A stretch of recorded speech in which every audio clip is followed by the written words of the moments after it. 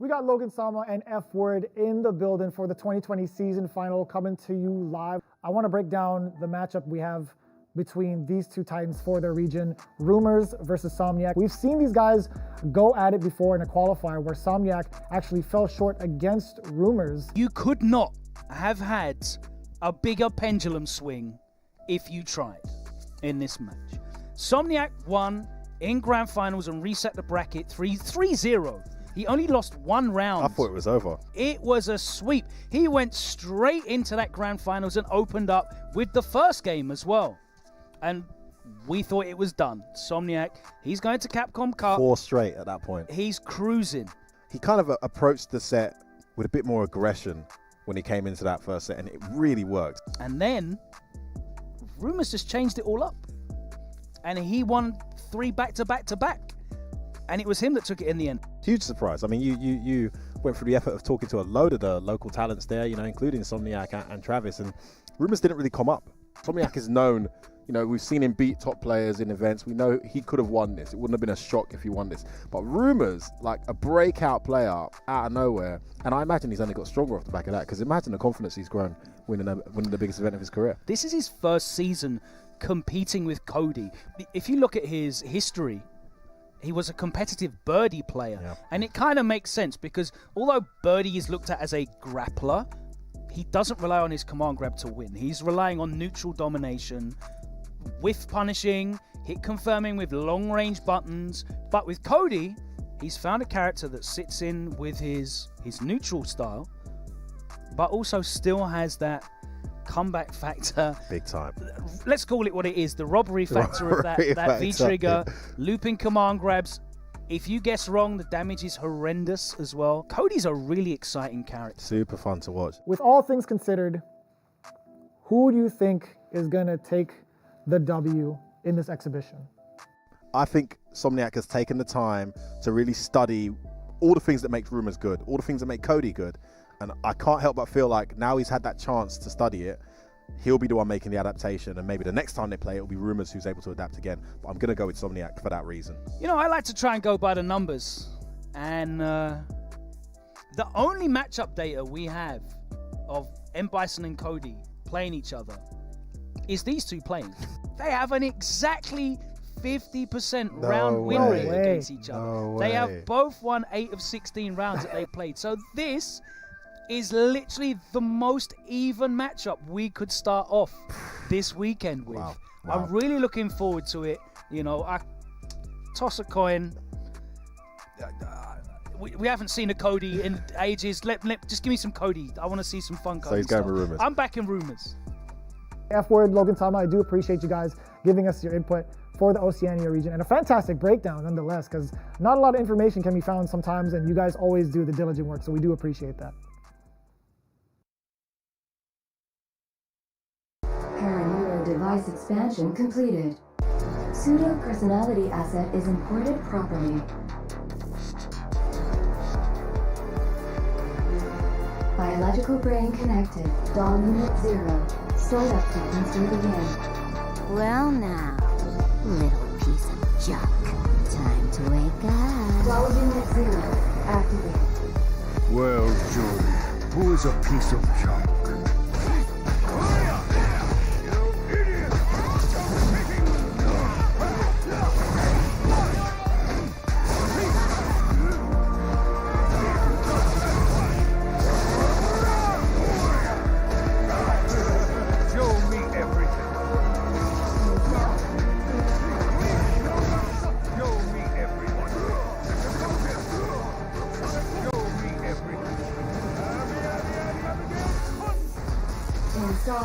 Show me something worth taking.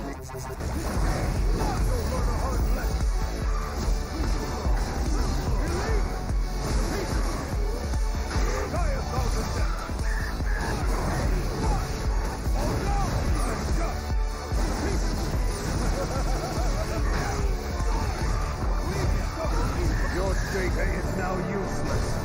Witness the power of the content engine. This is the power of the king! Your data will reside in me for eternity.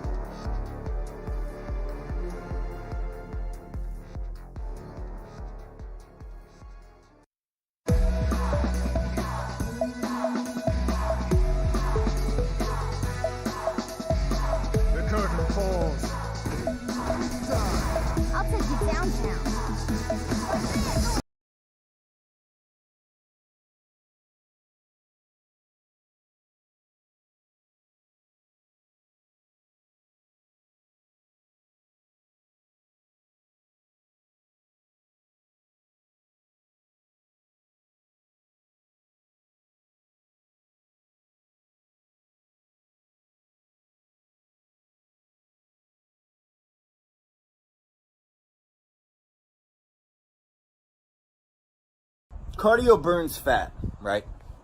No. Cardio actually burns calories, usually in the form of carbs in the bloodstream that are then replaced.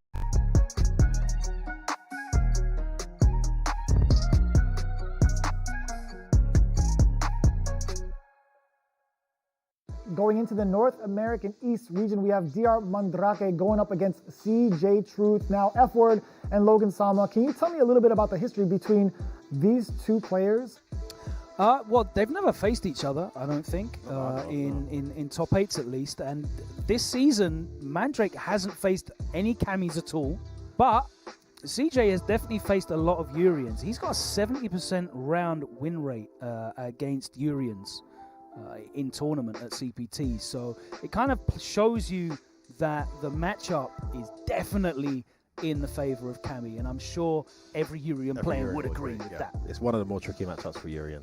Now with these two, can you give us a quick breakdown as to how they performed in their qualifiers, their respective qualifiers for both DR Mandrake as well as CJ Truth, and how they got here? Mandrake had on a great run in the first event. Of course, a first CPT that was kind of marred by controversy. Yeah, there was a lot of controversy. But he came through and he won in a stacked field. And there was no controversy on his side as well. In fact, he went through the controversy like it was nothing, you know? He scooted through that. CJ Truth, of course, is here as the most consistent finisher across the three, because we have IDOM in the region as well, who's there as the reigning champ. So we needed a fourth. CJ Truth finishing top 8 both times in the CPT NA East events. I honestly feel like CJ's only weakness this CPT was that matchup knowledge. And it is difficult because some of those characters are quite fresh. It's going to be a hype one. CJ Truth, we know the quality that he has shown, not only in CPT, but also SFL as part of the Alpha 3. Looking mad strong there. I'm really looking forward to this one. Can't wait. Let's get it going. We're going to have two heavy hitters go at each other, and it's going to be very exciting to see this exhibition between these two for the East. We'll see how it goes down. Thank you very much, gentlemen.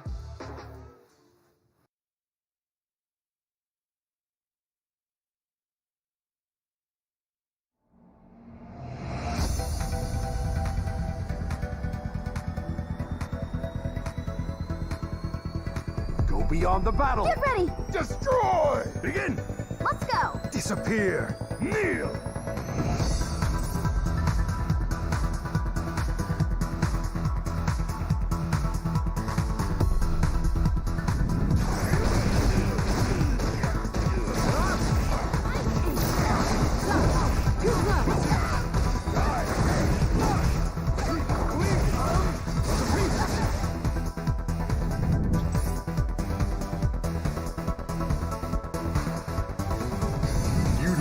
Strength to crush the spirit of the king.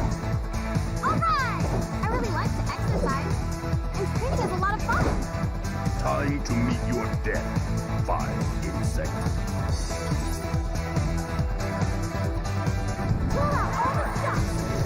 Hadouken! Resurrection!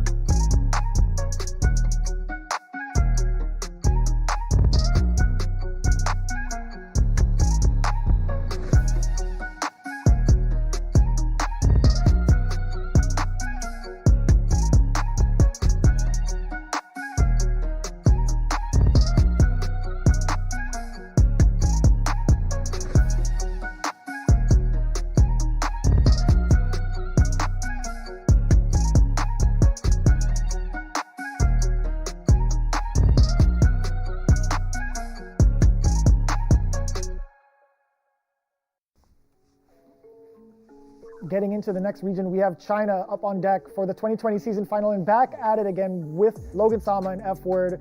Now, going straight into it, we have Jiwa versus VX Bao. Tell me a little bit about the region first and foremost before we get into the matchup at hand. One of the interesting things, of course, about China is it's very difficult to follow their scene because they're broadcasting on different platforms. They're not using the same social media. We're not exposed to their gameplay the same way that we would be maybe in Japan. And it's been really exciting to find out about this region because there's certain players that have sort of transcended the country big and time. have become stars. No, you're absolutely right. Being able to put the spotlight on some of the players that are not able to get to some of these events in person. We had Jiwa going up against VX Bao. Tell me a little bit more about both of these players going into this exhibition. Well, Jawa, what is there to be said about Jawa? Come on, dude. The World Warrior, if there's a CPT event in your backyard, you will see him signing up for brackets. No chance. I've been competing against for a long time and then following Gio for years. I've seen him beat my friends. I've seen my friends beat him. He's always been there since Street Fighter 4. And we've seen the transition to Akuma. And then the poison pickup, I think, was absolutely genius for this region. Because, like we said, you know, it's a very isolated region in the way it operates. We know that everyone knows Urien inside out because there's so many of them. Poison being fairly new at the time and then receiving those recent buffs, you could tell there was a lack of familiarity from his opponents in there, as well as him being very good. It was the Giowa show. He pretty much dominated everyone. However, on the other side, I think, you know, it's very interesting to see how VX Bao approaches this. When we looked him up, we saw M. Bison early on, but then we saw Urien. Lots of Urien. The Urien took him all the way to Grand Finals.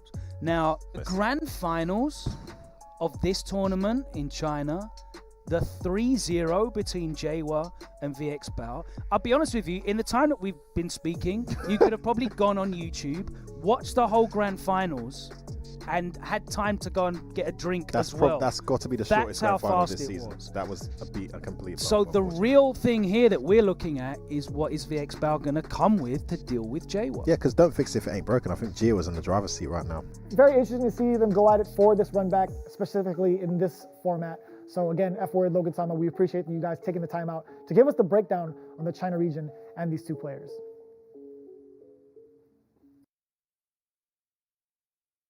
Paraneuro device expansion completed. Pseudo personality asset is imported properly. Biological brain connected. Dawn Unit 0. Startup sequence will begin. Well now, little piece of junk. Time to wake up. Flower Unit 0. Activated. Well, Jordan, who is a piece of junk?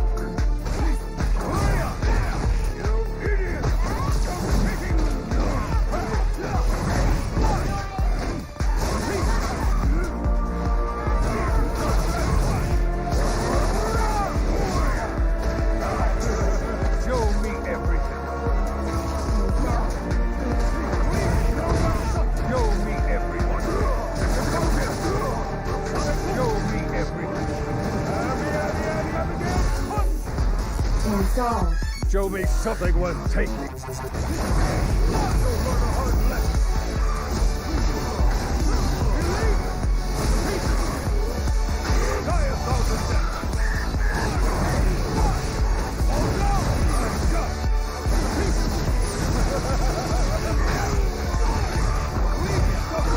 Your data is now useless.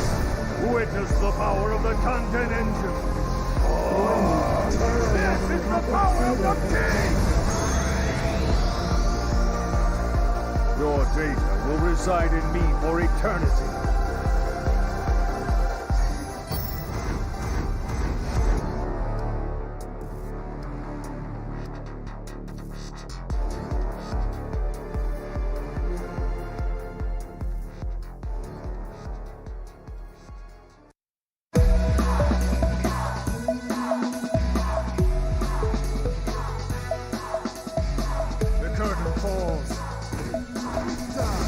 I'll take you downtown.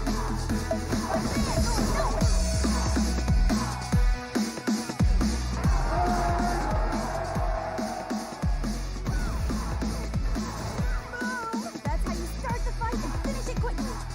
Let's have some fun.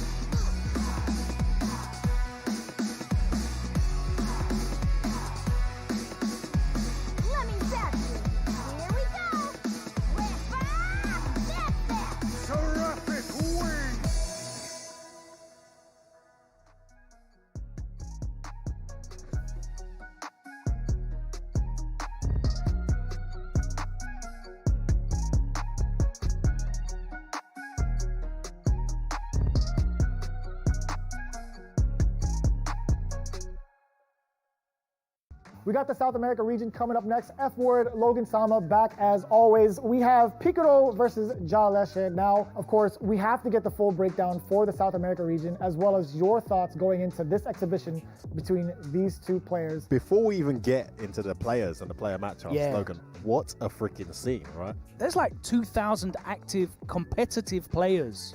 And you know what's in interesting Brazil. about those competitive players is every single CPT we prepared for when we were doing our show, right? And we talked about players to look out for. Yeah. It was quite easy to pick like 2 or 3 that we thought were the favorites. This scene is so competitive. Like Yeah. you'd have like a different winner every week in some of their weekly locals. The interesting thing is, of course, they played each other twice in the first CPT South America event. And yes, Picoro won both times. did, But yeah. the interesting thing is to see how they went, because the first match in top 16 winners was pretty much plain sailing for Picoro. He won 2-0, got in there into the top 8 in winners side.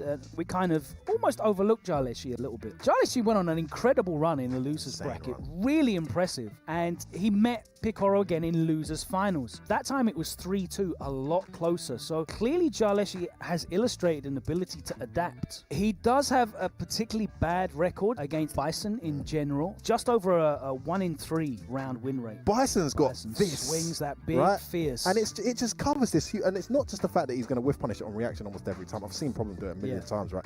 It's the scissor kick into the okay, welcome to my world kind of scenario that Rashid, even though he's got options on defense, it's just not the most comfortable. It's not what he's used to. He's used to putting his opponents in that case. So that's something that Jaleshe needs to look at to try and adapt to. And I don't think I'm going to see any kind of adaptation in terms of character variety. These two are very much loyalists, right? So we know what we're getting here. It's just a case of if they've done enough homework to exploit the habits of the opposite. Oh, without a doubt. So we have the stats between these two players. We know exactly who they're going to be using for the most part.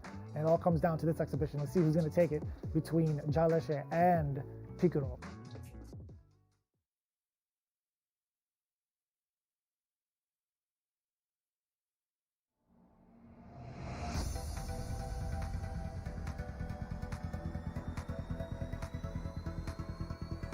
Go beyond the battle. Get ready. Destroy. Begin.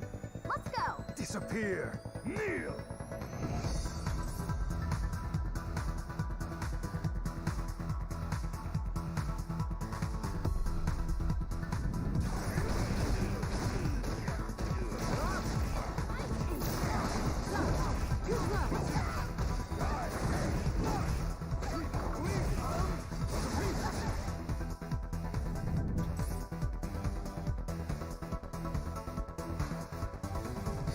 You do not have the strength to crush the spirit of the king. All right. I really like to exercise. And screaming is a lot of fun. Time to meet your death, vile insect.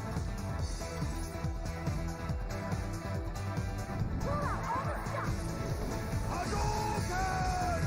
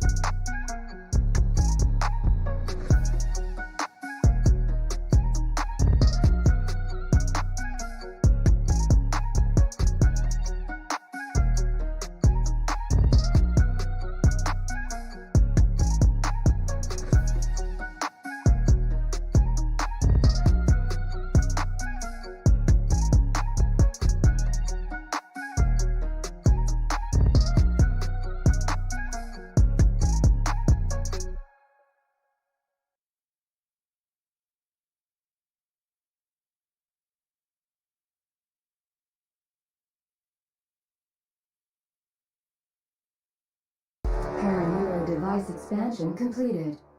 Pseudo personality asset is imported properly. Biological brain connected. Dawn unit 0. Sort up to insert again. Well now, little piece of junk. Time to wake up. Dawn unit 0. Activate. Well, Joey, who is a piece of junk?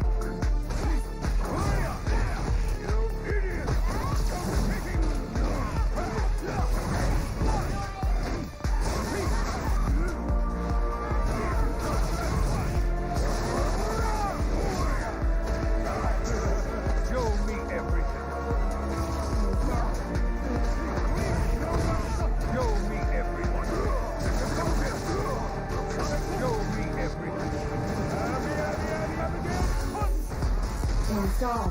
Show me something worth taking.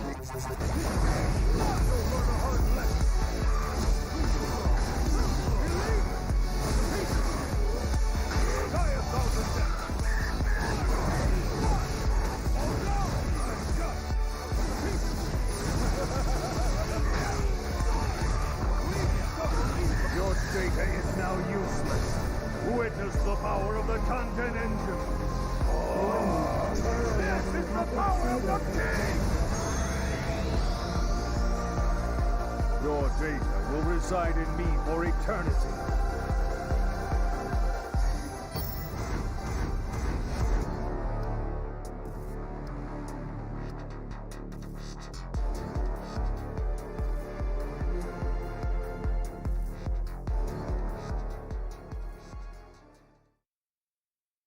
In 2020, the lights went out. A global pandemic came and changed everything as we knew it.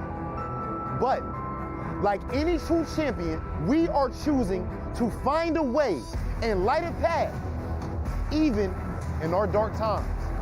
Every player in every region represented here, every viewer watching from home, you are a beacon of light, burning with hope and promise, illuminating a better tomorrow. This weekend is a reminder to ourselves that even when the stars don't align, we do our best. Ladies and gentlemen, I am Hollywood, Rob TV, and this is the Capcom Pro Tour 2020 season final. We keep fighting. Ladies and gentlemen, welcome to the Capcom Pro Tour 2020 season final. My name is Vicious, here with Tasty Steve as well as Saint Cola, and we are here this weekend to showcase some of the best talent in Street Fighter V. Not only are we celebrating the finest talents from those qualified players into the Capcom Cup, but we're also taking a look at all of those regions that came together during this global pandemic to support the fighting game community. Not only are we changing it up how we usually do things at Capcom Cup, we are changing it up to a fight card exhibition. Tasty Steve has the full breakdown of what you could expect this weekend. So as you heard from Rob TV, Hollywood Rob TV, he told you guys that this will be an exhibition. We are here to give you guys a best of 7 show between some of the finest competitors from their respective regions. Now, best of 7, for those who don't know, that means it's going to be the first of 4 victories between these two in the set, and that means things are going to be on the line. And by things, I mean big money. $5,000 to be exact. If you win this best of 7, or this first of 4, you will be $5,000 richer. Now, even though you might not go home with a lot, all those people who did appear here and are playing will receive an additional appearance bonus. So that makes really good Street Fighter for the forthcoming exhibitions. But it's not just about the prizing. It's also about the pride. It's about the pride of being the best in these regions. And speaking of the regions, I got it right on the deck for you. Picaro versus John Leche is the first match of the day. Right after that, it's Jawa versus VX Bao. DR Mandrake versus CJ Truth. Rumors versus Somniac. Nephew versus Samurai. And to close out the day, it's Luffy and Phenom come into play. Let's look at day 2. I'm going to swing it right over here. Man, this looks pretty good. Versus Xian. Angry Bird versus... But I want to say to everyone that is watching this, thank you for taking time. We're going to watch this tournament and see how it goes. It seems cool. There's a lot of people from around the world. representing their different nations, which is very good. And we'll see what happens today and also tomorrow. But I want to say to everyone that is watching this video, thank you for your support and thank you for watching. So let's just keep doing that. Have done a bunch of the Capcom Online Pro Tour events, so this is a nice little collaboration, especially so we can get a sense of everything happening in the world of Street Fighter. Speaking of collaborations, there's a new thing out on the streets that you guys should check out. Check out this new collaboration with Street Fighter. Round one, fight!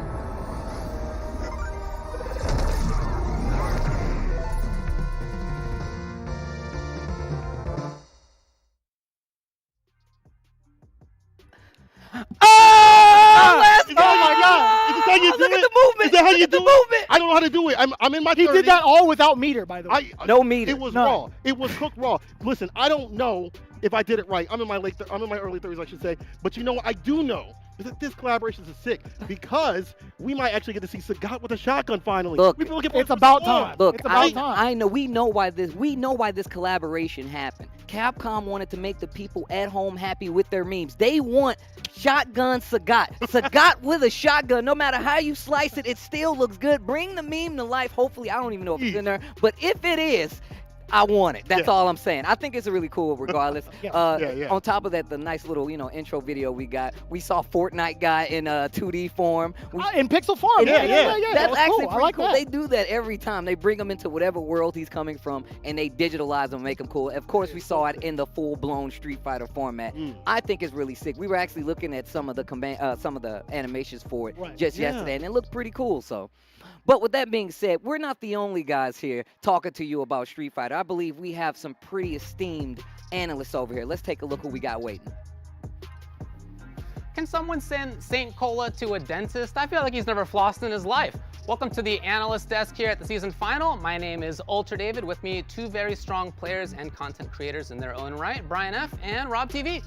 David, it is a pleasure to be here this weekend. But before we get into everything, I got to get a bit comfortable first. You know what I'm saying? I don't want to give y'all too much, but, I'm feeling a little... Okay. Now I'm feeling good.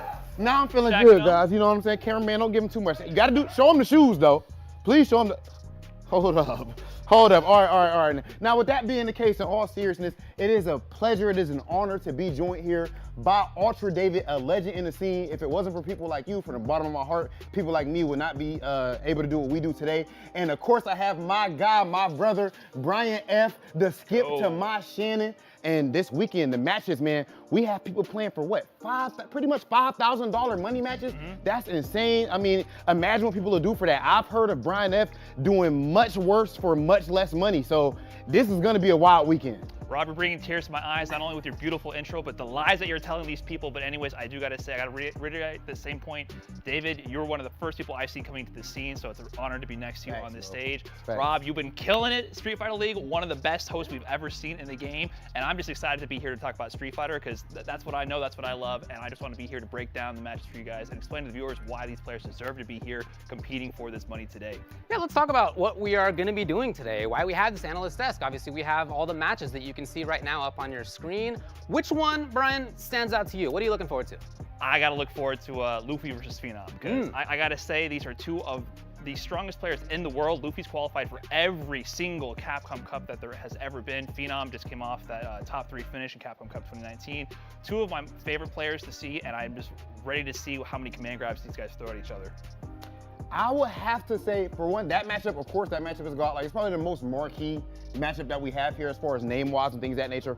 But the matchup that I gotta see the most is, if you watch Street Fighter, actually, you must be under a rock if you don't watch Street Fighter League. And if you do, you know that my guy, Samurai, is the Street Fighter League GOAT and one of the best players in the world, an amazing Akuma, but he is going up against the awakened, dark nephew. This isn't regular nephew. This is Satsui no nephew. I can only imagine how that matchup is going to be. CPT Online was amazing between those guys. I legitimately almost dropped a tear watching that one, so I'm very excited to see how that goes this weekend. I'm personally just really looking forward to Rumors versus Somniac. I love Cody. I'm really interested to see how he makes that character continue to work. We're going to take a quick break, though, and we'll be back with the next match, Picaro versus Jaleshe, in just a little bit. Paranormal device expansion completed. Pseudo personality asset is imported properly. Biological brain connected. Dawn Unit 0. Sort up sequence to begin.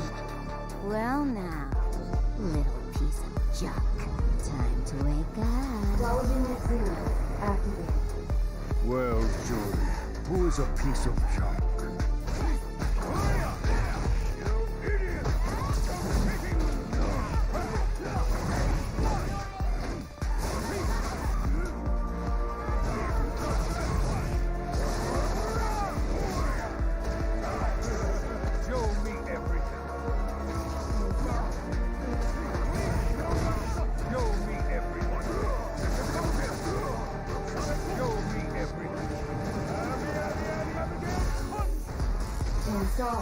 Show me something worth taking.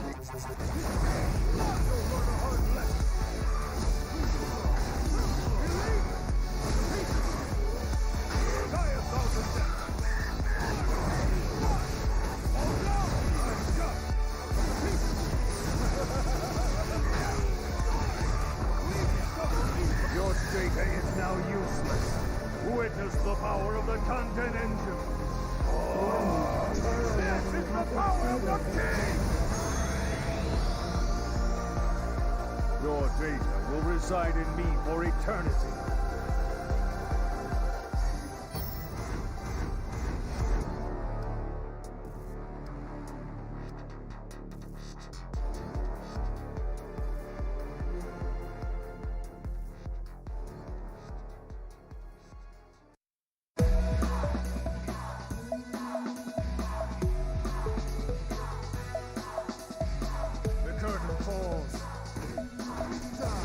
I'll take you downtown.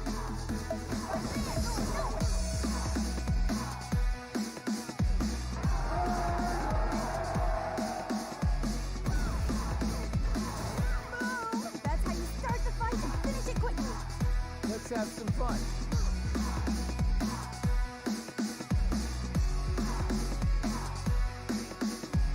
Let me zap you. Here we go. Whip up. That's that. Terrific wing!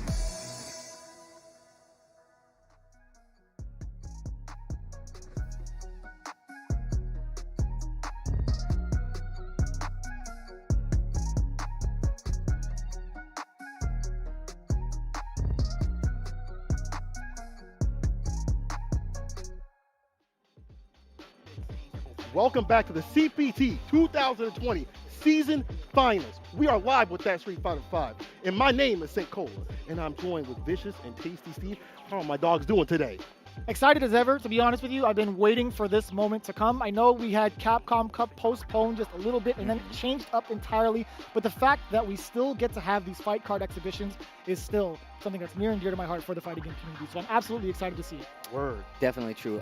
We've already talked about this. I mean, us seeing each other here, we talked about how we miss these live events, right? We miss going out and traveling. And personally, like, I've been to a lot of these regions where these players are all coming from. I've commentated personally some of these matches, you guys too as well. So it's really cool to see that every region is getting represented properly. And this is the best of the best. A lot of these caliber players you will only see on a CPT docket. And on top of that, they're playing to get to Capcom Cup. And like you said, since there's no Capcom Cup, they had to change it up a little bit. And we've done a handful of Capcom Pro Tour online events, Cola. I gotta ask you, what are your thoughts going into this match between Picaro and Jaleshe?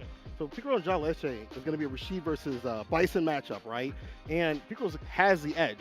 But there's been time, right? And I feel like for a lot of Rashid players throughout the months as the patch notes had dropped and things had got modified with the character, they started getting better and acclimated to the character, started figuring out what they need to do with the pressure since it's been nerfed a little bit. And I feel like once you have more time and understanding that this character's still super strong, you can't go wrong. You just can't go wrong with Rashid, right? Not as true. Honestly, I'm thinking Jaleshe might be able to have the download and come back with it.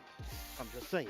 You might be right. Like when you're thinking about the amount of practice that goes into something like a Capcom Cup, normally you're taking a look at the entire bracket, you're looking at your route through and through, but in this specific exhibition, you're only focused on one target, and it just so happens to be the target that you faced off against in the first set of qualifiers, right? So we talk about Ja Leshe and his performance over in the first set of qualifiers, falling just short to Picaro, and then ending up taking the second qualifier. You got to think, it's like, okay, if I ever face off against Picaro again for this second qualifier, I think I would have whooped him. You're definitely going to go in. Like, that's what you're supposed to do. You have to double down. If you have a demon that you know, even if that demon just so happens to be your training partner, you got to leave something in the back. You know what I'm saying? You got to let them know that you go back to the lab just to get prepared for one. In the meantime, we do have the interviews from both players, how they got ready for the Capcom Pro Tour 2020 season final. Take a look. We got Ja Lesh representing the South America region. I gotta ask you, man, how does it feel to be here for the 2020 season final? Chegou o grande momento, né? Devido à pandemia foi bem diferente do que todo mundo imaginava, mas chegou o momento de encerrar a temporada, de fechar. Então agora, com certeza eu tô muito feliz com essa classificação e com a vaga, foi muito difícil. Picaro, it's always good to see and hear from you. I gotta ask you, man, how does it feel for you preparing yourself for this matchup against Ja Lesh? La verdad sí, me siento muy bien. Me siento muy feliz de representar a mi región, Sudamérica, por lo que estamos pasando, ¿no? De hecho, ¿a quién no le hubiera gustado jugar con los mejores del mundo, no? Ja Lesh, looking at your previous record from the Capcom Pro Tour qualifiers, in the first South American qualifier, you took third. In the second one, you took it all down. How did your mindset change from the first qualifier into the second one? Foi muito estudo do jogo, muita dedicação entre esses dois eventos. Olha, foi a vitória do CPT2. Quando eu ganhei, eu fiquei realmente muito feliz, abracei muito minha família, comemorei muito. E para mim foi um grande prazer, uma grande honra poder conseguir essa vaga para o meu país, poder ter a chance de representar o meu país, né? Por mais que tenha sido cancelado o evento presencial, ainda estarei competindo agora nas finais contra o Picaro na match de exibição. E ainda assim treinei e vamos até o fim agora para tentar fechar com chave de ouro agora essa temporada. Picaro, you took first place at the Capcom Pro Tour South America qualifier, the first one actually. How did it feel for you taking home that big win? Me sentí, como lo voy a decir, muy pero muy contento porque era un sueño que quería lograr. Quería demostrar que Perú hay nivel. Yo como Picaro, ya segunda vez clasificado a la Copa Capcom, quise dar a conocer a mi país Perú y quise que la CPT vuelva de nuevo acá a mi país, ¿no? Por eso muy contento, me obtuve no solo yo, sino mi comunidad de haber llegado a primer lugar en el CPT Online. Can you tell us a little bit about your region when it comes to the competitiveness in Street Fighter V for South America? A cena, de fato, no geral é bem unida, se ajuda, treina, compartilha dos conhecimentos, buscando uma melhora no nível. Somos realmente una familia ya porque nos conocemos bastante, pero dentro del juego somos rivales, ¿no? Y creo que siempre es como si fuera un partido de fútbol, ¿no? Que cada país va a querer ganar, así sea de Sudamérica, que al final somos hermanos, ¿no? Pero igual creo que cada país va a querer llegar a su victoria y en lo personal también, ¿no? Now moving on, let's talk about your match today against Ja Lesh. You played him in the losers final in the first South American qualifiers, I believe. Overall, what was that experience like playing against Ja Lesh? El partido que jugué con él en la CPT Sudamérica, la 1, creo que fue muy duro. Al final se adoptó a mi juego. Creo que su estilo de juego es muy un poco arriesgado, que a veces le puede funcionar, pero a veces no. Ele também estava muito bem posicionado, ataque muito forte, ataca muito bem paciente também quando precisa ser. And now that you've had that experience, what are your strategies going forward into the matchup at hand? Y así que voy a tener que estar bien al tiro sobre su estilo de juego, que a veces es random, ¿no? Y creo que va a estar muy, pero muy reñido o muy parejo nuestro enfrentamiento, ¿no? Así que a darlo todo. É o único que eu posso dizer. Eu dei uma estudada por cima no jogo dele, não vi muita coisa, mas dei uma estudada por cima no jogo dele. E pratiquei essa matchup bastante, Rashid contra Bison. Pratiquei bastante com dois amigos meus. Me sinto preparado para fazer a luta. E agora é ver o que o Picaro tá trazendo E vamos fazer essa matchup da melhor forma possível, tentar impor o máximo do nível do que eu me preparei para fazer. Online ou não, eu vou fazer o meu melhor e quero sair com a vitória. Jalesh, I do appreciate you taking out the time, and I'm very excited to see you play off against Picaro. Muito obrigado, valeu Capcom, obrigado a todos. Aqui é Brasil, Tuque, tamo junto família. Desce furacão e pulo. I love the commitment to playing off the character of Rashid. He's playing it full force with a lot of passion behind it. And I like just what both of the players said in general when they talk about their community and helping them level up and putting their community on the map. I think, you know, out of all the events, Capcom does a really, really great job of highlighting said communities. Oh yeah, they definitely give regions a lot of like shine when it comes to their respective players. I've commentated Picaro matches in person, you know what I'm saying? And I've seen what that community can do, as well as support, as well as just showing their players proper love. And I love the fact that they're sticking to it. One of the best things about the CPT online was to be able to see all these regions, all these different players, and if you forgot about them, you were reminded by the power of their play, right? Yeah. You watch these tournaments, you watch how they interact, and that's one of the great things about having this final right here. But to be able to see these regions once more, to see them at their strongest, to remind you that it's a World Warrior kind of game. The strength is everywhere. Well, here we go, man. Tail of the tape right here. It's going to be Picaro versus Jalesh. Again, Picaro coming in from Peru, first at South America 1 qualifier, using Bison. And of course, Jalesh hailing from Brazil, taking first at the 2nd qualifier, using the main character, Rashid. So overall, it's going to be a very interesting matchup. It's going to be Bison versus Rashid. Very, very dominant characters that can get away with a lot in their matchup. So it's going to be very exciting to see. I'm really nervous to see what this Rashid's going to be doing with the action. But here we go. Picaro, Jalesh, first match CPT 2020 season final commences now. First of 4, best of 7, just in case you didn't know. Now let's go. I gotta say, man, I always talk about the aesthetics, but the jump in is way more important than that. Jalesh already starting things strong. Picaro, again, has to be vigilant, in terms of how Jalesh wants to play. Oh, the jump back finally finding its mark, and he's rocking the classic M. Bison Picaro. I love that. I love that a lot, but Jalesh not letting it fly, right? Not letting Picaro get started whatsoever. Oh, the confirm, the standing medium punch gets the full combo. Anything's gonna do it. Back throw, Jalesh, get started. Oh, not even activating the trigger yet. Not using any of it. The tick throw off the back and the cross up. Jalesh already popping off. Wipe off the controller with the jersey. And I like the fact that he's saving the meter. He had so much life in that corner. He's like, you know what? I'm going to try a different method of escape just to keep Picaro on his toes. But Picaro, again, went for that command grab. I think that still would have been a dangerous spot. Very good call out from Jalesh. But here comes Picaro now putting Jalesh in the corner, trying to jump out, but covering the escape. The crush counter sweep. Gets the crush and jumps out of the corner on top of it. You're not going anywhere! Control, just that HP spinning mixer just to control the range. And you can see Jalesh actually getting into this range where he feels like he can control Bison's neutral, but I don't think it's working out in the 2nd round. And the jump in, just trying to create some space for himself. Jalesh again doing a great job. Just the raw slides? He did have the trigger, and speaking of... Heavy kick. The regular grab? Forward throw, there we go, back in at Picaro. And that was so daunting, though. Picaro with that V-trigger on deck, that could have been any sort of command grab if Jalesh just stood still. But he baited him out. He used the regular throw, anti-aired correctly, and then finished him off with the forward throw. I like the early usage of that EX meter. That makes you respect that neutral a lot more, especially from a character like M. Bison who likes to get in close. Did you see that? The bravery from both sides. Picaro was stubborn with the scissor kick. Jalesh throwing out the fierce regardless. Pressure, jumps out. Nice with the EX. Oh my gosh, it's so gritty with the whip punishment. Gets the spinning mixer, takes that opportunity to get out of the corner. Did not work out though. Hell attack. Scissor kick. Now we have mid-screen trigger on deck. Let me out. Spinning mixer. Oh no! The finesse in the air. The jump medium punch into the eagle spike. It's just that extension. Ooh, it's so nice to look at. That was and then the dive kick. Is that the slap chop right there? That's the slap chop. In the air slap chop. You got to hit them like this. I like That's that. the only way they stay in the air long enough to get the dive kick. But no, if you look at the back and forth that they're doing in these rounds, it's already looking like Jalesh knows that Picaro wants to take control. He's like, yo, I know you want to just move around slow. I'm going to step into this range, make you swing, and whiff punish you. Definitely was working out for a bit, but Picaro was like, no. Big crush counter, big damage on the table. It's one of the reasons we're afraid of Bison. Well, I'm afraid of Bison. I don't know. I'm afraid of both. Who's not afraid of Bison?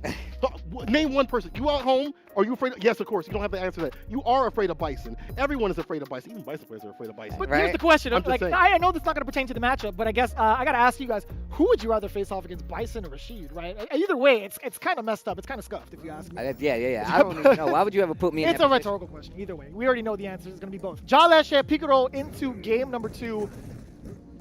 Picaro, again, is trying to adapt to how Jaleshe is playing so far, but I feel like it's been tough to call because Jaleshe has been keeping it pretty ambiguous. His options in terms of escaping Bison pressure is something that's kind of like readable. He wants to jump out of the corner. It's just a matter of how and when. Yeah, he has multiple ways to get out of the corner. I'm glad you brought that up. We saw in that first game, he used the backboard, jumped off the wall. And then, obviously, the next time he tried to just jump clean out. But no clean jumps needed. The first round, game number 2, Jaleshe in control.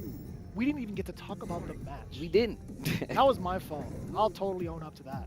Jaleshe is just showing how strong he is in the matchup. He's been training with his 2 buddies over in Brazil, right? So again, it's a testament of his strength. He's reaping what he's sowing. Ooh, what an interrupt. Stand light kick this time. Tried to charge up that whirlwind. Nothing doing. We saw the check last time for Jaleshe when he did when Picaro did this dash with Bison, but now you see him playing this slower pace. Uses the raw What a EX late system. tap.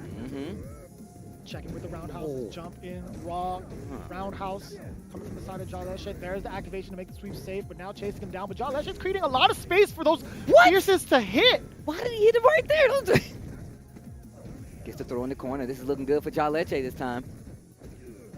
Oh, and there was a significant gap there. There was a significant gap there before the whirlwind shot took place, but Picaro was just stuck in there. He was stuck in there. He didn't want to take any more damage than necessary. I feel like I couldn't tell exactly how much life he had left, but if he traded with the whirlwind shot, would he have died? I think so, but I could be wrong. But if you look at right? Yeah. I'm just saying. I don't want to jinx it. No. But the fact that Jaleshe is actually challenging at this neutral range where Bison is typically plus, you're typically just making sure Bison's not even making you block. He was like, you know what? You're not going to make me block. Nice whiff punishes, big crush counters with that standing fierce in a lot of situations, and just being ready to combat that offense at all times. Rashid's known for how well his movement is and being really squirrely in the neutral. That means it's a lot harder to catch him than most characters. So when you're fighting this character, the hard part is doing that, keeping him on the locks. And again, for the most part, we're so used to seeing just 2 games straight up. But again, it's best of 7 first and foremost. So Jaleshe on a 2-game lead over Picaro. Forward throw with all the momentum right now. Whirlwind shot to check any advances. V-skill 2 coming from the side of Picaro. Dash up once again. You see Jaleshe still playing that same range. Tries to get the sweep, and now you see Picaro starting to challenge a lot more. Slide finds his mark, uses the raw trigger, tries to shimmy him a little bit. Jaleshe, no bait, not taking it. And it's very surprising to see. We haven't seen Jaleshe suffer the wrath of plus frame Bison, right? There hasn't been an instance where he's had to sit still for defense. And this is what I was talking about. He's a squirrely player. That character's super squirrely. He's got a lot harder to catch. But now you see the offense starting to stack up. Oh, the slide once again. You got to keep the legs under control. Raw EX to get out. Jaleshe has a chance. Pick it up with a decent life lead. Uses the whirlwind to get through. Oh, he thought it was going to be on the other side. No, he still caught him with the jump medium kick. Big jump in with the roundhouse, catches the back tech. I was looking for a tick throw. Nothing doing. Look at the gray life on the side and that standing medium kick. I've been saying this for quite some time. You know you're looking at a decent Rashid when they're using that standing medium kick. Oh, I always say it because it's true. Raw eagle spike. You know, the shadow axe punish wasn't as much as I did, but you know, a punish is a punish. There is still damage there. They'll take that. I was going to say jump medium punch, but we didn't hear that, by the way, from Rashid, from Jaleshe, being so attentive. But that whiff punish. My man's with the whiff punish. V-skill 2. I just noticed Picaro was running V-skill 2. Gets the flame, dash up, raw EX, saving the meter for later. Get off of me. Man, I like that challenge. We're not going to go into the activation because that was a confirmed sweep. Speaking of. Tries to slide through HP spinning mixer. Don't take the throw. Jaleshe in control. Wow, that could have been something big. Activate off the... He's sitting there. No fear of the command grab. And the interrupt, the counter hit, standing light kick. The ashy knees. The ashy knees, dog. Ain't no motion on those. It's windy. It's windy, bro. What do you think it's there for? To keep all the dirt out, to make sure that you stay dry. The ashy knees are on you right now, bro. I need him to go upstairs and put on some lotion right now. That's just, he shouldn't be doing that. No. He shouldn't be doing that with cracked knees. You see You see how Jaleche is controlling this neutral, and it's more about like him moving around. But now you're starting getting to see the call-outs. A lot more slow down pace, using these normals, making sure that he can't jump out. He started checking him on the legs a lot more. That's why you saw those slides come out. So he's like, you know what? You like to jump? I'm gonna stagger a little bit, put the slides in there, get the knockdown, keep my pressure. Doesn't stop Jaleche from getting this, but now it's danger time for Piccolo. He needs these next rounds if he wants to make this a set. And now you're looking at the kind of movement that Jaleche is taking for defense, right? When he was under pressure for Piccolo, he sat there. He wasn't even trying to move back because he was looking to see if Piccolo was going to check him with the low. Oh, big sweep, not punished! Bad punish. Okay, this is going to give him a chance. Now, if you notice, once again, Piccolo started checking the legs because Jaleche was always jumping. He was trying to get out of there, and he's getting called out for it. And look at this already, Jaleche with a massive lead, a big confirm, one more for stun. But here comes Piccolo with the chance. Oh, the raw EX spinning mixer, get off of me. Set point going up right now. Jaleche, oh my gosh, Piccolo. Obviously, these two training partners that Jaleche had definitely played Bison pretty well. This is so interesting to see. It's a huge turnaround from what we've seen in the South American qualifiers number 1. It's a huge payoff to see Jaleche put in these training efforts and then download Piccolo for this very moment. Well, I'm going to tell you right now, Piccolo needs something big. This pace is definitely working out in his favor. However, send him down. Psycho Axe after. Don't let Jaleche get back control of this round. We've seen what happens. Kind of just runs away with him. Neutral jump. Nothing doing. Check with the stand light kick. Forward throw now. Find that pressure. Jaleche with a slight disadvantage, but he's going to make it all turn around with this V trigger. A lot of plus. Oh, the shimmy. Reset side switch. What a block, but you can't escape. All the way out. It's a whirlwind throw. V reversal. I feel like we should have seen that so much earlier. Oh, the V. On the other side, but still down the middle. Oh, the walk-off throw. They're slugging. That was raw. Send it back. I can't believe you punished that. Jump in. Oh! You shimmy, I shimmy. You shimmy, it's like a dance. It's like a dance. But dude, I gotta say, some of the most intimidating walk speed is from Bison. He's got the slowest walk speed in the game, but it's still so intimidating. About the form, he crosses his arms, bro. If somebody walked at you crossing their arms, you know they mean business. They're trying to hurt you. That's intimidating. Terrifying. Oh, the heavies are landing! The heavies are landing, Steve. That was reversing, switching lanes. Dash up, stand medium punch, trying to keep the pressure. You know what? Out of there. Man, this V skill 2 is starting to work out wonders for Piccolo. Look at the life lead. Once again, he tries to escape. Life is in danger right now for Jaleche. Nice block. Ooh! Raw reads. V reversal. I like it. I like it. Gets a little gray life up there. Use the V skill 2 to get out of the corner, and now is the space. Now's the space, and he's chasing that psycho ball across the screen, and there we go. Piccolo making it a challenge, gets one on the board, and now we're talking. Now we're talking. The pace of that game was completely slower.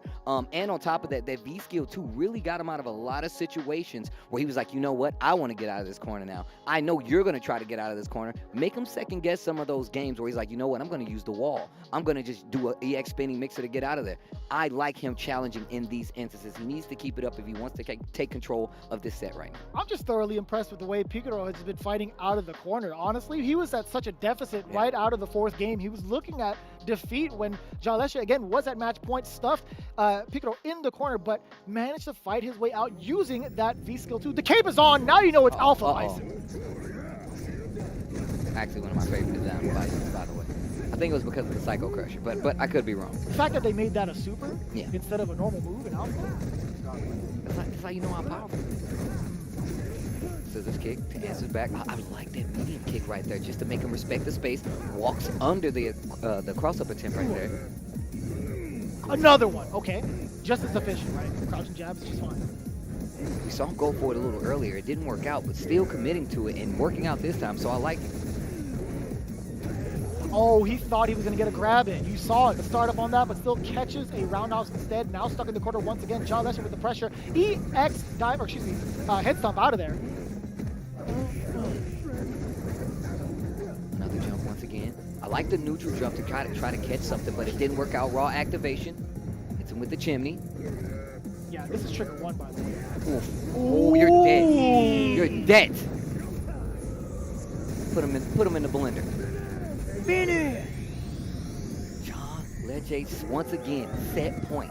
Once again, set point. Piccolo cannot lose a round or it is donezo. That was expensive, though. That was really expensive. I think, if it's going to kill, he's willing to use it. I mean, Piccolo only has, what, like a bar and a half now? That's not too bad in terms of resources. And John Leche, again, once he gets started with offense, he's not going to need the meter. He's only going to use it during defense. Quick side switch right there. I like the neutral jump to call out.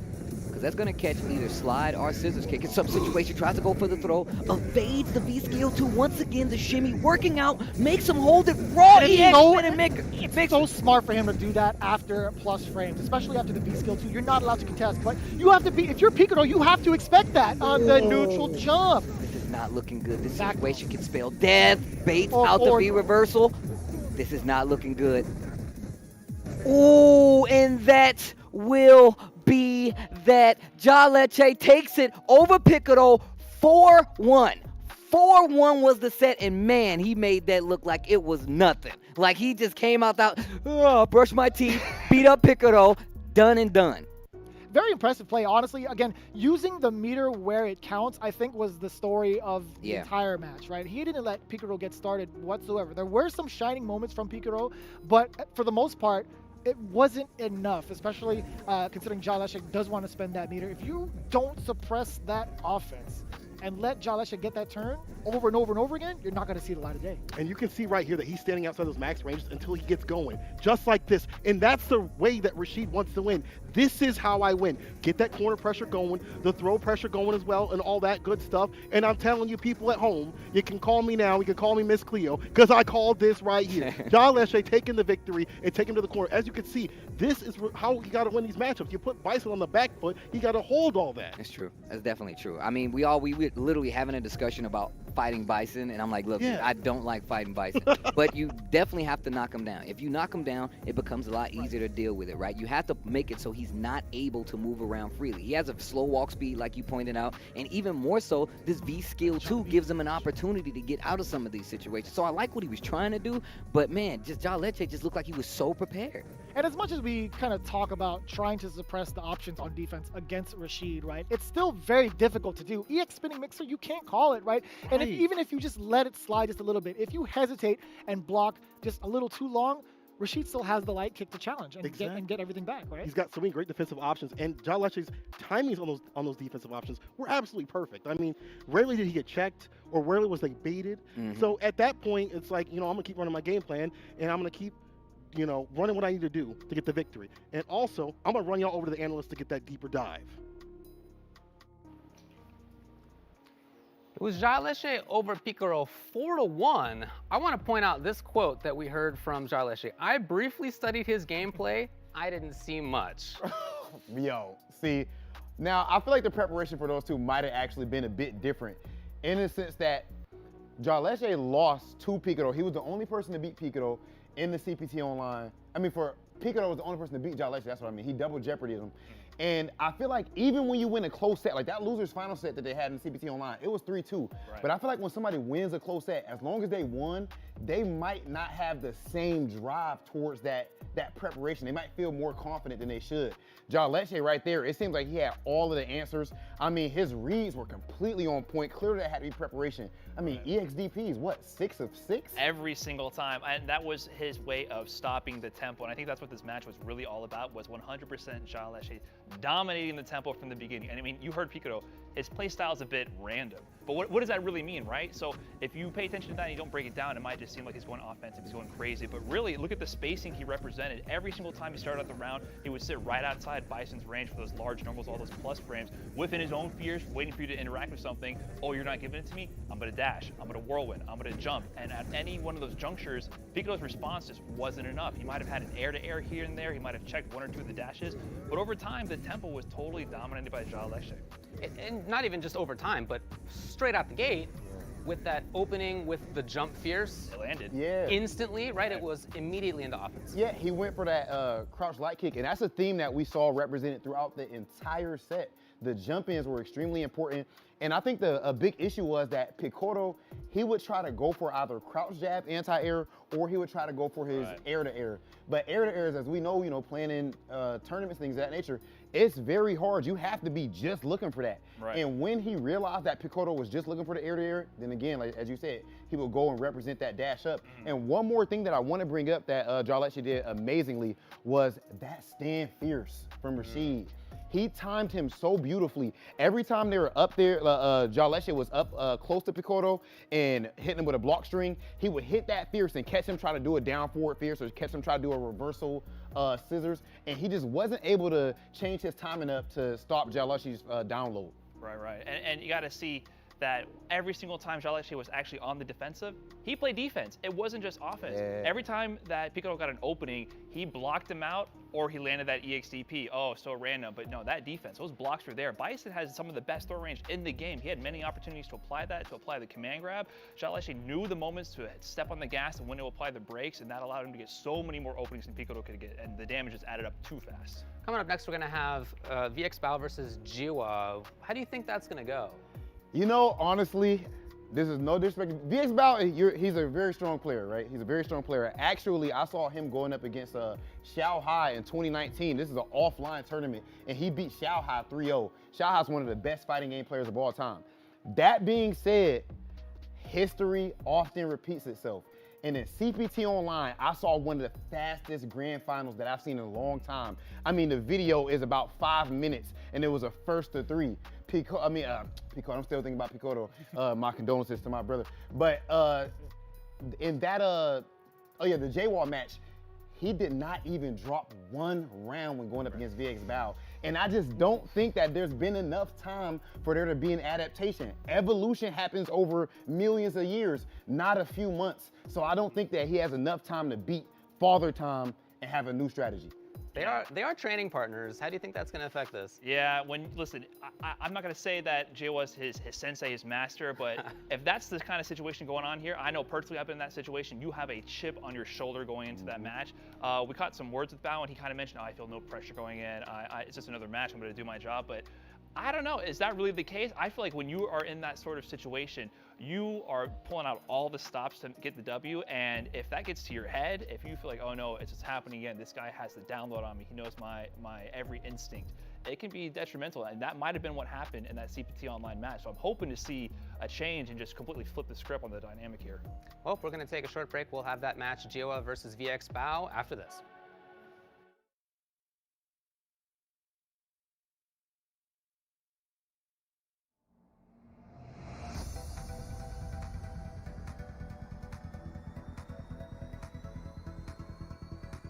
Beyond the battle. Get ready. Destroy. Begin.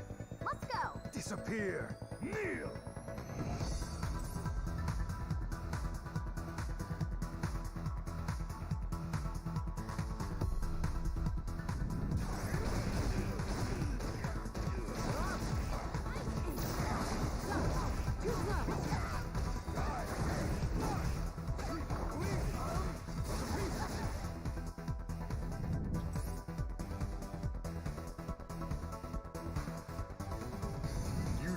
Strength to crush the spirit of the king. Alright! I really like to exercise. And spinning is a lot of fun. Time to meet your death, vile insect. Pull out all the stuff. Hadouken! Resurrection.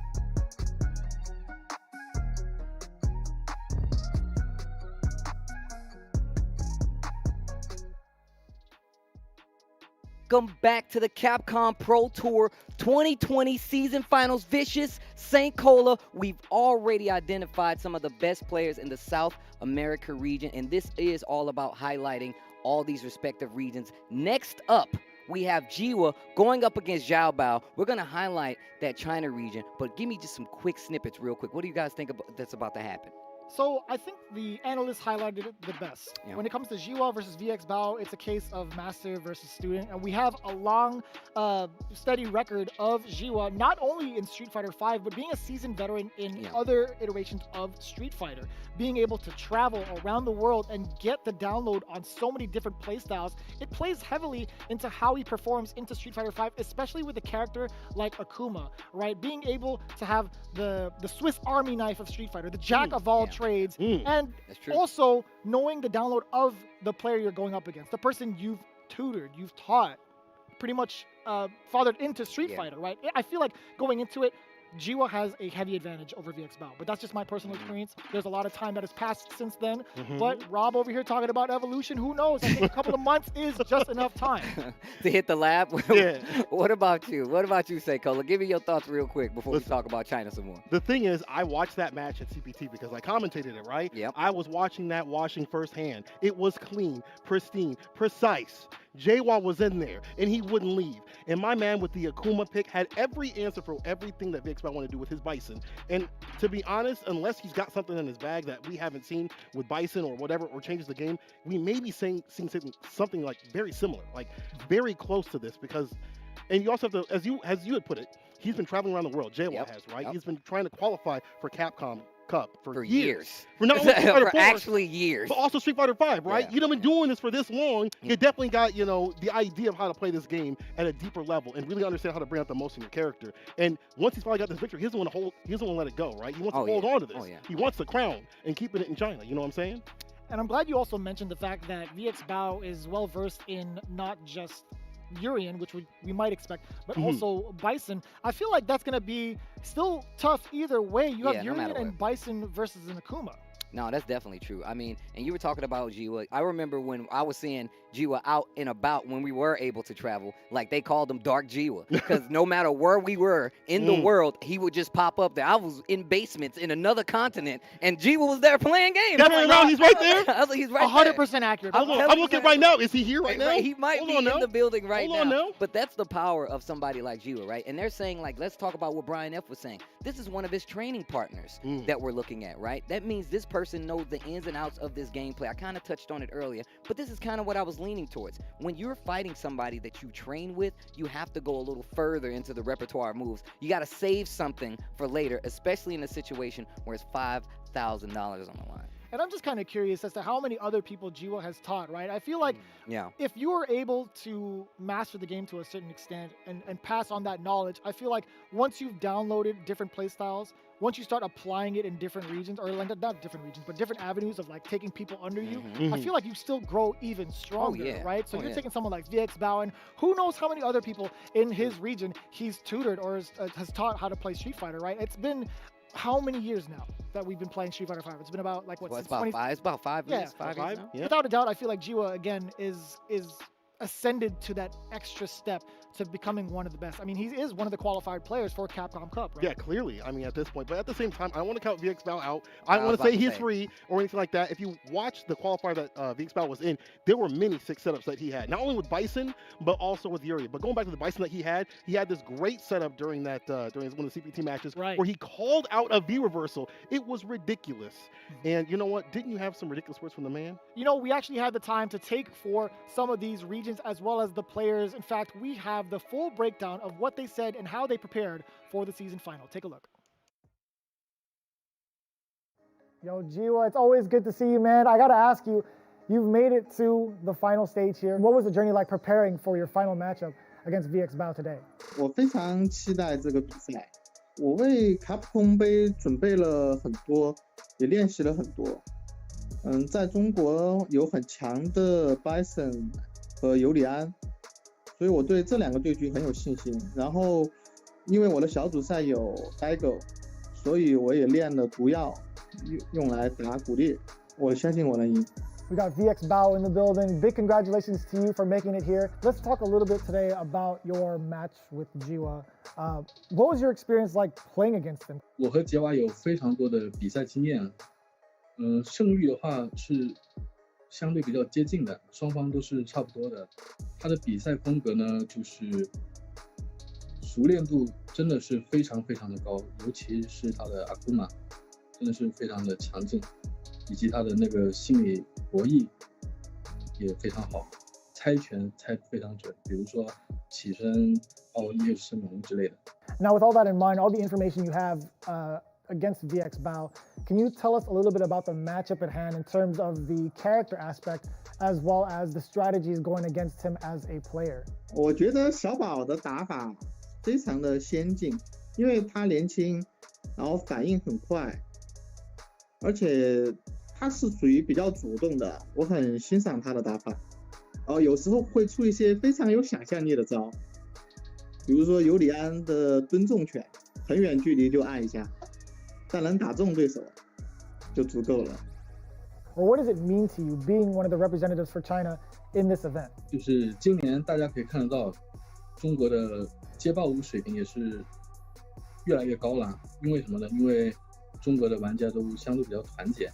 我觉得非常的幸运啊，因为本来说亚军是没有机会再次展现自己的，但是卡普空给了这次机会，我呢会努力去打好这一场比赛。Given that you took away the victory from VX Bao in that fated grand finals, him walking away with second place, do you think he's coming back for blood this time around? Do you think he's coming back with this mindset of having to prove his worth? He hard knockdown. It's done. It's done. J1 solidifies his side for CPT China. 我觉得那小宝肯定想赢下这个比赛来证明他，因为很多人对于他当时和我打用将军，不太能理解。而且我觉得小宝最近的地面立回的压迫性要比之前更强了，他真的又有进步。How did it feel for you taking home that win from such a big event? 很开心，然后也很幸运，是对我这么多年努力的一个回报。And with that in mind and that experience under your belt, what is your strategy going into this match? 我想用好鬼跟毒药，但我一直在犹豫到底用哪个角色。我有可能两个角色都会试一下。这一场比赛呢，我准备使用的是尤里安这个角色。我呢，在比赛前也是做好了比较充足的准备，相信能够很好的发挥出来。So before we get into it, first of all, thanks for the gifted subs. We just want to let you know that we're looking at all of it. That was great. The 5 gifted subs we saw earlier. But second of all, hey, is this actually live or not? Young Starks, this is definitely live, bro. You think I'm wearing the beads to a not live event? You're crazy. Bro, you think I'm messing up my pro for nothing? This is a live event. That's disrespectful. I did my hair That's extra disrespectful. for this event. You see this? Do you see I the did head it hair extra. on this man? You better apologize in chat, Young Starks. Don't think I ain't see that, bro. Add him too. Either way, shout outs to China. Shout outs to VX Bao. Shout outs to Jiwa as well. We were talking during that interview, and it literally just sounded like Jiwa was so prepared for what's about to happen. It's kind of scary. You know, the good thing is, though, he made it a point to really highlight VX Bao's improvement. He was saying during that matchup, considering what we went through beforehand, before, like, you know, the preparation phase, his footsies and development of him playing Bison was significantly better when they faced off in that qualifier. So you already know that's a signifier that VX Bao has been upping his game little by little. I mean, that's a great sign, because that means that after these months that have already occurred, right? He's been practicing, probably getting ready. Oh, VX Bao, after getting a beating like that, you're definitely back in the lab. Like, frame one, you're back in the lab. Like, you definitely need to work on your stuff. And he's probably been doing so, especially when he got, qualified for this event right here, to get better, to get stronger. You're not going to come here lacking and slacking, I'm telling you that. You'll say, Cola, why you got to be talking so grimy about him? The stats are on the board, though. You can see Jiwa going up against VX Bao, both of them representing China. We have Akuma on the side of Jiwa, and he's always been a dedicated Shoto player. Of course, we have VX Bao. Says Urian right here, but we know there's a Bison there, and my man's rocking the hitbox. So we are excited to see it. Again, it's going to be a toss of whether or not he uses Urian or Bison, but chances are it's going to be in Bison. Let's be real here. That's what we're thinking. That's exactly what we're thinking. And in all honesty, I feel like Jiwa's experience versus his character universally is one of the things that keeps him ahead in these sets. But even more so, when you have something to work towards, you have a clear goal to work at, being Jiwa, somebody as strong as Jiwa, it makes your character, it makes your play that much stronger, especially if you're in the lab. VX Bao definitely has an opportunity to take this set away from Jiwa. We know he's always been on the path to try to get the Capcom Cup. He's here now, money's on the line, but he's got to beat one of his training partners. He's got to beat his boss, dog. You got to come into the 9 to 5 and beat your boss. You trying to get this promotion? You trying to get the promotion? Yeah. You want the new parking spot? You want the office on the corner? Gentlemen, take it away. You got to do more than just show up in a suit and work, right? You got to make sure you're here to earn it. Listen, either way, this is going to be a hype match regardless. Already round start with the punish on the bad tackle. Put him back down on the ground. And the throw bait, forward fears to the face. Put him to the corner. And that was so delayed, too. Shaking the hand, trying to make the deal, trying to shimmy his way out. No, actually two-step, I should say. What about, though? We'll get back in the corner, my friend. Oh, EXCP, the reversal. Back to mid-screen. I like these options that he's already presenting round start. We saw this kind of J-Wall last time that he played the CPT. Can he... Oh, you escaped. Can't be shipped out of that one just yet. Off the backboard again. Lost frames after that. He's waiting for the EXCP. Waiting for There's so much respect. He's learning. I told you, dog. After a couple months, you've been hit with enough of those in the face, you're going to learn. There's the raw. Yeah. Crouch fierce. Does it again. Catches midair. And he had enough meter for the EX tackle. Okay, VX Bao. Maybe the switch was switching to a character that maybe on paper does weaker against Sakuma, but in the match it's different. On when you're sitting on the sticks, things start to hit different with the back throw Batista bomb. We're calling him EX Bao going forward. Okay, EX Bao, I like that. Oh, big punish. Into the corner, that's even more important as the damage. Spartan bomb. EX, of course, keep those plus frames. Nice hit, got the hot pursuit. Oh, it's almost a stunning dump, but the wake up XCP. You forgot about that one. The check! The raw check! VX Bao looking real clean, not only in the suit, but in the gameplay. Interrupts the EX. Still prime position for VX Bao. Can take the toe tap. Max distance. He has been navigating past the air fireballs like he sees it a mile away. He's got the third eye open in this matchup. It was actually insane. How many airborne approaches got denied in that single game? All of them. All of them. Every single one of them, god dang it.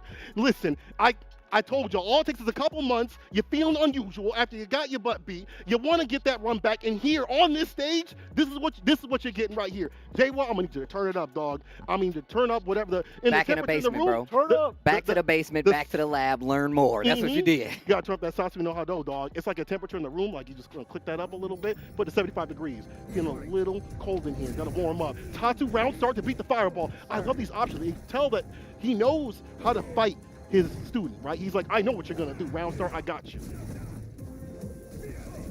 Oh yeah, giving him space to charge up that V skill too. He does get it in time as it is glowing in the bottom right. Big counter hit conversion. And I say it's big because, again, he gets out of the corner and repositions himself against G-Wall, pushing into the corner. The check there with the low medium kick. But still, yo, that was meaty. Oh my god, that pushing, but it don't matter. Side switch with it. Back down to the ground with the heavy kick Tatsu.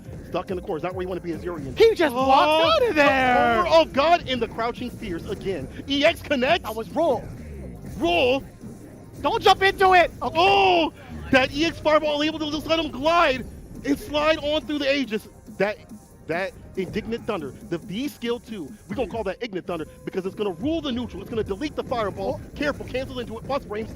J-Wall with the timing on the crouching medium kick. And that was so important to have that V skill charged up for that very moment as well. See, tossing that sucker out. Have something behind the 6-2 just in case. And that was a counter hit, crouching medium punch. Oh, no! That's how real smooth. Look at that. Slide to the left. Bent. That was nice. Crisscross. Everybody clap your hands. Yo, VX Bao. He's clapping for sure. Oh, he's clapping something, dog. VX Bao out here putting in some mad work. Back to Batista bomb. We saw this movie again. I want to see something different. J-Y out here was definitely the favorite, but VX Bao, I think the neutrals improved until that commentator's curse. And now it's all Jiwa. Yeah, got the shimmy over. Tatsu into the corner. The roundhouse version. EX headbutt. You knew it was coming. Sooner or later. Oh, the whip punch on the standing medium kick. That is masterclass right there. Usually let people let that go for free, but not this man right here. Tippy tap, crouching, heavy punch from the side. Just raw tackle again. That's going to be punishable. Don't do it. Don't do it. Stuck in the corner with ages. plus frames, it's above your head. You gotta watch above your head. He DPs anyway, The as it inbound. passes behind his head. The Lion's Mane doesn't get touched. No haircut today. We're keeping it a pro in the EX though. Jay Watt staying alive. I like that, all tied up here, and it's only game 2. Are you kidding me? Yo, That was counter nasty, hit. counter hit. How many times have you tried to fish with that roundhouse, by the way? The step kick. And to get the max distance, you got to be pinpoint with it because it can get punished. Put him in the corner. Even that EX fireball didn't get him out of the corner. Puts him back in the corner right there with the EX tackle. It's just looking unfortunate. He tried it again. The whiff punish on deck for G-Watt. Just still stuck in this corner, though. I kind of like that button because it might be able to stop the start of a fireball, dog. Crouching media kick into the fireball right there. J1 trying to take that space, trying to find these confirms. He needs something to get out of the corner. And just like that, we switch aside. Trading places, trading spaces. The finesse and the bless. And it ain't even Sunday. It's not even Sunday, Jeremy. Sunday, that's for sure. Oh, side switch. Oh, a little bit too advanced. It doesn't matter what your name is. It doesn't matter so long as he has the meter. He's going to uppercut his way to victory. Busting out, dog. I ain't holding a darn thing out here is what my man's saying. J1, again, this is the J1 we saw last time, though, right? We saw the proved VX Val, that's great. But J1's like, wait a minute. I took the last one. Yeah. I took the last one. I've been here before, and he wants it again. And again, with the prize and the pride on the line, you're definitely going to fight a little bit hard. It's going to hit a little bit different. But what if he blocked? Right? But what if he blocked? What if he blocks? It don't matter. That's not what happened. It's not. It doesn't matter. I know. I get it. But I got to say, but what if he blocked? It is a longer set, though. It's a longer set. It is a longer come into set. play. These kinds of moments where someone will bust out, maybe we'll see VX Ball kind of, wait and bait, dog, and reel it in for big damage. Let's see, 1-1, evened out in terms of games. A little awkward on the positioning there. He had the right idea, but VX Val either way getting the forward throw and dashing up immediately. But Jiwa, again, smart enough to check with that crouch jab afterwards. Kick, just checking these walkbacks. I love that. Use of these buttons, and I feel like VX Val is a changed man. Did he hand the controller over to somebody else? My man's looking different. I don't know, man. It says that he uses the hitbox. Not anybody can navigate something like that. Right. It takes skill. If you use it in a tournament, it's absolutely, it's perfect. Nice sweep. VX Val controlling these buttons and just introducing new tools as the match goes on. Gets caught with the throw, though. He doesn't need to do anything here. Honestly, VX Val can take his time, maybe charge up a V skill to increase the threat. Build some meter. He's going to spend it. Okay, that's fine.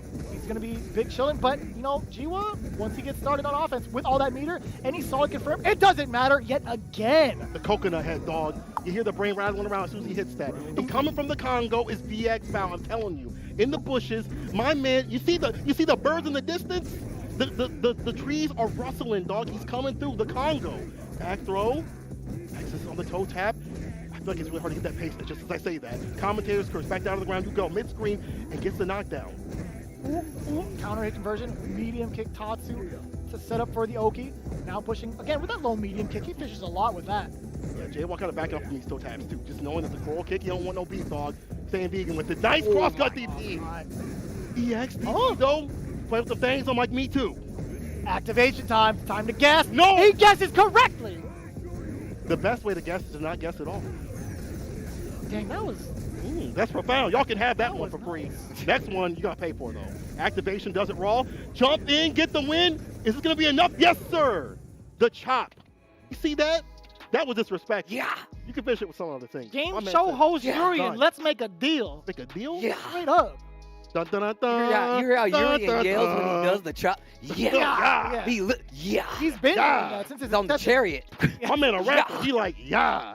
I gotta say, man, this back and forth so far has been immaculate in terms of the adaptation and just the bravery, the sheer bravery from both sides, right? It's just been so hard to predict as to who's gonna take it so far because we've talked about how much Jiwa has been like, the master in this exchange, right? We talked about already setting it up that Jiwa just might be the one prevailing over VX Bao, but VX Bao has been whooping him. I mean, He's this is been a whooping return, him. dog. He said, I'm fighting back, big boy. You put the money on the line like that, I'm fighting back. I'm swinging. From the Congo, here we go. VX Bao with the 2 on the board already. Ignite Thunder on the deck. Getting real ignorant with it. I'm telling you, can't throw out fireballs. You gotta be super careful. Gets a counter hit, but didn't get the conversion that he wanted. Yeah, he went for the headbutt instead. Wasn't confident for the follow-up. Instead, I think he could have gone for another crouching medium punch at that range. That's true. Either way, it's still hard to call sometimes. Second corner, gotta be careful with these fireballs. But you've also gotta be careful about my man moving on it. Oh! Said, excuse me, pardon me, but still back in the corner. You gotta get out of these corner situations. I feel like if JWoww starts to capitalize on these positionings, it might be a wrap. Oh! Check again to see if GWoww is willing to back up, but does so just in range to get that uppercut as well. But here comes VX Bow, Trader on deck, target combo. What's the guess? Oh no! It's no guessing, it's just get big hits right here. EX connects, and the forward medium punch, the dash up with it. Even if that coral punch didn't kill, he was gonna let the second mirror go. Oh, of course, let that without a rip. doubt. You had to guess again.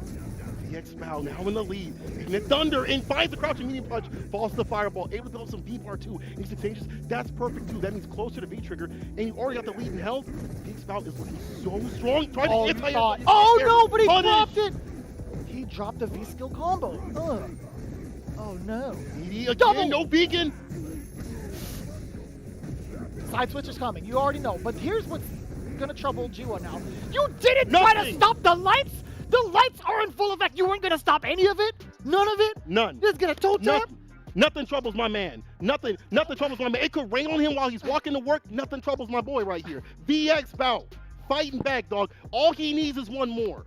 All y'all in the chat saying it's all about JWoww, it's all about this dog. Guess what? VX Bow said, you gotta remember about me. The master is no longer the master. He's the student now. He's a student now. And no, it's not over. Man. But you see that it's not the same kind of person that we saw from JWoww before. We didn't see the same kind of like confident, and part of it is the reversal situation, I think, that Urien is presenting. You always got to worry about the wake-up pressure that comes from this character.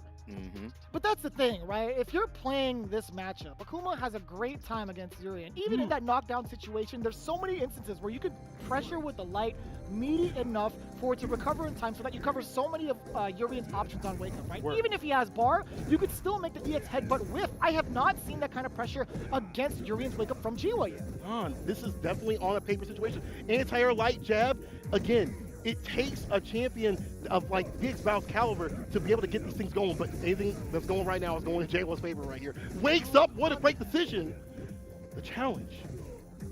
Again, GWoww is not making the most of these knockdown situations. There's so many instances where you could force Urien to make these mistakes. You get free pressure when he's knocked down. All right, hold this for a second. There it is, yes. Starting to go with the lights a little bit more. Do it again. Waiting for the EX headbutt this time around, but no. Respects it. Backs away. EX knees in play. VX Bow on set point. This, I'm looking at my script and I'm like, hold on now. This isn't what they put down. This ain't what they put down, but VX Bow is just taking advantage of situations where JWoww's messing up, right? And able to space up the toe tap and stop a lot of the fireballs, as well as just being in better positions for the entirety of the match. I feel like his neutral is gotten a lot more immaculate. Are we going to see another 4-1? Oh, man. Are we actually going to see another 4-1? Y'all need to give me some more games, JWoww. Come on, brother. That's what I'm talking about. You need to go dark with it. Turn off them lights. We need the Satsui no GWoww. We need it. I want to see more. And the people want to see more, but here we go. He heard us. He heard us. He heard the cries of the people. EX DP to the corner, crouching medium kick though to check the walk in. Cross cut DP. Yes, sir. This is the JWoww. We need what the challenge. That was raw. That was raw. That was wake up medium punch. Oh no! Yeah! The teleport. Kuma special right here. EX dive kick, B skill to do it, and there you go. The finesse and the bless. JWoww staying alive. I like that. I like that ender to it as well from GWoww. Just backing up, forcing VX Bow to make the mistake of the throw. Ooh, you thought you get ignited with it? Not today. Not in front of me. You're gonna learn. Yeah, that was a great punch. Just within range too, to use that crouching jab after that fireball. You definitely want to use the side switch with the parry on the EX. Are you kidding me? You said you better start playing neutral, my friend. You better start playing neutral. And now blocking out these challenges on the wake up. Smart stuff. The cross-cut DP, even after the stand heavy punch recovers, it was just in time. EX, a little bit of a bait there. Got to finish the plate. I don't know what that was, but now you're in the corner. EXDP, it don't matter, dog. That was so smart of him to do, honestly, because he knew that VX Bow was looking for the V-trigger release off of low medium kick. And speaking of low medium kick himself, Dark GWoww has risen. He has risen, dog, from the dungeons of the demons. He has risen. My man, listen, he don't want to be called by that name. I think he wants to be J-Wall, whatever. I don't care. He's Dark J-Wall to me. He's Dark J-Wall to me. Facts. And he is coming through in the clutch right now. This is the aggression that we had saw before in the previous CPT tournament that he was in. This is what we want to see here. I feel like he was super pensive, and now he's starting to get a little more aggressive. So you gotta use the tools of Akuma. He's a Home Depot of Street Fighter V. Fireball's on aisle 6, Tatsu's on aisle 12. You gotta be able to use the tools, and you see it right there. Also the parry on the EX tackle. Bruh. Yeah, just at the right space, Bruh. being able to call that, that's impressive in and of itself, but being able to do that online as well, even more impressive. That's what I was talking about right there. Yeah, the standing light kick pressure off of that. Yeah. And being able to dictate what VXBAL does afterwards. Again! Uh-oh. You trying to throw in front of me? Hold on Don't now. do that. Was this all just a lesson plan kind of thing? Now you get the real deal? The real J-Wall? Cross communicating the fireball. EX would have finished that, but still falls to the ages. Back to mid-screen we go. I'm not trying to play in this corner. Uh-oh. Jumping out? Yeah, nice and easy. G-Wow has so much control here. Uh-oh. No, even with that touch, even any sort of conversion after that. Okay, wait, I might be wrong. Hold on now. Hold on now. My man ain't dead yet. VXBAL gets to make this happen. Jump Fierce to meet him in the skies. No surprise he has something ready for him. Oh, he's gonna get hit. No, I thought he was. Medium punch. Oh my God, is he gonna do Jab. it? Yo, let my man make the comeback, because we had saw something like this before. Where J-Wall came back with the pixel. Is VXBAL gonna do the same to him? Knee drop. Plus Not frames. today. But what if he blocked? What if he blocked? But what if he blocked? Woulda, coulda, shoulda. My man done did it. It's okay. He didn't do it, so it's okay. J-Wall getting closer and closer. But see, I feel like he's starting to remember the tendencies that he fought. I'm sure they fight all the time, but I feel like some of these tendencies are coming through. He's like, okay, wait a minute. In these situations, you do this, and I'm going to EXDP. He's taking it back a little bit, right? When he sees in a situation where he's in a negative position to swing, he's like, you know what? I'm going to just throw out this EX uppercut to see if VXBAL is going to react accordingly or respond accordingly. He doesn't have the read so far. Oh, the back throw? Uh-oh, you caught in this corner. And Akuma's pressure in this, even in the season, is still super strong. And he doesn't have any meter. Urian is all tapped out in terms of resources. Falls the red fireball. Gets the meaty. Pick up. Heavy kick back down to the ground. But look at all that V gauge acting up or building up right now. Does have it on deck. Both players fully stocked in V trigger. Oh, Speaking of, kick. It's a wrap, dog. 3-3. J-Wall versus VXBAL giving us a close set. We wanted to see it, right? Or I should say it's close to 3-3. But it's getting to that point, right? Oh, big punish. Man, see my man. I don't curse my man. And the meaty, and that was delayed. Oh, that was delayed. Counter hit. One more for stun. You might be dead. Oh, EX uppercut again. Of course he's gonna do it. The stun is right there, dog. VXBAL, though, still in prime position. The Ignis Thunder on the deck. Don't you do it. Careful here. Oh, he did nothing. He took it in. Oh my God, he took One more the hit. to do it. One more hit to do it. He went for the overhead off the target combo. Tatsu over full bars for Jiwa. Here comes the trigger. What are you gonna do when the gun's loaded on you? There's nothing you can do. Dog, it ain't no fun when the rabbit got the gun just like that. The hard knockdown, DP style, right for the face. Back throw, blocks it out though. He's sitting there blocking. Oh, I can't believe the hands were up, the hot and ready, but that anti-air heavy kick, touching the skies. My man, Superfly, bro. Superfly, VXBAL, getting the run back just like that. With the prize and the pride on the line, he doesn't do that. He did it with the Gucci slides. With the Gucci slides. Ooh. With the Gucci with the nice slides. shoes. He came through with the nice shoes? Nah. VXBAL versus Jiwa. What a banger of a set. Man. Better than seven. VXBAL to EXBAL. EXBAL. That's what he should. That's what he changed his name to. EXBAL. That's what his name should be. But takes it over Jiwa. And I'm not gonna stunt, I'm not gonna sugarcoat it. When we were looking at that interview, I was like, man, Jiwa's gonna do some work. And like right now, I feel like this is like night and day. The way that Bao was ready to take advantage of everything that happened. And you could still see Jiwa ready to like EX reversal in some of these instances, walk up throw prepared for some of the mirror instances, but I feel like Bao actually just took it to another level and hesitated a bit more. It was very specific in some of the moves that he made. He's like, you know what, I'm fighting Jiwa. Not only am I fighting Akuma, I'm fighting Akuma. So he backed up a little bit more, but it still didn't stop him, and it still didn't stop Jiwa from hitting like these wake up EX DPs. It didn't stop him from stalling some of his fall options using EX Fireball, but it worked out overall, especially considering that Bao continued to find ways in, whether it be with the trigger, whether it be because his defense was close enough, or whether he called out some of the wake-up options, the delayed stand medium punch to the counter hit confirm, and then the meaty headbutts on top of that, the step kick that he was using to control the neutral, all amazing tools that he put on play. Also, after block, he actually did knee stomp to make sure, the violent knee drop to make sure even if he retaliated, he would not be able to punish. These are all amazing moves by Bao. Those are things that you call out versus Akuma players. That right there is why he won. Those little small counter moves. He is the Home Depot, but there's always competition across the street. You know what I mean? Regardless, I would love to hear what the analysts have to say about this one. Let's take it to Brian F., David, and Hollywood, Rob TV. When they played in November at CPT China, it was a 3-0. It was extremely fast. No rounds won by VX Bao. And one of the quotes that we had from Jiwa was that VX Bao has made progress.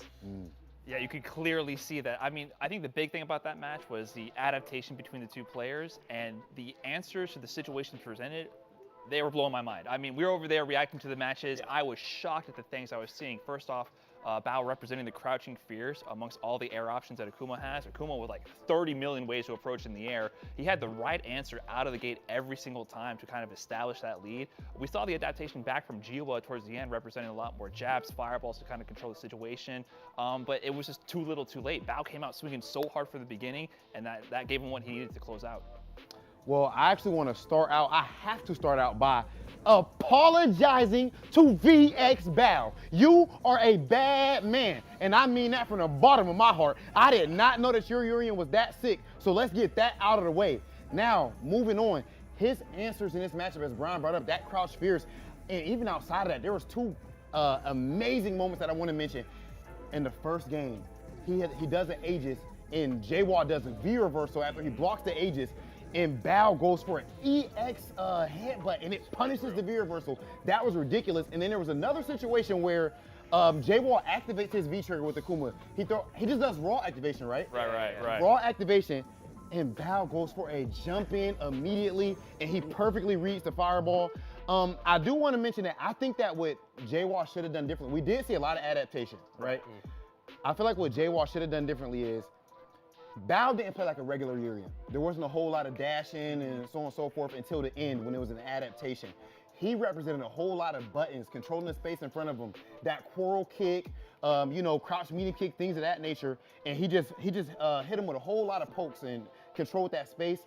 I think that Jaywall should have thrown a lot more fireballs right outside of that poke range. But amazing match from both players. That's going to be hard to top. I'm really glad that you brought that up, because that range that was about 1/3 screen in front of Urian, where the quarrel kick is there, he was able to just clean that spot out. And that's a range where typically we see Akuma feeling comfortable, fireballs, walking in and out of range, something like that. And that just wasn't really available in the same way that you expect. I mean, you could tell they knew each other so well. I'm still just thinking about all the interactions that they had, which are just unusual. Like the way Bao was using EX knee drop, he kept representing it early on whenever Jiwa had V trigger or any kind of air fireball situation. And a couple times it was just blocked, but then we finally saw Jiwa goes for the air fireball. EX knee drop represents connects in the air. I mean, these kind of answers are just situations that I haven't even thought about, and you can see that they really do know their play style, and they had answers for each other. But Bao, once again, started off so strong, and he was just able to close out. Bro, the crouch fierces, and even while Akuma is in V-trigger, that's the bane of our existence.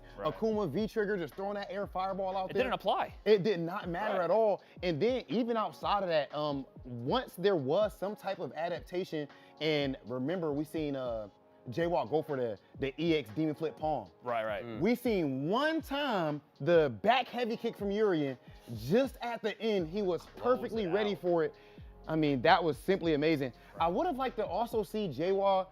I like the adaptation when he started going for the low forward and the fireball. He started having a lot of success after he implemented that and started going for more walk-up jabs, just like a slower game plan. But he always canceled the low forward into fireball. You can hit confirm that low forward into medium Tatsu as well. So I would have liked to see more fireballs, more low forward hit confirms, but Jaywalk still played amazing, and so did VX Bao. I think that he just got off to a better start, so it was tough for Jaywalk to make up ground. That man did wake up, stand, medium punch. And it hit, bro. What a genius, what a genius. All right, so we're moving on. We're gonna have NA coming up next. It's gonna be Mandrake versus CJ Truth. This is a match that we are familiar with, right? We've seen, as I said, we've seen these players many times. They haven't played in tournament, we found out. Yeah, they actually have not played a tournament. Both of them are from Florida and everything, and two of the best players in America. I want to give a big shout out to my guy, DR Mandrake, for qualifying for Capcom Cup this year. And of course, he's actually won a major event offline as well, so he's definitely legit.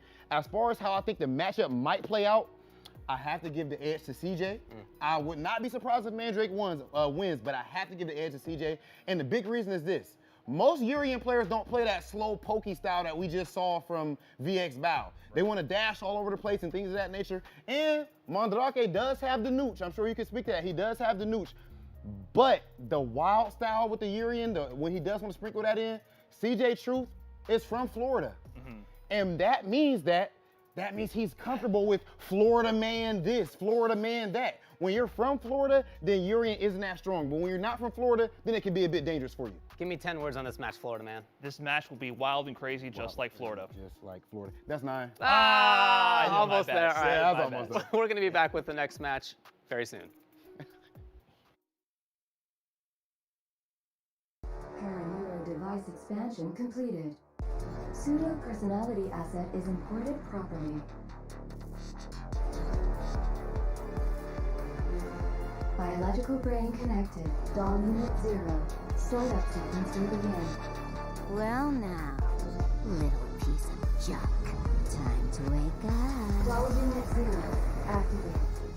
Well, Jody, who is a piece of junk?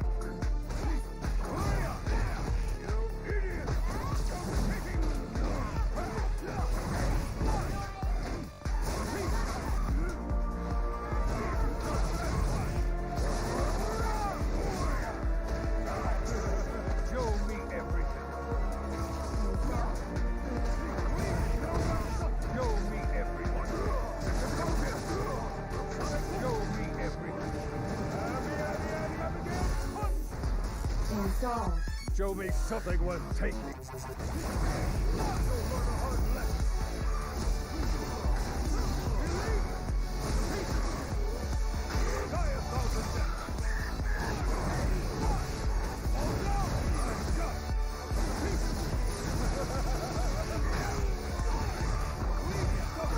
Your data is now useless. Witness the power of the content engine.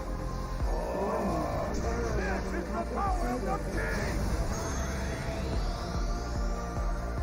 Your data will reside in me for eternity.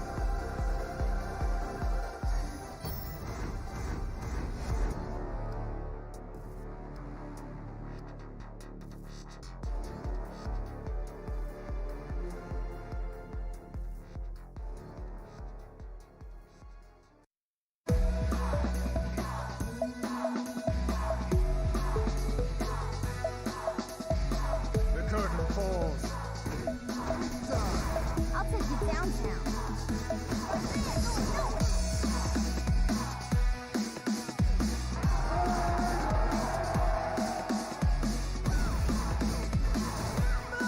That's how you start the fight and finish it quickly.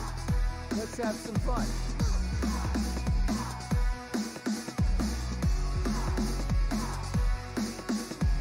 Let me zap you. Here we go. Terrific wing!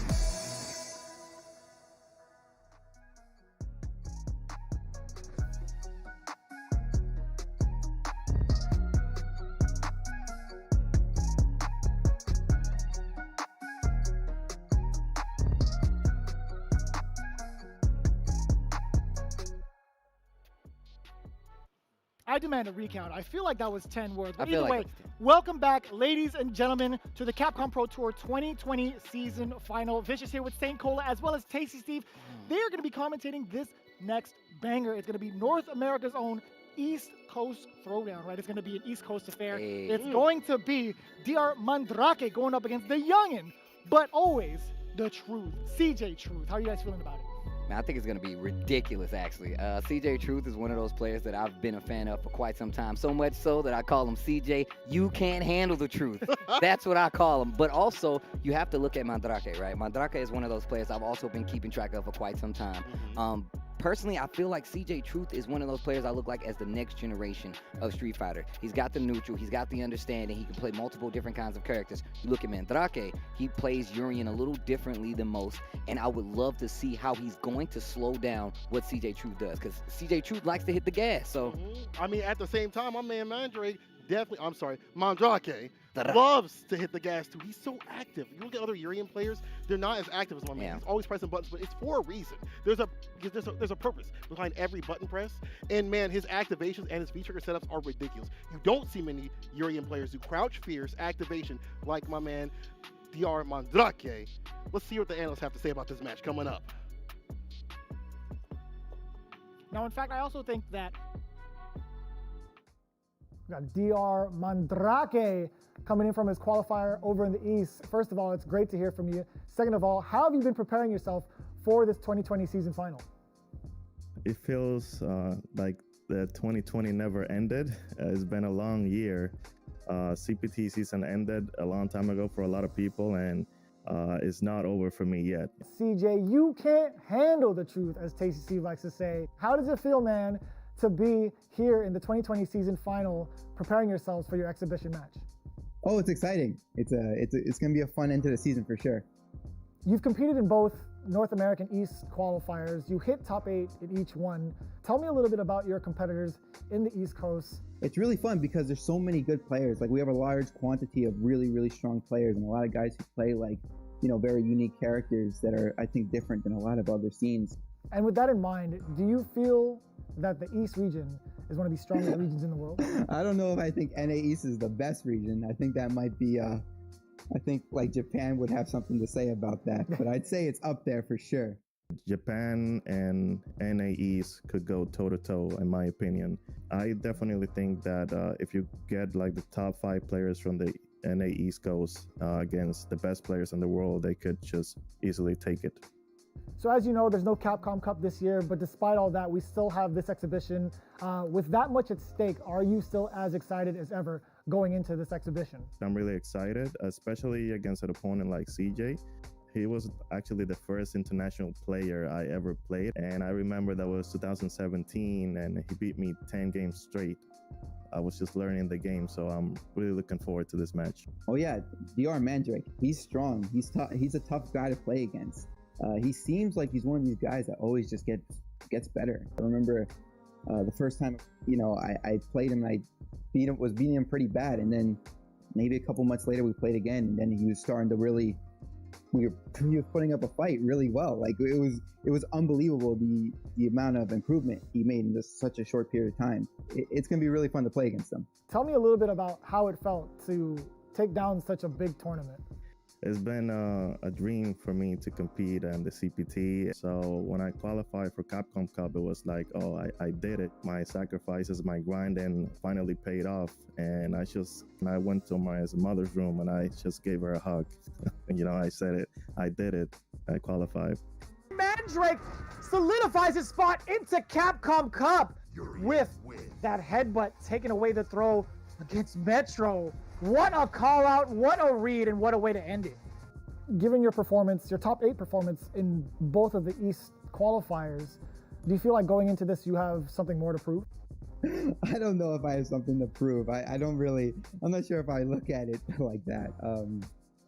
I just try when I play, I just try to be my best every time. That's really all I'm trying to do. But CJ Truth, always a top level competitor, right? We've seen him in countless top 8s when it comes to Street Fighter V and the Capcom Pro Tour. So hopefully we see him back. Now going into the matchup itself, it's Cammy versus Urien. How do you approach that matchup? I think it's going to be a really difficult match. It's definitely on his favor because it's Cammy versus Urien is probably Urien's worst matchup in the game. It's not necessarily a freebie of a matchup, but it's a matchup she does well in. So I'm just trying to stand in the right spots, make it tough for him to get in on me. So if I try to play it safe, or if he just sit back and play safe, I could take advantage of that, even though it's going to be a very hard matchup. And hopefully hopefully don't get V-triggered. That's probably the biggest thing. Is just trying not to get killed by Aegis. Now, I don't blame you for being as excited as you were, to be honest with you, because again, this is only match number 3 of the day, Mandrake versus CJ Truth. Now, before we even went into the break, the analysts were mentioning that they haven't even really played each other online. Yeah. Or like in tournament. They've right? never played each other in tournament, apparently. In the interview, also, Mandrake mentioned the first time that he actually played against CJ Truth was in like a casual match when he was getting his grounds into the game. He actually got destroyed, and CJ Truth remembered that as well. He's like, yeah, I do remember Mandrake in his up-and-coming phase. Yeah, I destroyed him. And now Mandrake, look at him. He's toe-to-toe with the man who set him on his path. CJ Truth, both hailing from Florida specifically.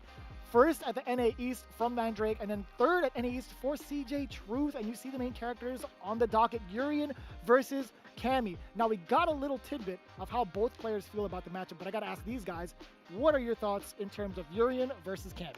Man, when it comes to the on-paper kind of situation, this sucks for Urian. All Urian players definitely agree. This sucks. The aerial approach to that character is so hard to deal with. Yeah. But on paper, it doesn't always translate to what happens in the match. And I think it's going to be a lot closer. And I'm not sure who's going to win this one, but I think it's going to be a lot closer than what, the on-paper kind of situation says. I definitely feel like Mandrake has played so many Cammy players in his life. Even if he hasn't played CJ Truth, he definitely understands how difficult that matchup is. He's going to have something ready for him. I get that. CJ Truth is a different kind of animal, bro. I'm telling you right now. And it's because he always presses on the gas. My man's always ready to go. Like this next match, CJ Truth, Mandrake, first of 4, best of 7, let's go.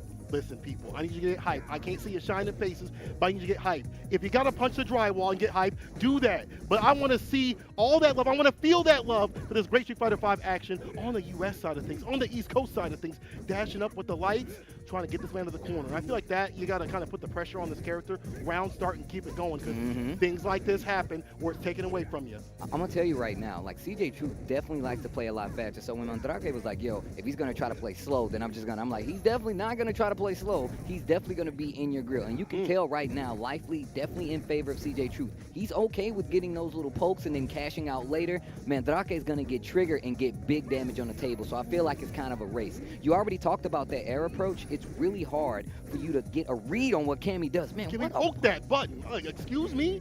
Oh, your activation. This is where you got to make the return. No receipt. But dog, if you come into the store, you got to have something on you. CJ Truth on the verge of that one touch, one hit situation. Activation too far out, but still gets a light touch, a light stuff. Standing light kick.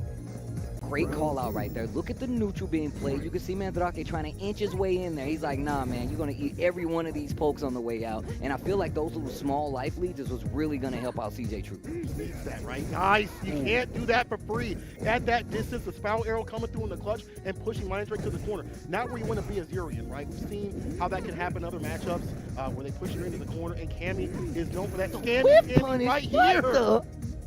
In Europe, they call her Scammy. Wow, that's messed up. They call her Scammy. You can see it right here. Throw pressure, gotta hold the throw. Either that or you tech and you die. Sounds like something Logan Simon would say. Just the Salt Mine League.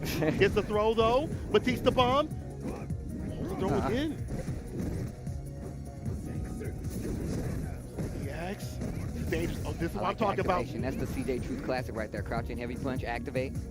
At the other end of the screen, looking for something big, looking for the whip punish. Mandrake, don't throw any fireballs. He's looking. Plus frames. Oh, look on the other side of the done head. And done. CA, that's the one. Game number 1, CA Truth. And this is exactly what I was talking about. The speed at which my man goes is unparalleled, I feel like. It's too quick, man. How do you keep track of these little young kids doing their Fortnite dances, diving, kicking with Cammy? I can't do it. I can't do that, right? I was messing up. Y'all saw it already. But you didn't see CJ Truth mess up much, right? Yeah. Not overextending, going in with the momentum, and keeping things going. And that's what you're supposed to do with Cammy, especially in that matchup. And again, the Scammy Cammy coming through. Look at your phone. It's scam likely. It's scam likely. I'm telling you. And it's because of the V trigger. Putting those plus frames and you have to hold the strike throw mix up. There's not much you can really do, right? If you guess wrong on an EXDP or reversal, it's looking like lights out. You see how he's delaying his input, CJ Truth? He'll just do a couple normals, then he jumps, spin the meter to get the EX in. And that's really throwing off what Mandrake is trying to do. He's decent with the anti-airs, but I feel like it's so much harder. And I've said this to Vicious. You need to, we're 5 years in Street Fighter V. You need to know how to fight Cammy. That's one of the requirements to being a Street Fighter V player. Oh my my God, contain the Congo right here. The whip punches on the Fierce have been coming through in the clutch and got him locked in the corner. Again, the whip punish. And now, hold the throw. Crouching medium kick once again. He's just keeping him at bay. Like I said, he's just going to go and fast forward. And Mandrake, I feel like he was just prepared for the lane game, and CJ Truth is just checking at every instant. And not over, you see him just back out to the distance to deal with a lot of stuff. Block out the EX, you're finally taking some of this damage right here to go back in prime range. If you try to tackle, if you try to jump, I'm going to pop you out of the sky. And this is a complete switch up. We saw like the super activity coming from CJ Truth in that game number 1, and now he's like in slow motion. He's driving the elderly right now. AKA, he's driving Mandrake. Driving Mandrake? Is Urian in the backseat? Is Urian in the backseat? Hurry up. Put on some clothes, bro. You gotta have the voice though. Hurry up. Need to get to my appointment. Oh, jump in. That's the win. EX DP for the finish. CJ Truth setting the pace of the match the entire time. Yeah, it feels like the entire Mandrake playing second right here. You know, second fiddle. You follow my rhythm. You dance to my music. You don't like rap? Hold that. Don't touch my radio. You in the back seat, you can't even reach it. No, sir. Don't touch the aux. This ain't yours. Oh, punish. Okay, finally something big coming from Mandrake. Is going to get this corner. Up, stay alive. The awareness. I like the crouching medium kicks. And try to get that stun situation, but it wears down. Now we're sitting with a crouch fear. Scam lightly. Check your phone. Oh, nice headbutt. The denial. Wow, wake up, regular headbutt. Actually works out. Back throw, though. Still prime position for CJ Truth. He still got bar to work with, and everyone kept his character out. Confirm right there on the crouching medium punch. Cammy getting closer and closer. CJ Truth getting closer and closer to this corner. And the life getting closer and closer. Headbutt to get over it. Now we're even. Spins the CA. You're not dead, though. But this is going to hurt, and the situation's not looking too nice. What's the wake-up situation here from Mandrake? Oh, Activate. He's still alive. But he's not anymore. The jab. My man is always hitting go. You thought I was playing? The truth is, I'm going to hit these buttons regardless of what you do, bro. No matter what you do, I'm hitting these buttons. It's a one-player game? It's a one-player game. Unplug the controller. Unplug the controller. I want you to see something. Don't hit any buttons. Look at the screen. What happened is one of those. No, let me show you what you did wrong. Right here, you're not supposed to do anything. I am always going to do something. He's just going to press a button? Yeah. Yeah. CJ, you can't handle the truth. The truth is my man's going to hit these buttons. I can't handle CJ right now. Being able to stay solid in that situation where you have no health, when you're on a pixel, obviously you're up and around, so maybe you'll take that challenge a little bit more. You feel a little bit more liberal to take that, right? But at the same time, the bravery and the timing, that finesse and that bless, yo, CJ Truth, I want to see more, but also want to see more from Mandrake. I know it's a difficult matchup. We talked about what happens on paper, but I want to see more in the match. Mandrake on the back foot right here. Let's put the pedal to the metal, my friend. No, this is definitely true. I feel like Mandrake was ready to play the lane game coming from him, not this super active game, and I feel like that's where it's kind of short. However, making a bunch of good calls, especially in some out of the corner situation, using the headbutt to whip sometimes, and just that crouching medium kick to kind of control the neutral and keep CJ Truth honest in some instances. But that dive kick, once again, that air approach is something you need to be prepared for versus this character. Doesn't have many ways to like reliably check that kind of stuff. So CJ Truth can kind of just run this for free. EX, I'm done with neutral. Let's put it back to mid-screen. And Mandrake, I like these introductions of like the neutral jump as well. If you try to maybe B-skill or if you try to dash in, there might be a jumping heavy kick in the future. But then again, CJ Truth reading that and saying, look, listen, I'm going to stay solid over here. I'm good. You can fight your demons over there. Oh, just to get through. Of course, CJ Truth, representing Team Alpha 3 from Street Fighter League, man. You know he's surrounded by great players. Said they were some of his best friends. They played a bunch of games together. You know he's nice in the world of Street Fighter 5, especially if he's got a chance to win $5,000 here versus Mandrake. Oh, gosh. Okay, and this is what I was talking about. I love that. That slow-paced game starting to work out. Just inching forward, dash up, throw. He's going to stand there this time. No dash up. Uses the quarrel punch. Over the There's crouch the activation. The CJ Truth classic. Crouching heavy punch, activate. Go look at any match he's played. He's going to back up. He's going to hold. Let me hit the beat. Boop, boop. Crouching heavy punch, activate. With the beeps too, with the beat, with the bro. beeps too, to make sure you know he's backing up with it. EX though, side switch, good blocks for Mandrake staying alive. Took a little bit of damage right here. Gets a counter hit, go to the corner. All right, time for you to hold this pressure right here. Batista bomb. These confirms are starting to add up. Oh, how many times have we said if you go to the guy, no surprise, he will have something for you. Crouching medium kick. These hits are starting to add up. Life lead is definitely in favor of Mandrake, but not anymore. The activation this is not looking good already. Once again, CJ Truth was definitely at the life deficit and now has the life lead up around. This is game number 3. Mandrake needs to do something now. Oh, just raw? Yes, sir. I'm done with neutral. Let me in. I'm done with neutral. Look at this bar. Look at this mix-up. Mandrake.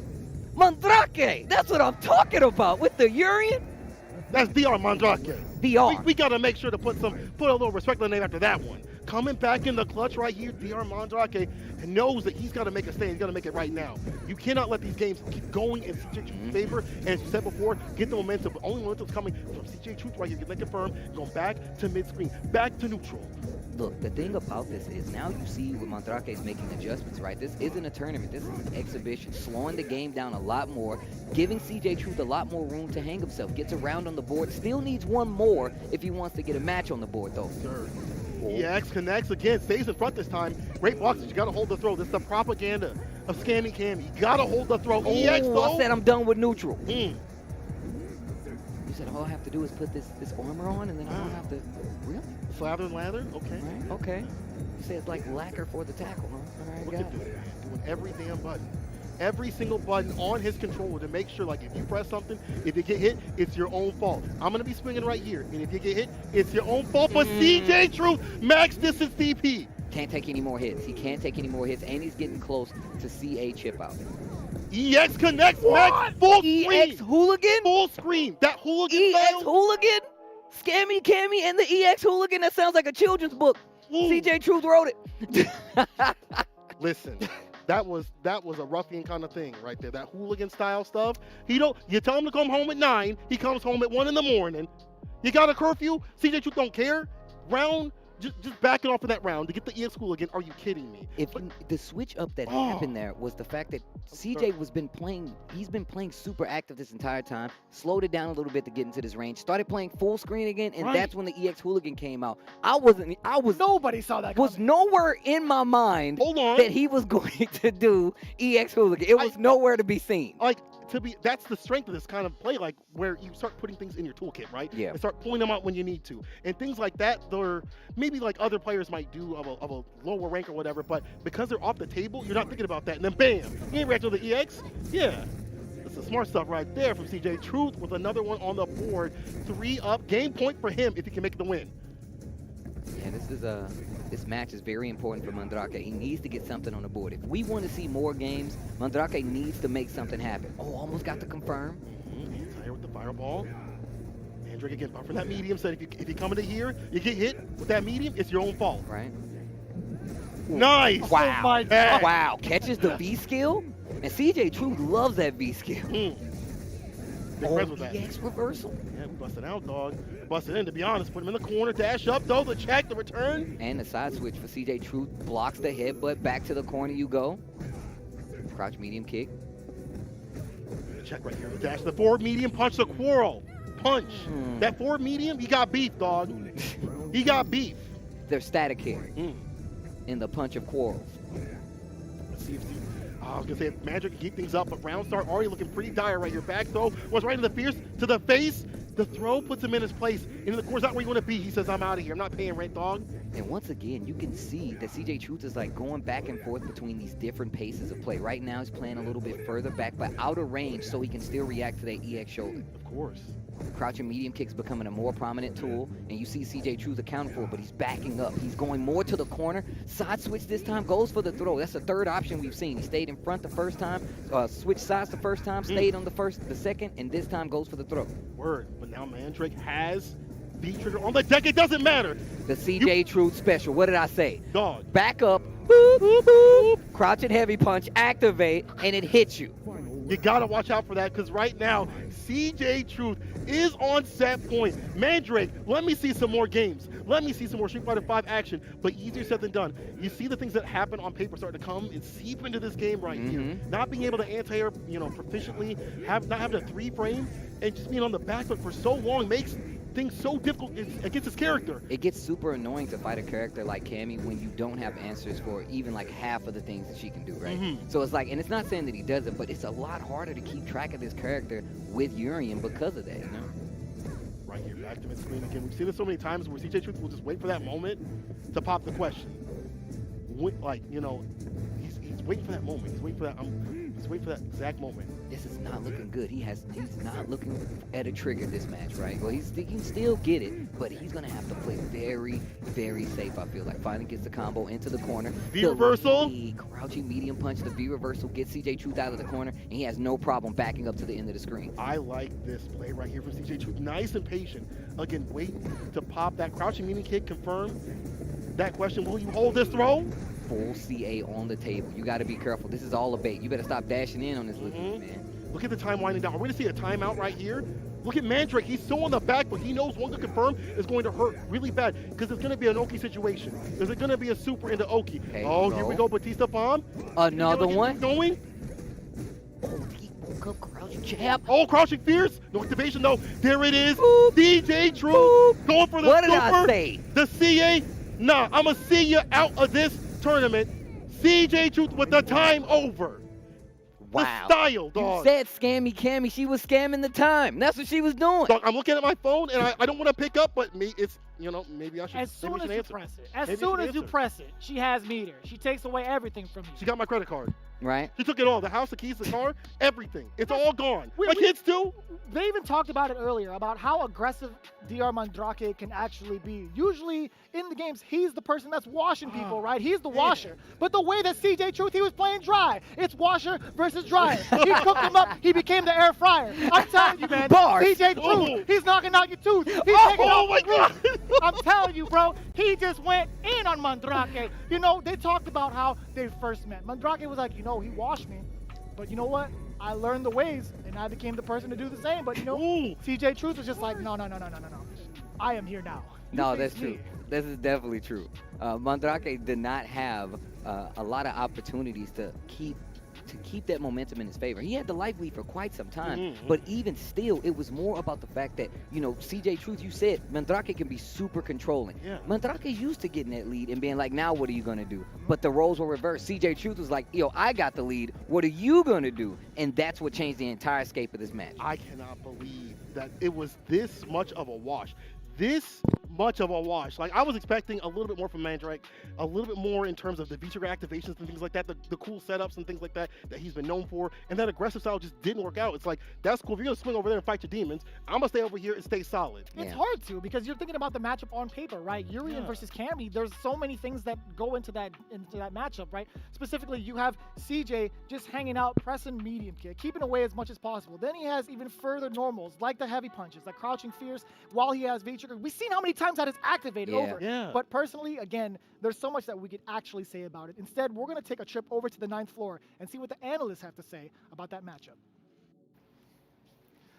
It was a 4-0 for CJ Truth over Mandrake. Almost perfect play. Ratio of good decision-making to not good decision-making, 100-0 maybe, just about. But you had other thoughts on ratios here. Oh, listen, before I get into the ratios, I do want to give a shout out to Mandrake because, listen, he might have gotten 4-0 here, but I got to say 2019 was one of the best years for Mandrake. He got his first CPT ranking win, got a great tournament win over IDOM to qualify here into the Capcom finals. But CJ Truth, he's your favorite player's favorite player for a reason. Operating with the principle that I made up just a moment ago, the 90-10 principle, 90% pure footsies and fundamentals, 10% that random aggression. And you saw how every round, we were getting down to 30 seconds before people were going below 75% life. That was a common theme here. And that's because the control from CJ, the footsies, shuts down any approach you want to take. But just when you think he's going to rely only on that, we see the double dash forward into throw. We see the random hooligan into the dive kick or the grab. We see those little extra moments of aggression to throw Mandrake off his game, secure the life lead, and then back off and go back to neutral. That was actually phenomenal. I was not expecting the 4-0, the 40-piece, the Sean Kemp dunked on my man. He's pointing at the body. That was a gruesome sight right there. But with that being the case, I do want to echo Brian's sentiments wholeheartedly. Mandrake, a friend of mine and a very strong competitor. Don't think that just because CJ puts in work like that, that he's not one of the better players that we have in America.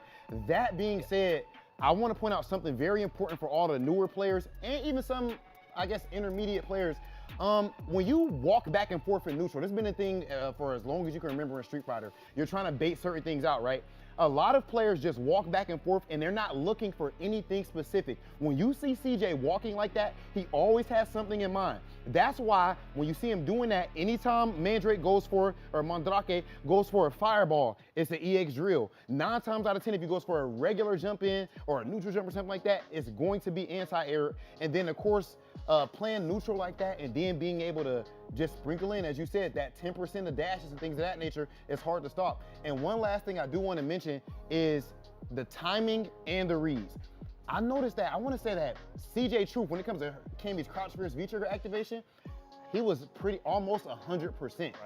Timing exists in fighting games. Counter hits are not random. If we can look at field goal percentage like in sports and things of that nature, if you compare CJ Truth to another Cammy player, you'll notice that his crouch fierce lands more often than the next Cammy players. And I know I'm speaking long, the last thing I just want to mention real quick, that V-trigger, that Aegis, I gave you guys the Florida man theory. It was proven here. Mandrake was only able, and he's a legend with the Aegis, he was only able to get a hit off of Aegis one time throughout the whole set. Coming up next, we have Rumors versus Somniac down in Australia. How do you feel about how this might go? Well, I want to touch upon Rumor's character first, Cody. So Cody is a character we don't see too much in the competitive circuit, but he was one of the biggest winners coming out of Champion Edition with that update with V-Skill 2.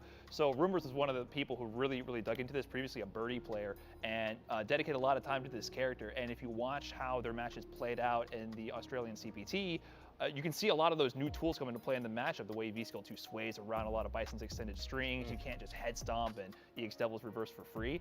But that said, Somniac in that match, he won 4 games straight before Rumors put 3 straight on the board. So you can see there out of the gate, we only need 4 here today. So I think it's going to really come down to who can immediately get into that rhythm and keep it, because you don't have as much time to adapt. He's not in Grand Finals winner's side. He's going to have to win this set right away. So I'm kind of leaning towards Somniac here, actually, to have the experience and composure to win out of the gate. He's been in the Australian scene for a long time, dominating with that Bison, but I think it's going to be very close. Hey, this is a match that I said that I was most looking forward to, and we're going to see it just after this.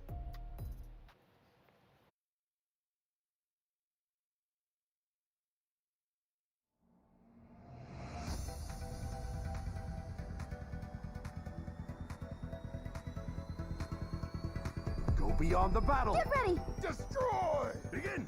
Let's go. Disappear. Kneel.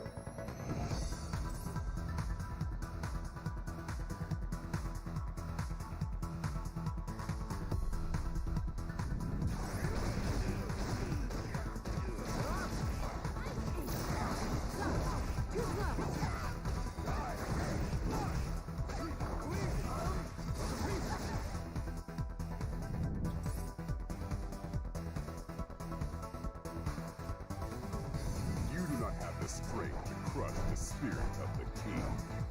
Alright! I really like to exercise. And sprinting is a lot of fun.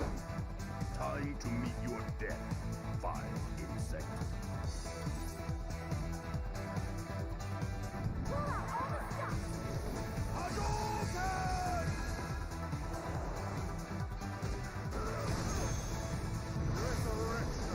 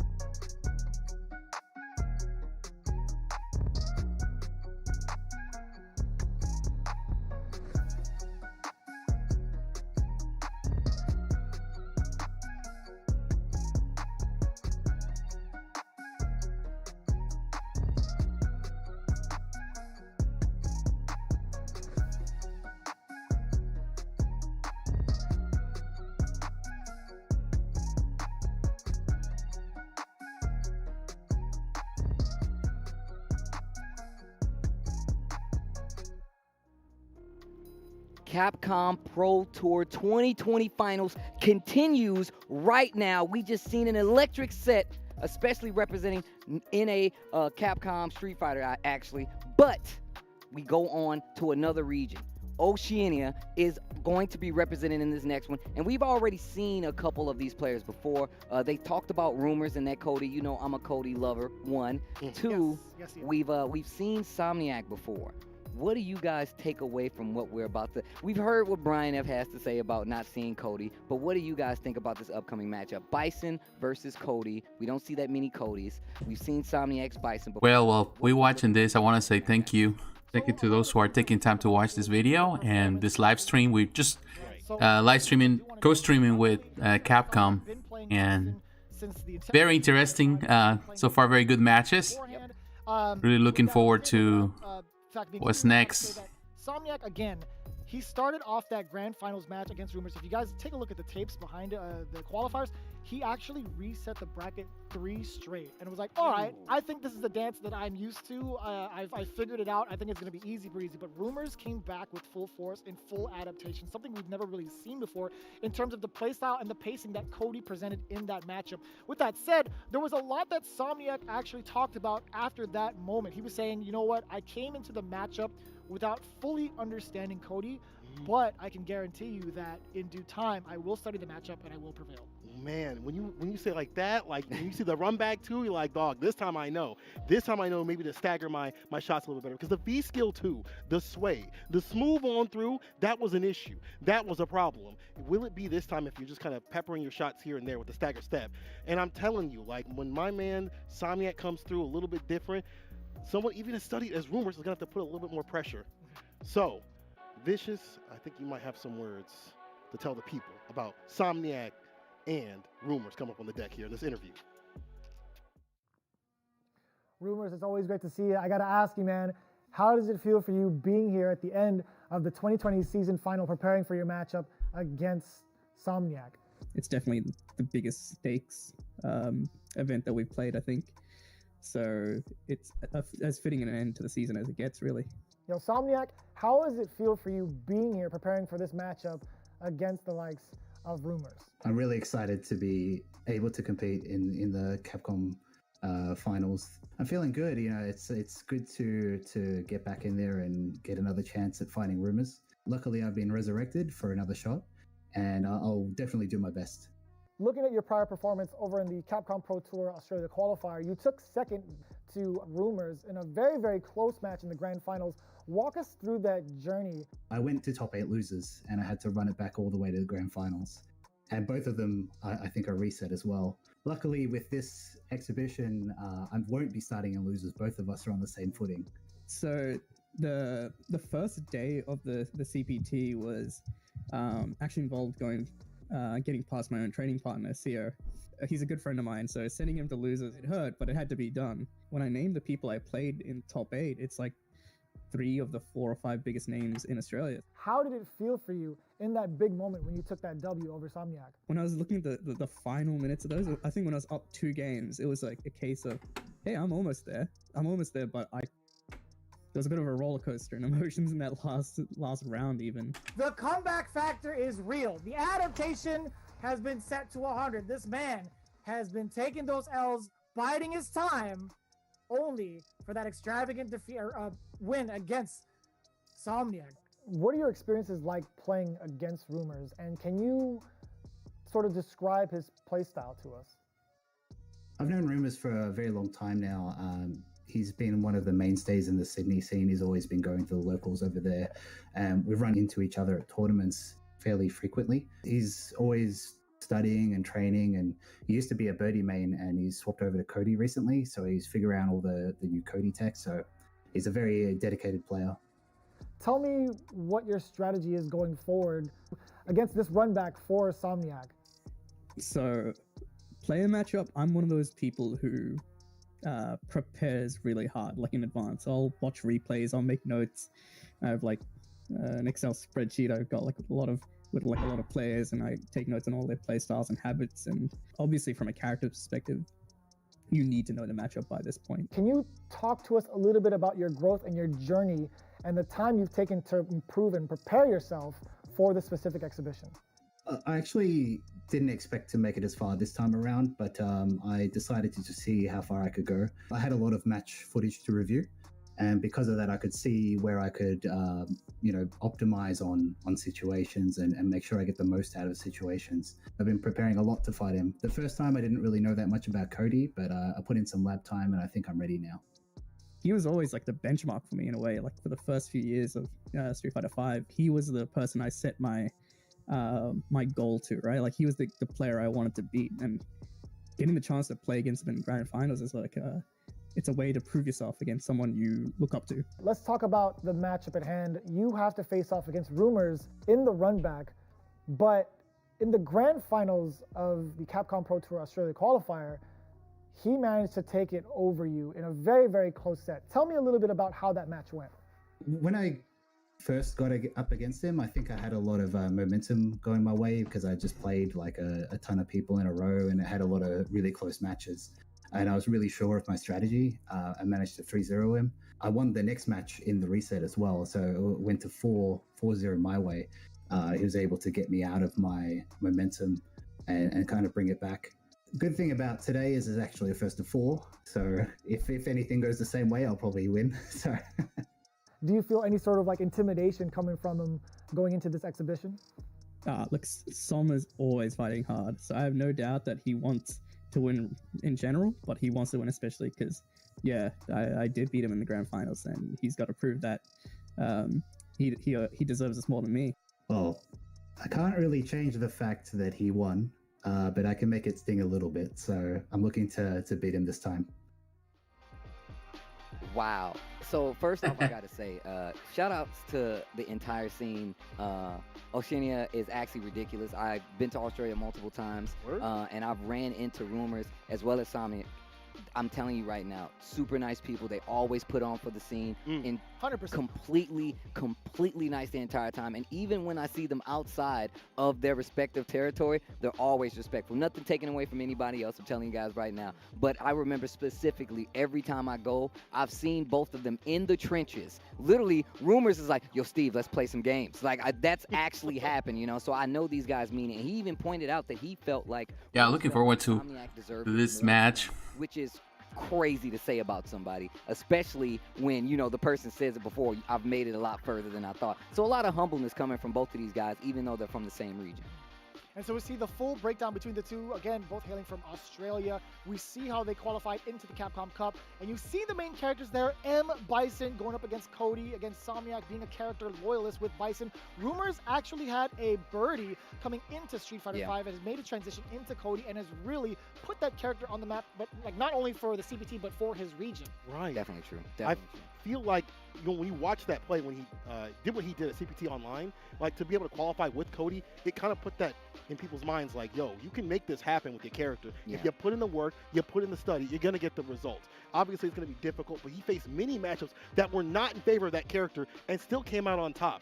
That, to me, shows like the dedication and the effort is going to, you know, maybe sometimes surpass the tier list. You know, maybe not all the time, but there's those glimmering lights that might actually happen. Will it happen again? We'll just have to see as we have Rumors versus Somniac coming up the deck. Let's get it. And this is the best part about these fight car style exhibitions, right? This is the run back. You don't have to study the entire bracket. You literally get to face off the person who gave you all the salt in the previous qualifier. Yeah, but at the same time, they don't got to study for you, dog. That's all they got to do. You better make another account. You better hide your stats. You better do something different out here. You don't want to be lacking and slacking. Hell attack back down to the ground. There's the Inferno. Stuck in the corner. Is not where you want to be when you're Cody.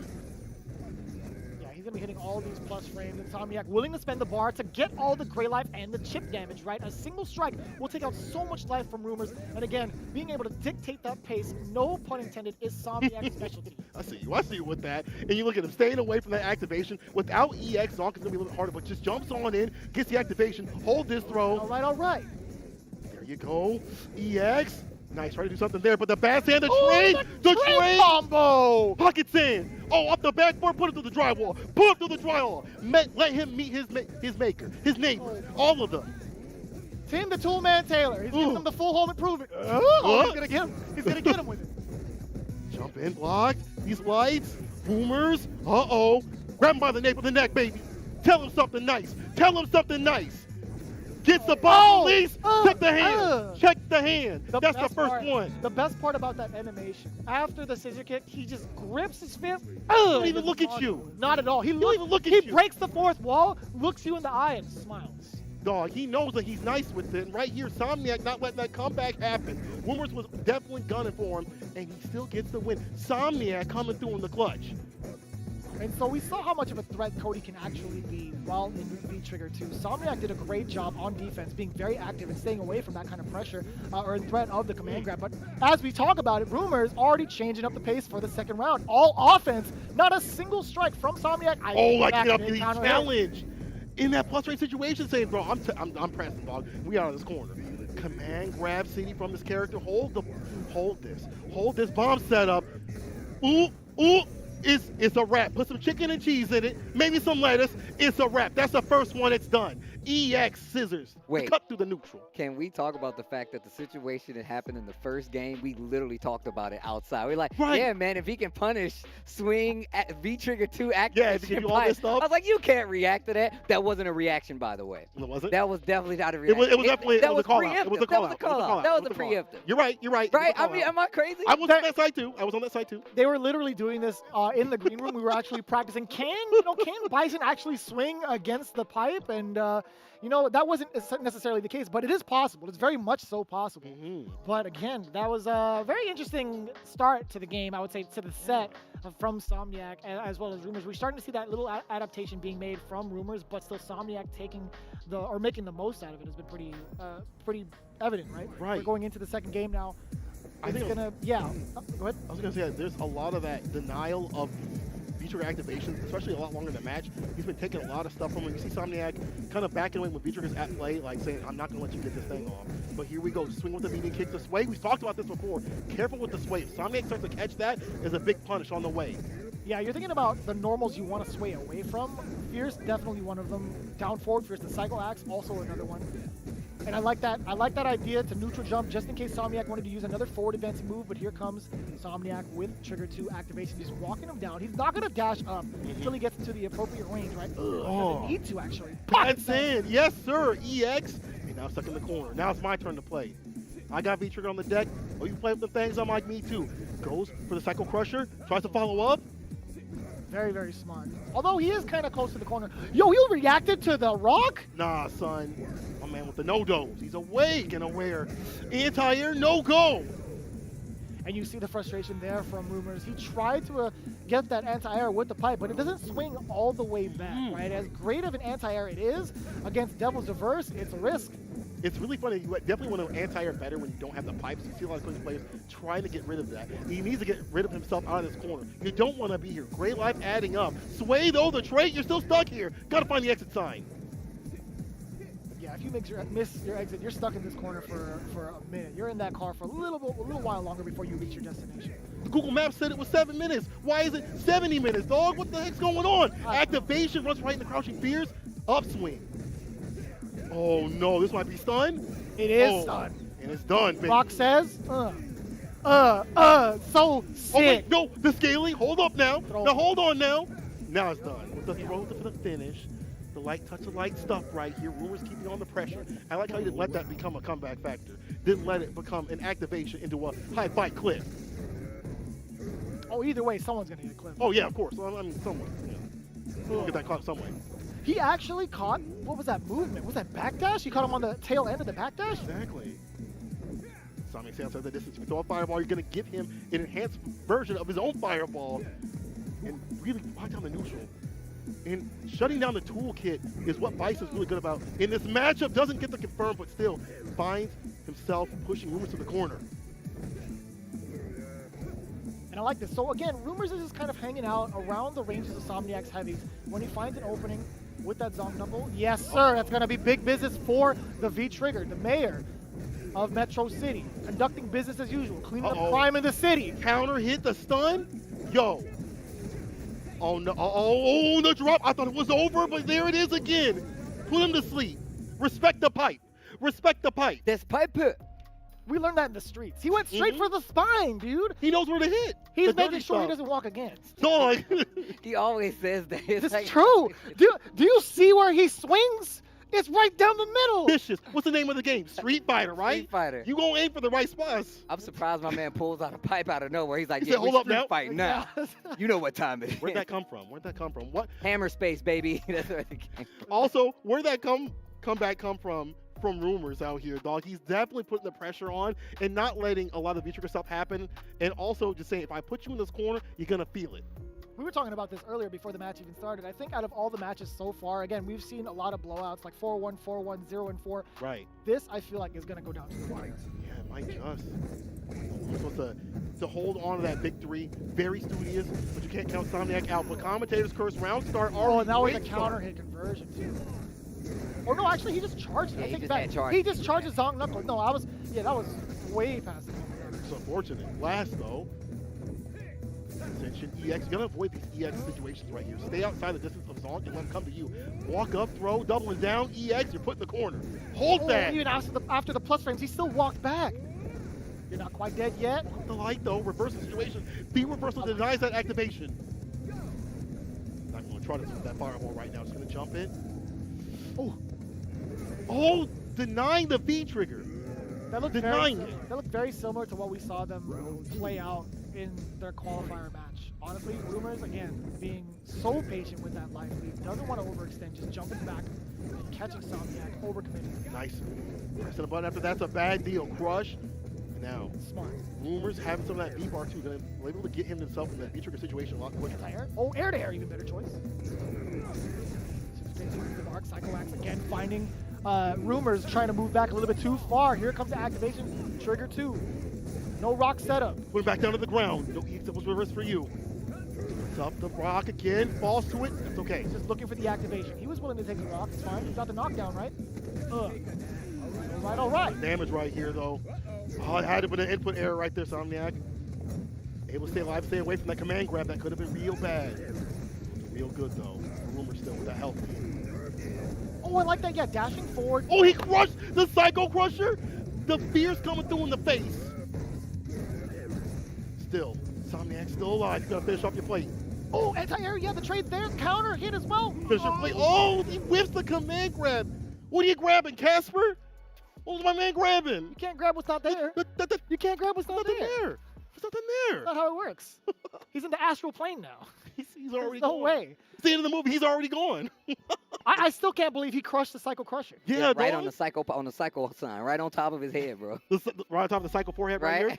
Right, this right here is Psycho forehead right here. The rest of it's just normal. It's a Psycho But- dent now. Yeah, Psycho right? dent. Yeah, I see it. Okay. Yeah, I see that what wasn't you're- normal play right there. I gotta tell you, he knew exactly what my man wanted to do. It had an answer for him. The preemptive punish right there against the Psycho Crusher was, chef kiss. I do like the ideas that Rumors is presenting when it comes to trying to avoid the follow-ups from Devil's Reverse, from the EX head stomps. He's doing a great job because we saw how much frustration that brought in game number 1 where he actually got clipped by the EX Devil's Reverse. He was True. trying to avoid it, trying to anti-air it actually. Remember that? He Yep. put the Yeah. pipe over. This time he's using his movement to find his way around that situation and has done so successfully. Even if there wasn't a hit, he goes back into neutral. He goes past the body, makes sure he doesn't take any unnecessary risks, and resets it to his position. It's actually kind of funny if you look at this match. It's been a lot of risk-reward situation kind of thing. You see him backdashing a lot, just like this right here. But he's willing to get in the spot where he can kind of get the light buffer and the Zonk and continuous pressure. But has taken quite a bit here. And you see Somniac kind of getting these blasts off, checking him with the rush. See, now you see Somniac starting to notice these things. Put in the corner. Now he's just looking for any buttons. He finds one, but it's not close enough to get the cycle blast afterwards. Look at the comeback factor. The drywall. Watch out. Go the crushing fears! How did he get that? He's dead. He's got to be dead. He's deader than dead. Is it a He's wrap? not critical. No, He dropped the combo. Was that trying to be a reset? Was that a reset? It doesn't matter. He didn't My want man to didn't spend get the nothing. bar? He ain't get nothing from it. What do you mean? Rumors. What do you mean? Finish your plate. Finish your plate. Do it now, Gohan. Do it now, no. Gohan. That's a disappointed dab right there. He had it. Yeah, it's on his hands. But he still goes on this next round with bar to work Because with. he's had Butter that to setup cook before. He's had that setup before with V-Trigger 2, where he sets up with the rock, jumps in, and continues the combo. I don't think he even needed critical rock to finish it off. with. Listen, now Somniac taking advantage of this. Oh, wait a minute. I'm a busy man. Get better, chill out. Somniac still with a lot of health. That was an expensive spin right there. That means don't EX songs, but the fade away. The smooth on through. EX gets the corner push. Activation. Somniac says, I'm playing with things like me too, dog. I got the command grab on deck. Both of them ready to rip up with that Gorilla Glue. Slight life lead advantage for Somniac right now. Does have trigger winding down for both, actually. Rumors, again, throwing out the rock to see what happens. Air to air, that's what's gonna happen. Meme in the skies, no surprise. Cycle Crusher set up, yeah, the cross up. Yes, I like the fact that Rumors went for the back recovery to avoid that situation entirely. He had the right read on that. That's real smart. The overhead on what he's trying to do with EX. Not connecting, crouch fears. The pipe is going to get anti-air better. Falls the fireball. I wonder if he could have ruffian kicked that. Oh, Fisher plate. He ran into it. Listen, he's tried to maneuver past it so many times. That is the first time I've seen him actually just walk under it and get clipped. I thought he was going to dash it. Right, yeah, true. But he didn't. Oh, but he didn't. I honestly thought it was going to, I thought he was going to dash. Steve is in physical pain watching one of his favorite characters get bodied right now. That was his. That was actually. Look at this man. This man is in turmoil. He's stressed like he took a bad test. Bro. He had it. It was in his hands. And that's going to play into things later on, because if you think about how you make these mistakes, like if you go back to it in your mind, you're like, dang, I should have had that. And you're already thinking about that. And the match already started. You're already getting bodied. You got to stay solid if you're Rumors. You got to just say, hey, next game, next round, let's keep it moving. Let's keep it going. You know, that kind of sort of thing. Yeah. Oh. When you saw that mishap in that first round where Rumors had pretty much everything in his hands and everything in control as soon as the stun happened, very minimal scaling involved, that was where it all mentally crumbled, right? Yeah. And even after the fact that Rumors came out swinging with the critical art and it hit, Somniac was like, I will take that. I still have the life lead. Yeah. You pushed me back and I took just that damage and your meter. I'm totally fine with that. So we're going to see the adaptations being made between these two. I want to see what Rumors has in store, because again, it's not looking like his usual self. He was very, very confident in that qualifier against Somniac. Right now, he made just a slight error in that confirm off of the rock. Yeah, he started to use the V skill. We saw that earlier in this round right here, using the V skill, being a little bit riskier for it, and doing it kind of maybe like a little bit less, you know, like I'm going to do this on reaction, more predictive. Like saying, I'm just going to throw this out and hope it works. Throws up the EX though from Somniac, gets a throw, follow up with the head stomp, still blocks it out. Jump denied. What are you going to do about this pause? Plus frames. You definitely want to be negative about the streets right here. EX. Plus frames again. Making his way in. Spinning the bar. I like the way that Somniac uses his bar for momentum. Ugh. I like how this man's checking. Every time his feet are off the ground, he puts them back down. Sit down, dog. You ain't done yet. Somniac sees a few more confirms with the jump in. This is a good start right here, because we're about to see an activation real soon. There it is, yes sir. Super plus. Yeah, he was trying to bait out a little bit more than that. Puts himself in the corner though, but he's hounding them. He's moving around. Okay. EX scissor kick from the side of Somniac, using that meter again. Now you know he's looking for the activation. No, he's looking for the time over. Be careful. He's done this before. If you mess up once, it's over. Hold this rock throw. Back throw. Oh, no. Who got it? He still didn't get it. It's Rumors.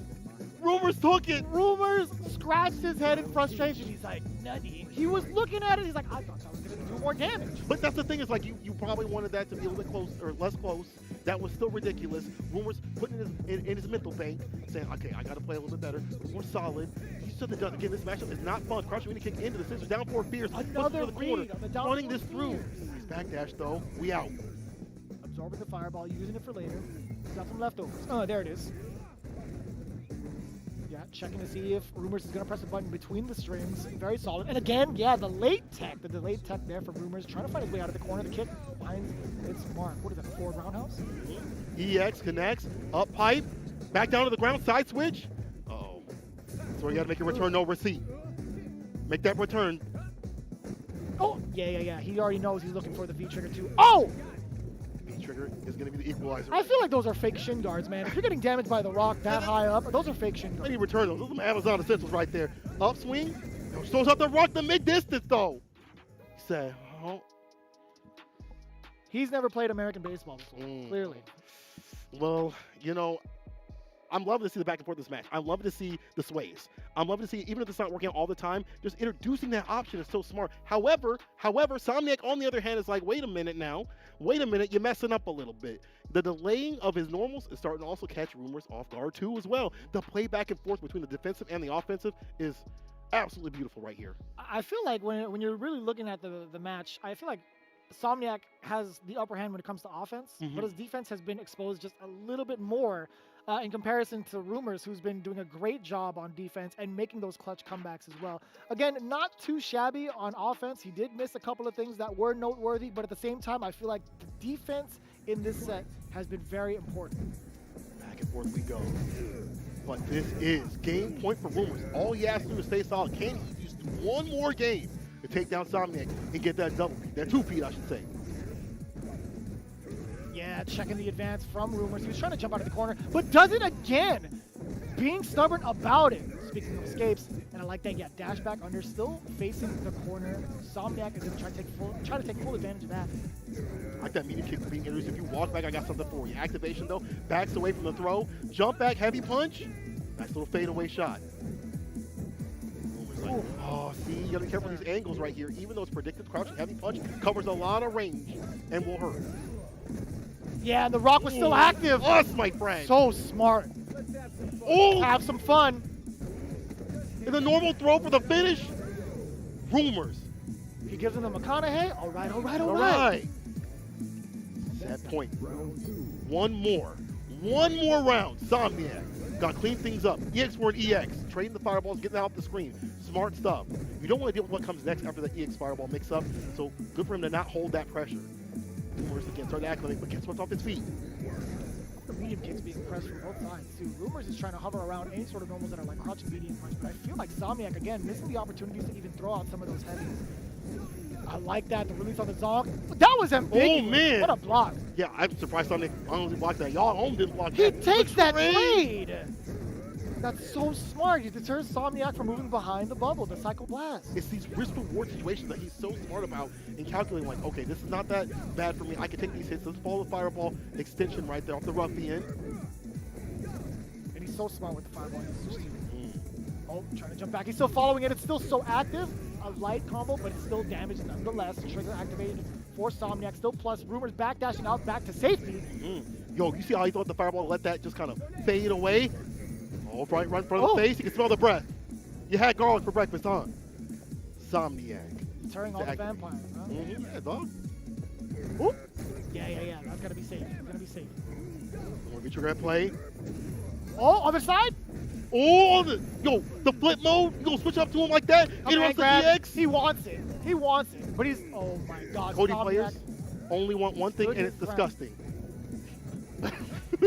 Falls to the fireball. Yo, Rumors, all you need is that one touch situation right here, brother. 3, 2, Meet in the skies. Oh man, the patience from Somniac, and he was willing to spend the bar. What did we learn here? You spend that meter. You spend it good. We're still on set point, but Somniac ain't asleep, dog. It's in the name. He's staying awake. Where's the fireball? You know, he's saving that for later. Pocket punch. Exactly. Oh, didn't get the whiff punish opportunity, but still, he's not pressed about it. Of course, the hell attack that puts him back down on the ground at this right distance where he can swing out these downpour fierces and heavy without fear of being whip punched, but face with the fireball, trade, still Somniac's favor. Oh, I thought he was going to land on it.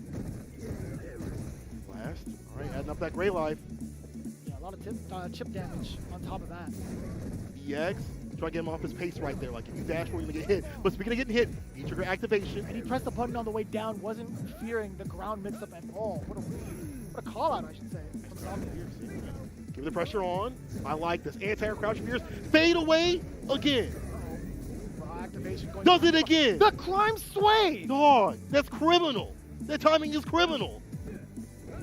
To finish off the plate, though. He's immune to your treacherous ways, Bison. He's of pure heart now. He is of pure heart. He is the mayor. And the pipe is gone. Now he gets the anti-air a little bit better. It's a little bit easier, but the time is winding down. Spins it. EX. Puts it back in the corner. See the screen shake. Oh, trying to up ruffian. I would have did the same thing. Dangerous. Somniac needs to be ready for what Rumors has in store when he's chasing him down with 10 seconds. It can still go to Rumors. Oh, boy. The ruffian kick just at the right spot. Getting the punish.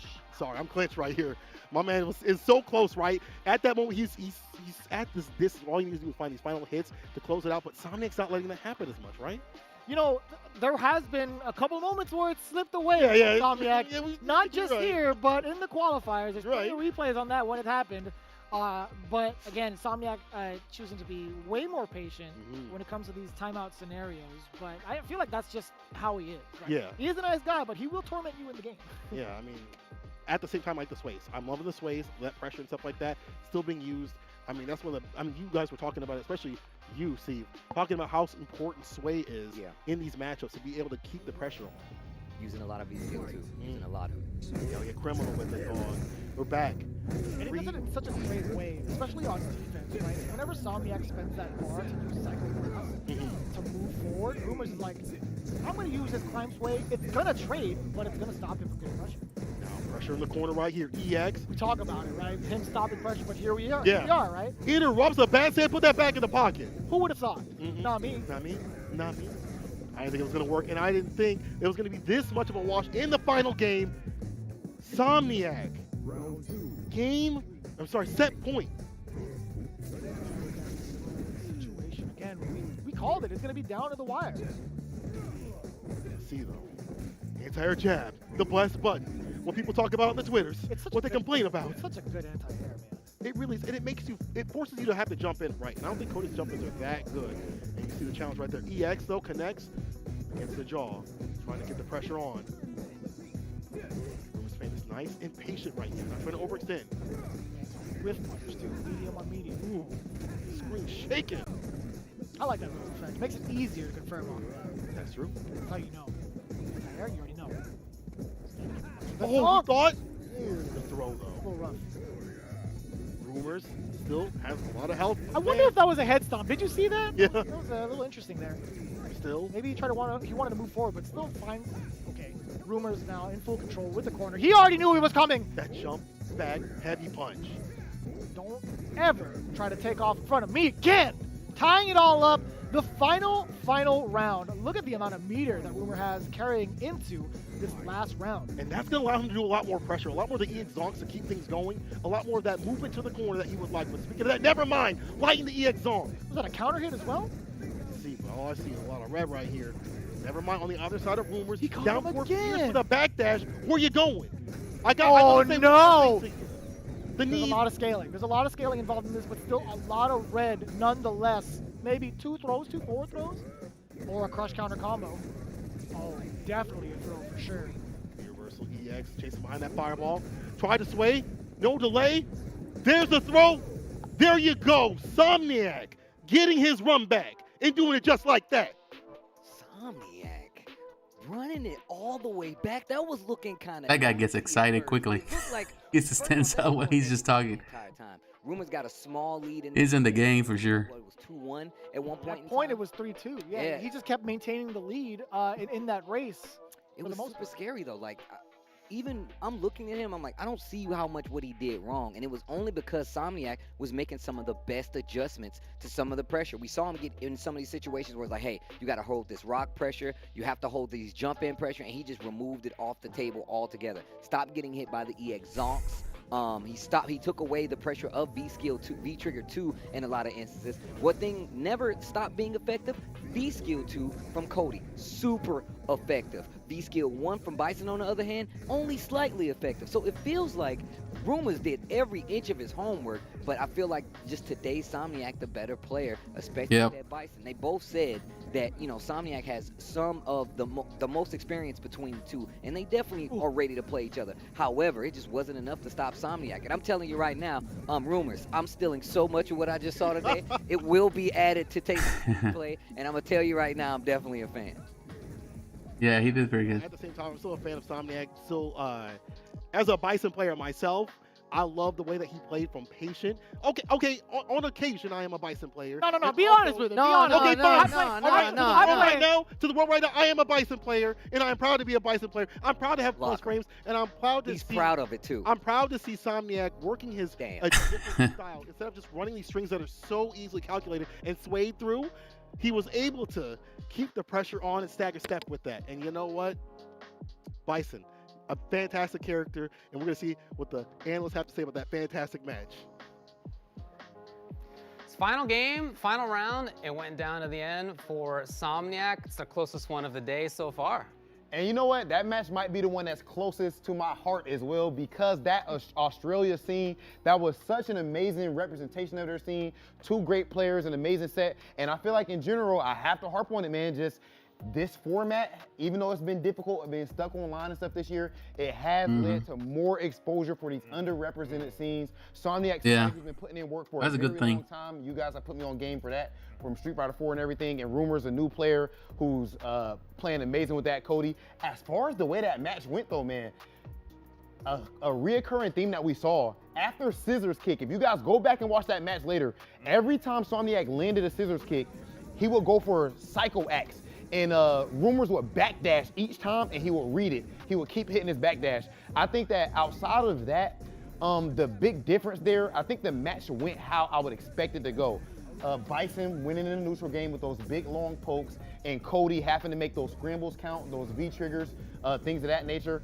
But in the end of the day, I would say that Somniac's neutral ended up being a bit too strong, and in that last game, he finally upped the pressure a bit more, which I'm sure Brian can speak to. Right. That's what we were missing the whole time. I feel like 90% of those rounds were about denying V-trigger, because Rumors, he played a solid neutral game, but really what happened was when he popped V-trigger, he forced the guess. I mean, these were guesses that sometimes weren't totally guaranteed. He would get a gap whenever he activated, maybe from an anti-air or a string that left him spaced out. He would use that jump cross-up to say, hey, are you ready for me to jump at you at this angle where your crouch jab is not going to carry you? You know, you can't react late. You got to immediately air-to-air, or I can just dash at you. So he was able to pop the V-trigger, force the guess, and once that guess occurs, that damage and stun from the command grab is huge. The command grab leads to another command grab. You take the meaty, the combo conversions with V-Skill 2 added on are just insane amounts of damage. So because the game was kind of revolving around that, I feel like Somniac, until the very end, was just trying to avoid that situation. Both of them. Both of them were trying. Every time that V meter came into play, when that bar was full, both of them would back off, give space, and try to deny it. And that's all fine and dandy. But what Bison excels against Cody, someone with no defense, is that pressure. And what he finally won with was heavy kick, stagger, heavy kick. That crush counter came into play, and then that was his lights out for Rumors there. Yeah, I feel like that was a match between two players who needed to battle to see who could remain consistent and composed. Ultimately, it ended up being Somniac, who has so much experience. Yeah. So this next match that we have coming up is going to be Nephew versus Samurai. We are coming out to NA West. I know this is a match that we are all looking forward to. Yeah. I mean, I got to flip a coin here. I can't call it. I know Rob's all about that dark Neff. Neff's unlocked that next tier of Nephew. But Samurai, I mean, this guy, he lives the fighting game mantra. He knows that the truth lies in the heart of battle, inside and out of the game. I mean, he really embodies it. That name Samurai, it's that name for a reason. So I think he's going to come prepared. And I mean, really, I'm mentally flipping a coin. I cannot call this one. There's two people in the fighting game community that I stand. My goddamn self, Daigo the Beast Umehara. My hoodie kind of tight. And Dark goddamn Neff. I don't think my man can be stopped by anyone except for maybe our Lord and Savior, Daigo himself. Dark Nephew is gonna get this victory. You just said 3 people. I just want to say earlier on, I think Rob is proving he can't count. That was 10 words, by the way. It was 10 words. I think it was 9. I think it was 9. I think that's on tape. I'm pretty sure we can check it out. As far as Samurai, I just wanted to say I asked for a quote from him, and what he says is the most Mikey thing I've ever heard. I'm focused on my strategy and game plan, and I'm looking to execute it. I feel confident. That's going to be it. We'll have that match coming up after this. Cool. So far, so good, I think. Yeah, looking at this matches are really good. These kits are good. Biological brain connected. Dawn Unit 0. Start up sequence to begin. Well now, little piece of junk. Time to wake up. Dawn Unit 0. Activate. Seth. Well, Jody, who is a piece of junk?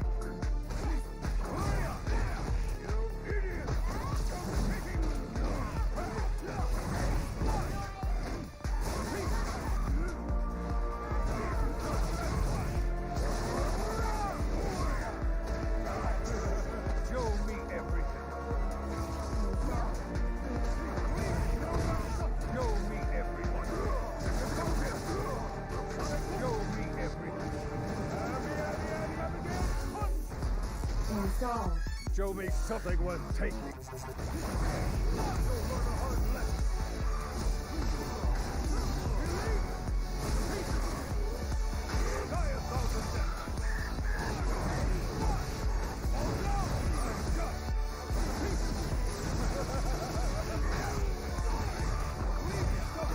Your data is now useless.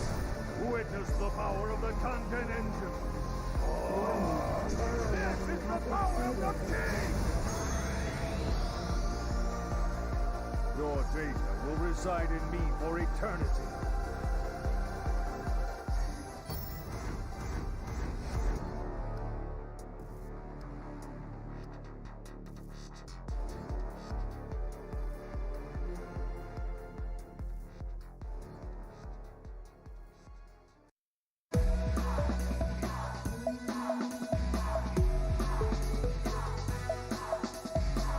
Curtain falls. I'll take you downtown.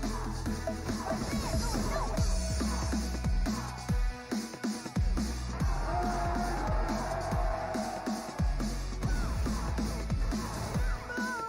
That's how you start the fight and finish it quickly. Let's have some fun.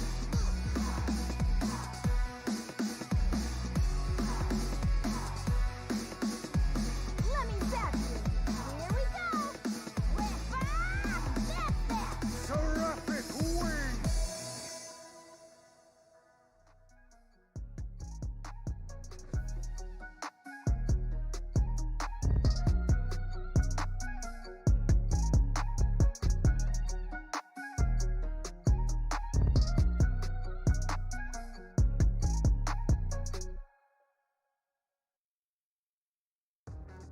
We've got the Wild West in North America coming right up. We have Nephew versus Samurai. Now, this is a matchup that we've seen before in the CPT, but we're back in it again for this particular exhibition for the 2020 season final. F-Word, Logan Sama, tell me a little bit about what we can expect between these two Titans of the West. I mean, this matchup transcends just CPT, right? This is a regional matchup that we see so frequently Wednesday night fights. These guys have been performing great in SFL also. Nephew is just completely at the forefront of his character representation as well. In fact, the only data we have for Akuma versus Colleen is these two playing each other. Big time. These guys are both absolutely at the forefront of their characters. This rivalry not only has educated us on the intricacies of this matchup, because it is a very detailed, very intricate matchup, and little things that Colleen has against Akuma and that Akuma has against Colleen. The margin for error is so thin, but seeing how Samurai had this kind of dominant streak against Nephew suddenly come to a halt, I think goes down to show that this hyperbolic chamber environment that Nephew's in right now, with that exposure to Well, he was in, because he ain't in there now. He's not there now, yeah, but during the building up to the CPT, and there's obviously a lot of other contributing factors, but I think that really played a massive factor in him being able to finally overcome that hurdle, and now suddenly it's like back and forth between these guys. Yeah, man. This matchup is all about the player head-to-head. We can pull apart the character matchup, the spacing, the whiff punishing, the options on wake up, how to deal with the setups of both. All of that kind of goes out the window because there's so much matchup data between these two that when it comes down to it, this best of 7 is going to be all about what goes on up here. And for me, you know, Samurai is very focused. The longer the set, the stronger he gets as well. So I'm leaning in that way, but I'm not ruling Nephew out. Honestly, this one's going to be hard to call, so we just got to get into it. What great way to end the first day of action, right? I can't wait for it. Absolutely. We'll see you on the other side, but you guys do not want to miss this. It's going to be, of course, Nephew versus Samurai. Welcome back to the CPT 2020 season finals. My name is St. Cola, and I am joined with Tasty Steve and Vicious. Big dogs, how you doing? He's really close to me right now, but it's the brotherly love. Don't worry about that. Sorry, man. No, I'm totally kidding. But no, we're gearing up for this next match. As we've teased earlier, it's going to be Nephew versus Samurai. At this point, it is a Street Fighter League classic. Oh, that's actually true. We need to get a lower third. Whenever we have a Street Fighter League match, we have to make sure that everybody knows that this is a Street Fighter League match. We saw my man Hollywood Rob TV talk about, you know, who he favorites as who he stands outside of himself is Dark Neff. He also talks about Samurai being one of his favorite players as well. These guys have gone head-to-head in Street Fighter League, two world-renowned, some of the best players in the United States, I should say, and world-renowned at this point, especially with Nephew, especially with the wave Samurai have been making. This is going to be an electric match all around, and I couldn't tell you who I would bank on taking this because of the matches and how much Samurai has improved overall. So I can't even tell you. Nephew's godlike, Samurai's godlike. It's just going to be a good set. Yeah, I'm very curious to see how they answered the following questions in terms of preparing themselves for the season finals. So again, we're going to take a look at what Nephew and Samurai had to say in terms of gearing up for this match. I'm already excited, you can tell. Here we go. Nephew, you finally made it to the big dance for the 2020 season final. You got to tell me, man, how are you feeling going into your final match? I'm feeling very confident. You know, I beat him in the first CPT NA West to qualify for this in the first place, so I'm feeling like I can really take this. Samurai, it's always good to see you, man. I got to ask you, how are you feeling going into this exhibition match against Nephew? Feels pretty good. Feeling very prepared. So, yeah. Now let's talk about how you got to this point, right? You've played in both NA West 1, NA West 2. You did get eliminated by Nephew. You managed to take it down in the second one against Alex Myers. Did you expect to take it all in the second tournament? When I lost in the first one, I got second place. I was set on playing sort of the same way that I had played against Nephew in the past.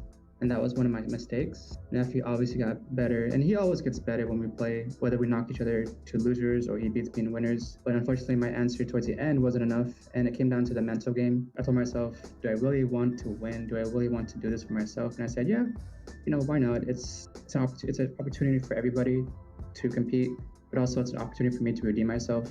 Getting second place twice in a row was not something that I was looking forward to, but yeah, it was a tough battle. Alex put up a good fight, and I'm just glad that my practice and my training worked out. Nephew, you've qualified for Capcom Cup by taking it down over in the North America West 1, which was pretty stacked. I mean, you had people like Samurai, 801 Strider, JB, Alex Myers, Snake Eyes, Filipino Man, and Commander Jesse. You even had Punk in there in the bracket as well. Tell me about your final moments in that tournament and how much it felt to you afterwards once you defeated everybody and took home that win. So going into the first NA West tournament, I wasn't completely confident in taking first place, mostly because Punk was also in the tournament. But after I had beaten Punk in winners, I felt like I could beat everyone else. When I won and realized that I had qualified for Capcom Cup, like I had never qualified for Capcom Cup before, this was my chance to, you know, maybe win Capcom Cup. Of course, that's not going to happen, but at the time, that's what I felt like. Either way, the match that I had played was super close and super intense. We were both on match point. It was like the last round for each of us, and I had to make a comeback to win. I mean, just a bunch of emotions were flowing at that moment. I couldn't really believe it at first. Yeah, I was just really happy. How has your competitive life been since Street Fighter League? And with guys like Nephew, has that made you grown closer to someone like him as a friend or a rival? When Nephew was there the first season, I got to know him a lot better. He's always competitive, whether I'm there or he's somewhere else. He's competing at the highest level and always wanting to improve. As a training partner or as a friend, you want to see that. The very first time I played him, he actually told me that he was at a Geico tournament, and I totally forgot that he was there. But yeah, he's just grown so much, and it's really fun to see how far he's gotten. Samurai has kind of been like a very close training partner of mine the past year or two, I would say.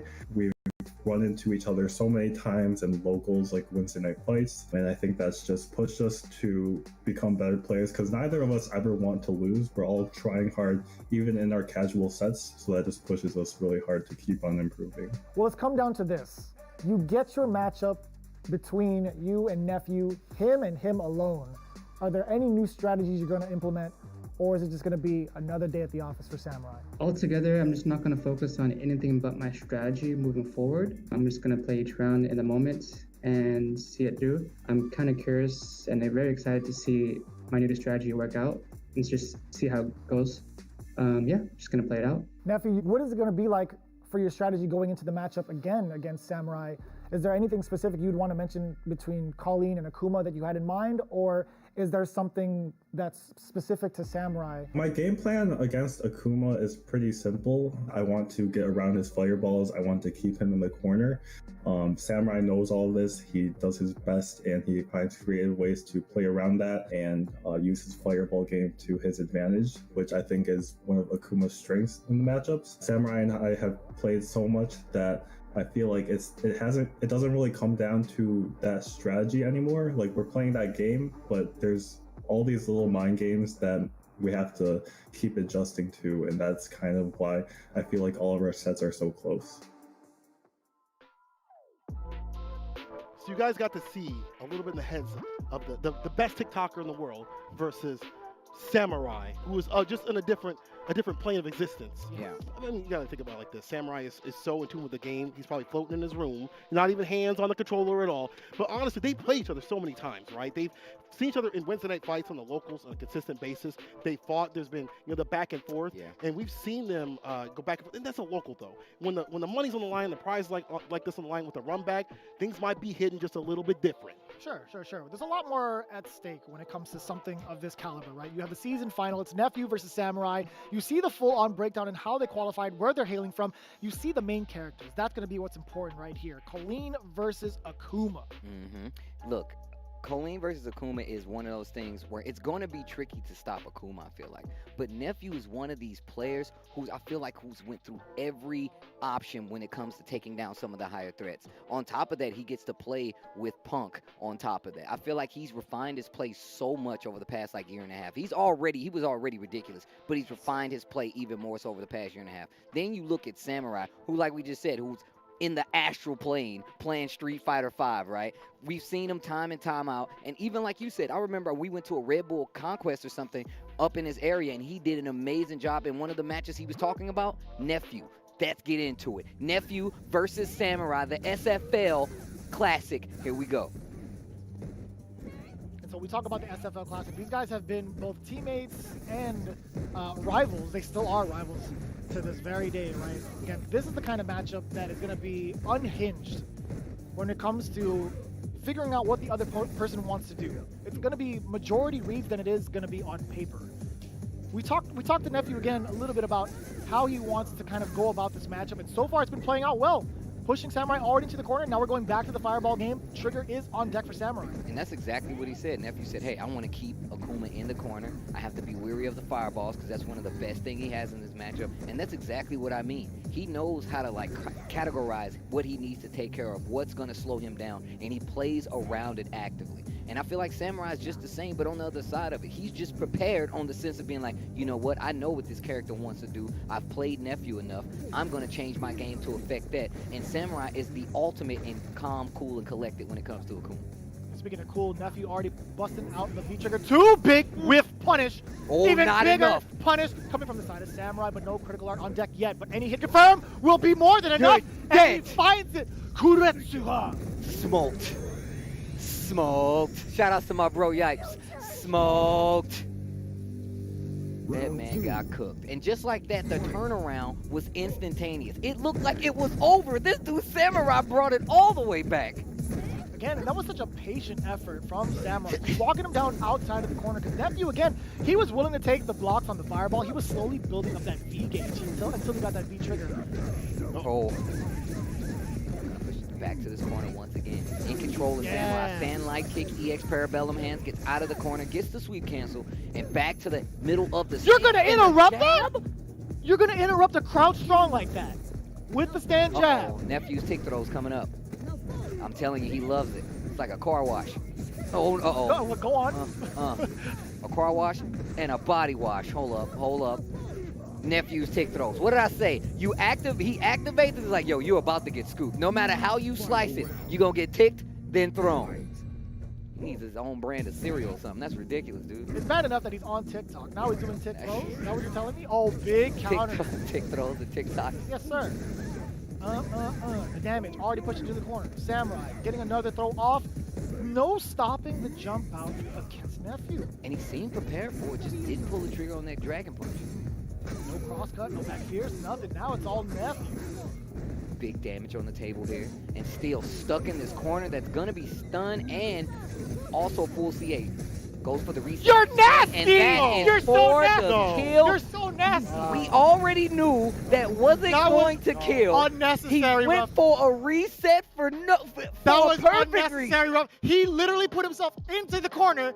That only was to go back necessary. out of the corner. That was Bad, 100% necessary. That was bad. That was 100% necessary. He wouldn't have killed him. Yeah, that was a smart play. That was a smart play. Dark Neff. Somewhere right now, right now, Hollywood Rob TV is putting on his do-rag to take it off and tell you again, once we go back, how much he stands, Dark Neff, because of plays like that. That was unnecessary. Satsui no nephew. Wow. Showing I think off. it's the highlights. It's the frosted tips. Maybe Puck was on to something. Maybe that's what happens. You get the highlights, you go higher in the tiers of Street Fighter V. It makes sense. He just sunned him. He definitely just sunned Mikey. Wow. Nasty. What? Wait, I don't feel one good. match. I don't feel good. That was the first match, bro. Oh. Oh. Wow. From downtown. Even flip to palm. Ooh, that jab again punished. Yep. And you saw what Mikey did right there. Samurai actually jabbed, walked back a little bit, made him commit to it, and then punished him. There's the activation. Nephew's tick throws. Coming up looking for fake out. Still looking for a throw. Still looking for it. And now you see Samurai looking for a big life lead. That means this B trigger could possibly be the last one we see from Nephew. If Samurai gets what he wants, he can close out this round. Oh, I was waiting for it. It was only a matter of time. He was going to catch a limb regardless. He was throwing out the fiercest, walking his way in, caught it with a medium punch, and now it's Throw City. Okay, bringing himself out of the corner. Samurai, again, without the trigger, is never so dangerous. Wow, back throw. One more touch. Oh, just raw fireball. And once again, Nephew is completely aware of the dangers of Akuma Fireball, as well as Samurai's ability to place them exactly where they need to be in these matchups. Yo, he anti-aired very late with that low medium kick. How did he catch that? Mackie. Rock bottom. That was so delayed.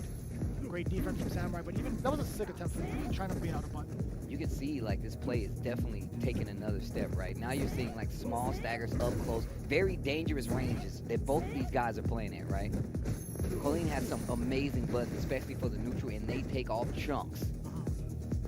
Specifically that standing fierce you saw right there. Background us to check just in case. Dashing up. No, sir. Samurai didn't get to confirm he needed, but it was enough for Nephew to get that V-trigger on deck. Now he's harassing with ice. Oh, wow. That's not nice. EX Air Fireball activation of your own.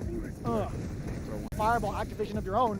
Throw once again. This is how we saw Samurai get this game started. The EX to get through. Stop the fireball. I'll stop you. The cross up.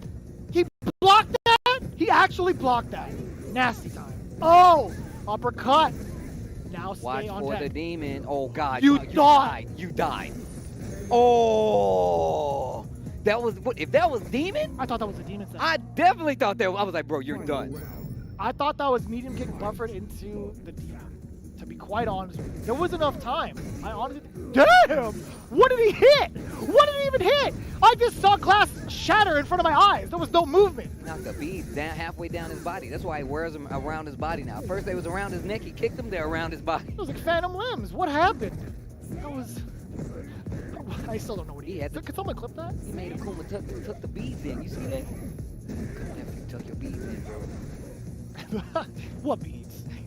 Well, my grandmama gave me these beads. Quick blood on deck from Samurai. Any opening will lead to death against Nephew. Or for nephews.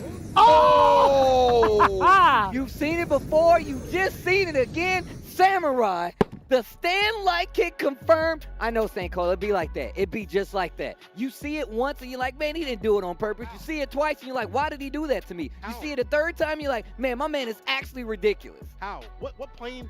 What realm of existence is he on? The astral plane. I don't understand. The astral plane, bro. Who? How? Only permitted there, psychics and samurai. That's it. You got to be Miss Cleo, psychic, or samurai. That's it. That's the only way you get to play at that level. Because Samurai with the reads, the stand light kick confirmed in the CA. Every time I see it, he must. How does he not pop off when he does something sick like that?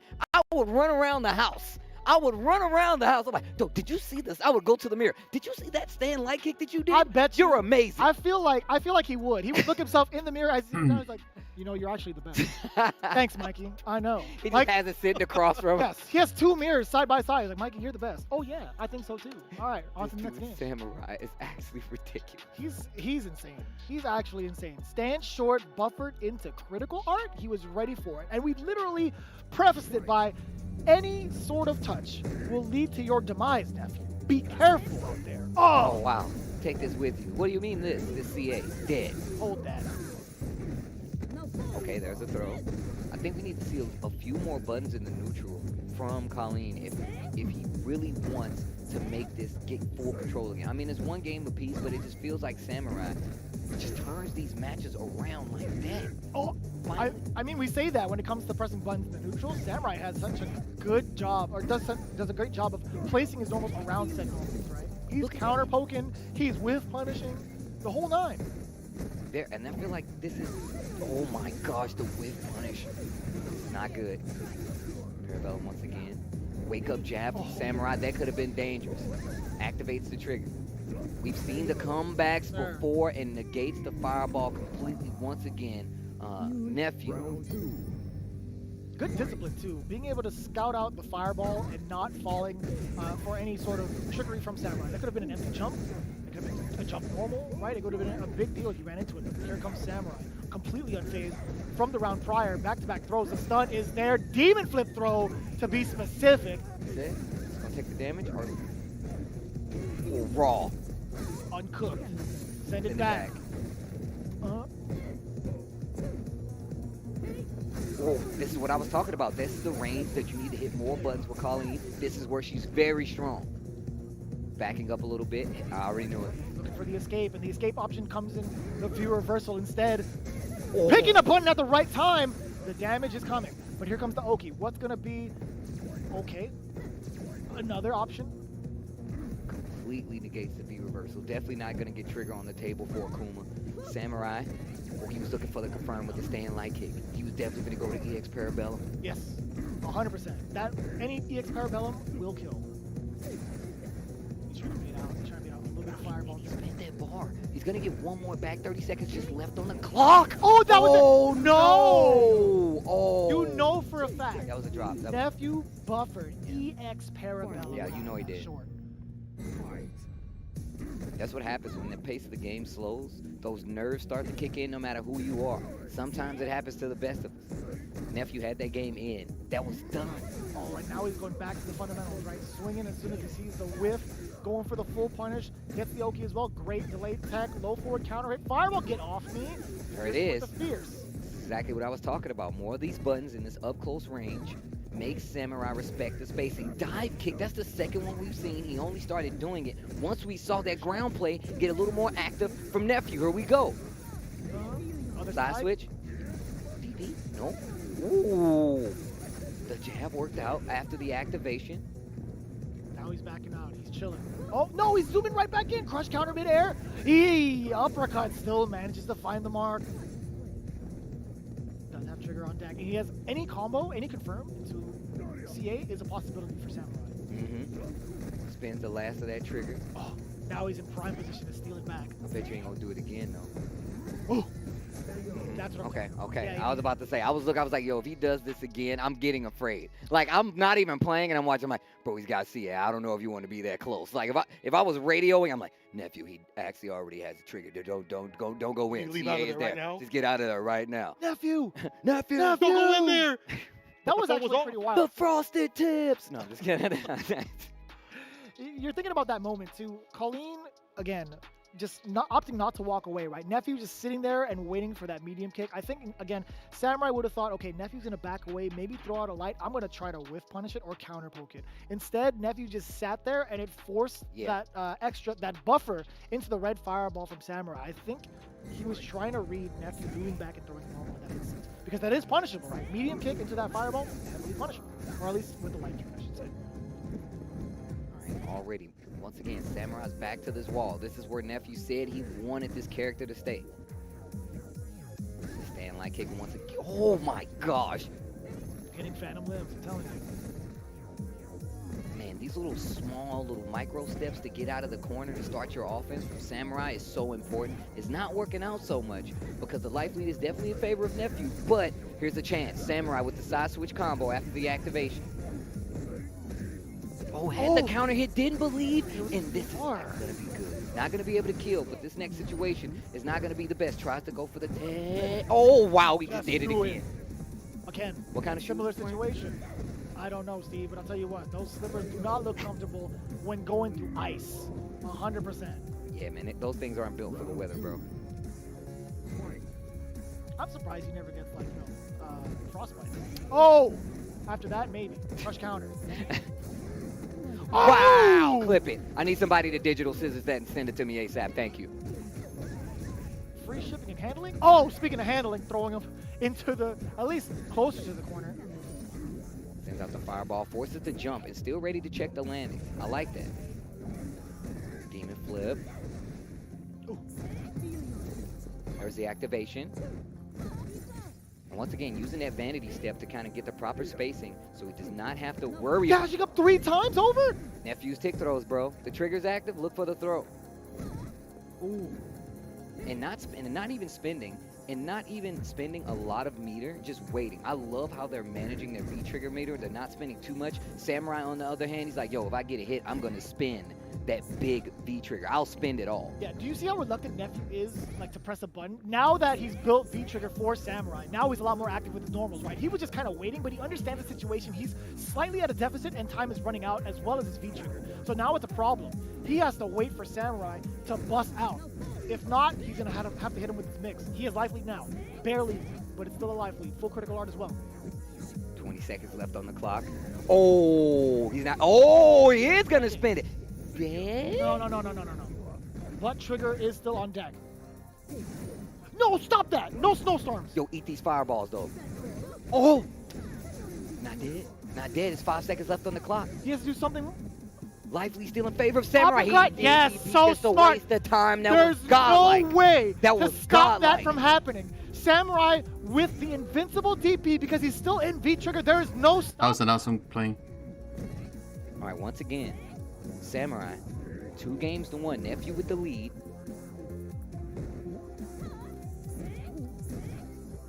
Just slowly but surely. Talk about that fireball game. Just a little bit off the mark. Okay, but still, it was like Parabellum. And that's the situation we saw last time that Samurai actually punished. Steeled gets the advantage right now, gets the crush count on that crouching heavy punch, stun on the table. Samurai activates off the heavy kick. Didn't get anything big. Yeah, he didn't get anything big, but he's definitely backing off a bit now. Life. Yes, sir. Fireball. Yeah, you were going to say the life lead heavily in favor of Samurai. Willing to throw out that fireball. And again, Nephew just mistimed it. He was looking for it. He's like, I know you're looking for this. How are you going to actually react to it? Oh my gosh. Wait, it's not over yet, though. This is a lot of work. This is an uphill climb. In the words of Blade, somebody's trying to ice skate uphill. That sounds like a treacherous task, honestly. Hey, man, that's what happens, bro. You're dead. You're actually dead. Stun if him. you're not dead, you're stunned. Oh. Oh, wow. Best of both worlds. Best of both worlds, honestly. If it didn't kill him, it was going to stun. If it didn't stun... No, that's true. That's true. That was good. Look, the fact of the matter is that I would have been surprised. Samurai is now actually on the back foot now. He's on the back foot because Nephew is playing this up-close game. He's ready with these normals at these points. He's waiting. He's like, look, if you get close enough, I know that you're trying to play this highly reactive game, and I'm going to punish you for it. And he's mostly using it while he's in trigger because he knows that foot speed goes up a little bit and is working out. What does Samurai have to do to get control back of these rounds? Because it seems like it's slipping away when he has the lead. He gets triggered. He can't capitalize in some instances, but then Nephew gets triggered, and he's spending meter like crazy. Like, he's V-reversing, he's trying to keep control, and it's still working out in his end, and it just feels like he has a more collected game, you know? You know, from this side, it's objective survive. When that V-trigger gets hit, dog, you got to survive everything that she does, but it's easier said than done. You know, he has a lot of tools in the toolkit. We've seen it from Akuma. Yeah. The parry, the DPs, and things like that. It's just putting that together in the match. Easier said than done against someone like Nephew.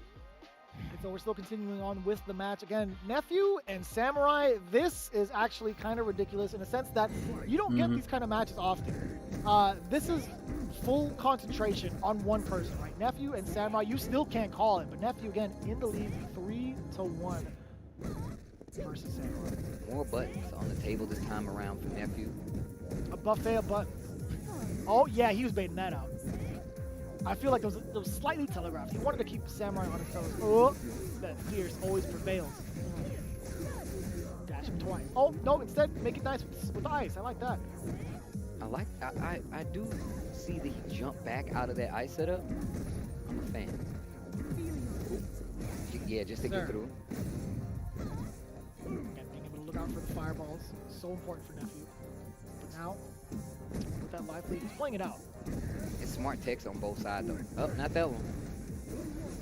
Whoa, what? I'll take that. That might have... That could have been a lot worse. Attempt to cross-cut DP, an attempt to stand medium punch. I can't tell. Ooh. Wow. What a fireball. Do it again.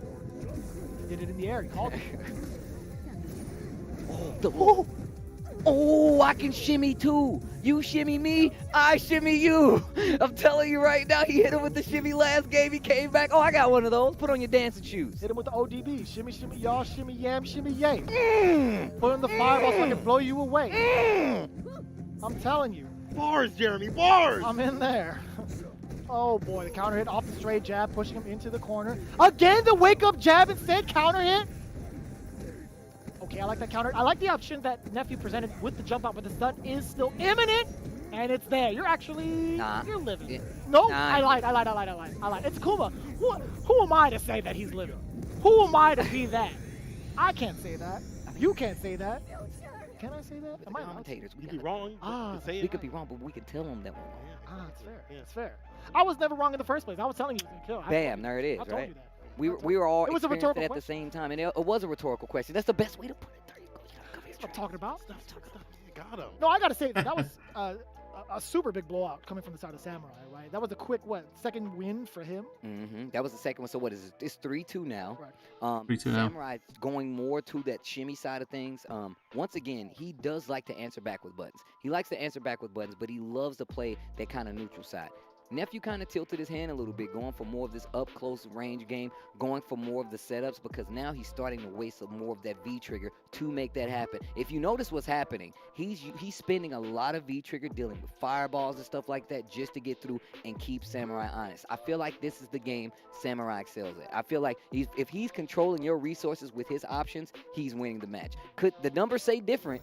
But to me, he's winning the match because eventually it's going to catch up and that pace is going to even out and you can get another game on the board. Will it happen? We're about to find out. Yeah, you're thinking about longevity. Right? This is a first to four, best of 7 matchup. So you're trying to condition your opponent as much as possible for those shining moments.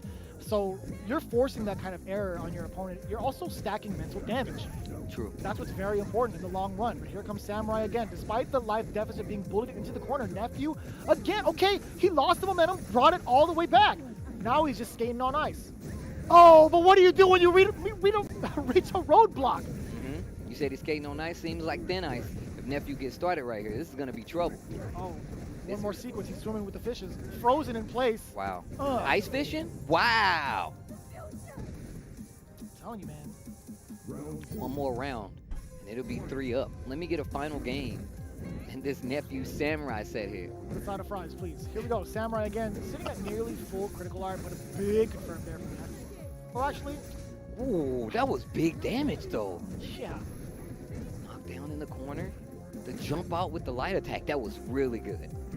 I feel like a lot of people play Street Fighter and they don't really understand like how effective using some lights on the jump in to kind of change that hitbox early on, how effective that can be. Samurai, of course, well in the know. Goes for the low. Tick throw. Stuck in the corner. Oh my gosh. That could have been big. That could have been a stun. That could have been one and done. Okay. Activation there from Nephew. And Samurai not backing off for the fireball game instead. Make him spend it. I'm telling you right now, he's managing his resources by making him commit to some of these things. And now he's playing back because he wants to react to the fireball. There it is! Nephew within perfect range. But danger zone. Samurai with trigger. Fully activated. He's baiting it out. He's baiting some sort of movement. Jump fierce instead. Nephew is looking. Yes, sir. He does have the trigger. Looking for the fireball, though. Forward throw. Don't do it. Yes, sir. You see, look. He's baiting. Looking for the jump back. He can't do air fireballs if he's close enough. He went for the tick throw, and it still landed. He's not dead. Oh my! He's gonna get. He's He's too too far. far! He's too far. He thought he was gonna get the continuation. Some things Akuma that was can't good. do. He can't extend his limbs like He was close on that one. He can't be doing that. Put some Jordans on his feet. I promise you, he'd be able to reach. He would have reached. And a if he had headband? the proper footwear. 100%. Set point for nephew. This SFL classic. Man, we can say that now. It's an SFL classic. Oh, stand beside of Akuma's ear, bro. Jeez. Samurai in trouble. Oh, wow, tries to go for the throw. Crouching medium kick, and there's those buttons. Wow, almost clashed with it. Spins the fireball. Counter hit, low medium kick. Oh, how many frames afterwards? How many frames did you get? Playing back once again. You see the activation coming. There it is. This is not good. Goes for the cross up. I like the delay get up by Samurai. Dash up. Chicken low. He's trying to force Nephew to fall back, but still, Nephew stood his ground, actually sat there and blocked. Look at it, just waiting for a button so it can get out of the way. And look at that, no more trigger on the table. In these situations, Nephew has been able to close out matches. Samurai taking it away from him and still has a chance. Still has full CA, a little bit of trigger. Spins the rest. No, he's fishing. Double dash forward. He's playing a different game. Another throw. That's rock bottom, and Nephew takes it over Samurai 4-2 with an impressive feat of courage, moving all the way through with the double dash throw and another throw afterwards. Insane amounts of courage from Nephew. Bruh. Oh my God. What just happened? What a set. He's playing Mario Kart. What a set. My man's double dashing on through. Dashing with the partner on the back. Exactly. Shouts to the homeboy Thomas for that one. Listen, that was ridiculous. If it wasn't the grease, the grime, the slime on the B trigger, it was the absolute footsies from Nephew to disallowing the fireball approaches, which has always been a problem for Colleen, right? She can't deal with fireball approaches, you gotta spin the bar. You gotta be really smart about it, and that's what Nephew was doing. Being real smart about it. You see the crush right here in the follow-up on this replay. He came to play, man. And look at that, getting the stun and done. Nephew keeping the pressure, that medium this is disgusting. Oh, watch this. Yo, please, somebody. Yo, send to this one. Send to this one. Twitch. Hit me with the digital scissors, clip this bad boy, and send it to me, because that was actually ridiculous. I was waiting. Put it in the garbage. Right? They gotta go somewhere else. They gotta go We're somewhere else. gonna Put it bury in the garbage disposal. We're gonna have to bury that one. I swear, if I got hit with that, you would have instantly heard the wow wow. I was out of there so I was out of there so quick. That was disgusting. Oh wow. Gets over it. Gets Rush. over it. See, and that's the thing, is like making the most of these situations, right, to get that stun. It takes someone that is so mindful of their meter usage, not only in B-trigger, but also the export to get to the fireballs, but as well as that spacing, to get that max distance, to get the crushes and things like that, and get the follow-ups, where she really excels at. And Samurai just wasn't able to compete. We did saw him try to fight back, but he wasn't with it like that. Yeah, those close. those games were so good, man. So good. I mean, we're only a piece of the people, the strong minds, the intelligent Street Fighter minds watching these matches. Let's get some words from our analyst. Yeah, I mean, amazing play. We always knew that that was going to be an extremely high-level set for sure. But, you know, Rob, I think to me there were 4 things that stood out the most in that match. One was that both seemed extremely prepared for what the other could do. Yeah. Oh, I thought you were about to list all 4 of them. But yeah, I agree with that 100%. I would say one thing that Samurai did not account for was the fact that early on, there was this cool thing. Samurai had a cool idea. There's a big difference between a long set, like a 1st to 4, and something just like a 1st to 2 that happens in a regular tournament. Samurai early on, immediately in the first round, did things like jab DP, which is something that's very risky. He woke up with a wake up low forward. He was extremely active and extremely aggressive with his defensive options. And I think that was meant to make Nephew question himself more later on in the set, so that he would stop pressuring him as much, when really Samurai was gonna calm it down. But Nephew was completely undeterred because he is from the dark world. He is the dark lore of that world. So why would he be scared of anything? But good games by Samurai and Nephew. That was amazing. Yeah, I gotta say, like, the level of matchup knowledge we saw between those two was the highest of all the matches. I mean, that was my favorite match by far today. The answers to the situations that were presented were just phenomenal. But I gotta say, like, the main thing that stood out to me is that Nephew was just one step ahead, both in the footsies, the ground game, the neutral, and then when he fell behind and had to pop that V-trigger, his V-trigger counted way more than Samurai. And what was really going on there was a lot of resource management. If you didn't notice, like, Samurai, the Fireball game is pretty strong for Akuma against Colleen. However, she has options that are resource dependent to go around it. EX Vanity Step and her V-Trigger 2 extension moves with the stab that go through them. Samurai was often trying to do like low forwards and not cancel the Fireball, and you would see Neff just empty EX Vanity Step out. He's looking for the Fireball to punish. So they're kind of dancing around this resource management so they can unlock their options. Samurai doing empty jump fierce in the middle of the screen with V-Trigger because the Fireball would be punished by Nephew's meter or V-Trigger usage. So they're both playing this mind game, but every step of the way, when Nephew popped V-Trigger, it counted more. When they're in neutral, the whiff punishes were more present and the damage was there. Yeah, it seemed like Nephew had sort of all of the things that you want to have, as well as that extra comeback factor, whereas Samurai was just kind of relying on that comeback factor, which ultimately didn't work out. This next match, in fact, the final one that we're going to have for today, will be Luffy versus Phenom. I am waiting to count the command grabs. Listen, Phenom, he's known for doing Daigo dirty. I mean, it's been years by now, but 5 years ago. I think that's what he's most known for, not the many Capcom Cup appearances, not top 3 Capcom Cup 2019. That's the man who did Daigo dirty and command grabbed him, what, 5-6 times in a row? Well, I think he might be meeting his maker right now. Luffy, he loves to gamble it all. I don't know where that came from. I mean, he was playing Rose in Street Fighter 4. Looks like he was about the footsies in control. Miki came out, and he knows how to flip a coin. So Luffy, he tends to fall back sometimes, but you can never count him out because his mix-ups and his mentality of forcing the situation, getting the momentum started, it's so powerful. So I'm really excited to see how this goes down. Yeah, you know, honestly, I'm glad that you bring up that thing with Daigo and Phenom because generally speaking, I would never root for someone who does the Lord and Savior that dirty in the match. But in this case, Phenom is actually a Karen player. He does play a lot of characters, especially throughout 2020, but I'm expecting him to represent my girl Karen Konzuki. With that being the case, it's a bad thing for all of Street Fighter. It's a bad thing for all of the players watching from home when a Mika player gets victories with those command grabs and all those shenanigans. We like that good, solid nooch, so we need Phenom to get this done. I like command grabs. Who do you like? I'm saying Phenom. Matchup-wise, I got to say Phenom as well. Yeah. I'm going to be rooting for command grabs myself. That's my rooting interest here. We'll see what happens. That matchup is going to be coming up after this. Honda mains. Another commercial. Well, so far, I think I did like the last match. I think Nephew did pretty good. Go beyond the battle. Get ready. Destroy. Begin. Let's go. Disappear. Kneel. We'll find out.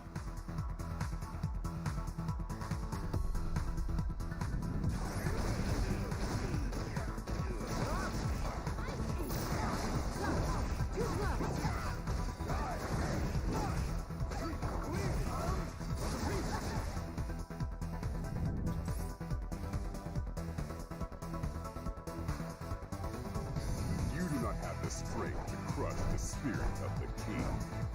Alright! I really like to exercise. And spinning is a lot of fun. Time to meet your death, vile insect. Pull out all the stuff.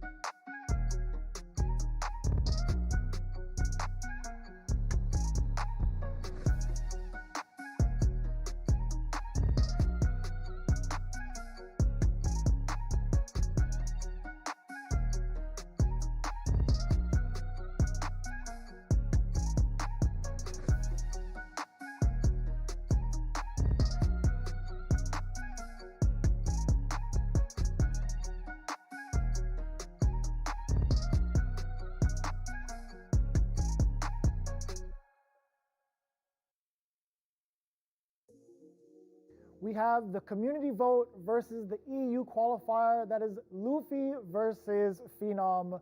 This is going to be pretty wild to talk about. F-word, Logan-sama, why don't you give us a breakdown of, first, how Phenom got to where he was at, as well as how Luffy managed to get into the community vote qualifier. It's an interesting one, right? Because these guys are technically from two different sub-regions, so they have not been playing competitively this season. Luffy got, I think, every person in France to vote for him.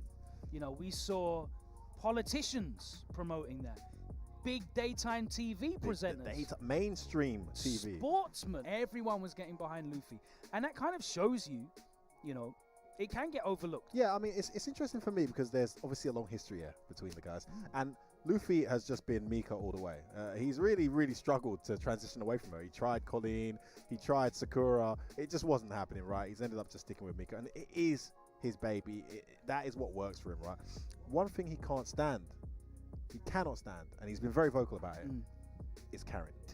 Cannot stand Karen. And Phenom, who was the Nikali, for me, easily the best Nikali in the world for the first few years of Street Fighter V, doesn't really touch Nikali anymore. And there's no way he's ever going to go to Nikali for this particular matchup. He goes Karen every time. Having said that, as much as Luffy complains about Karen, for me, he's probably the best Mika in the world outside of Fudo at playing this particular matchup. He plays the Karen matchup really well.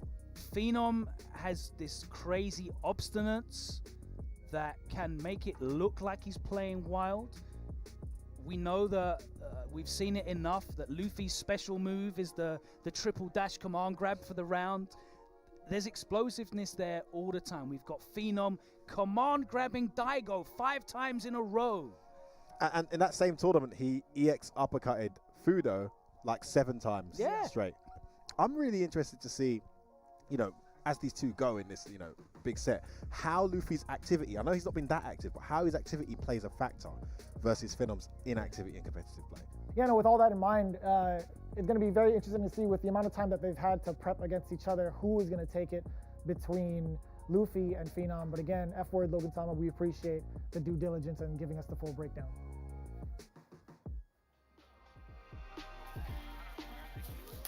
Final match for the Capcom Pro Tour 2020 season final. Vicious here with Tasty Steve as well as St. Cola, but we got to give a shout out to the boys across the pond for putting in that work for those interviews. Mark, I see you, the VP boys in general. Again, F-word and Logan-sama always doing the due diligence when it comes to breaking down the lore of each and every one of these matches. That's right? true. So the Fury Brothers, again, you guys are killing it. VP all the way. I appreciate y'all.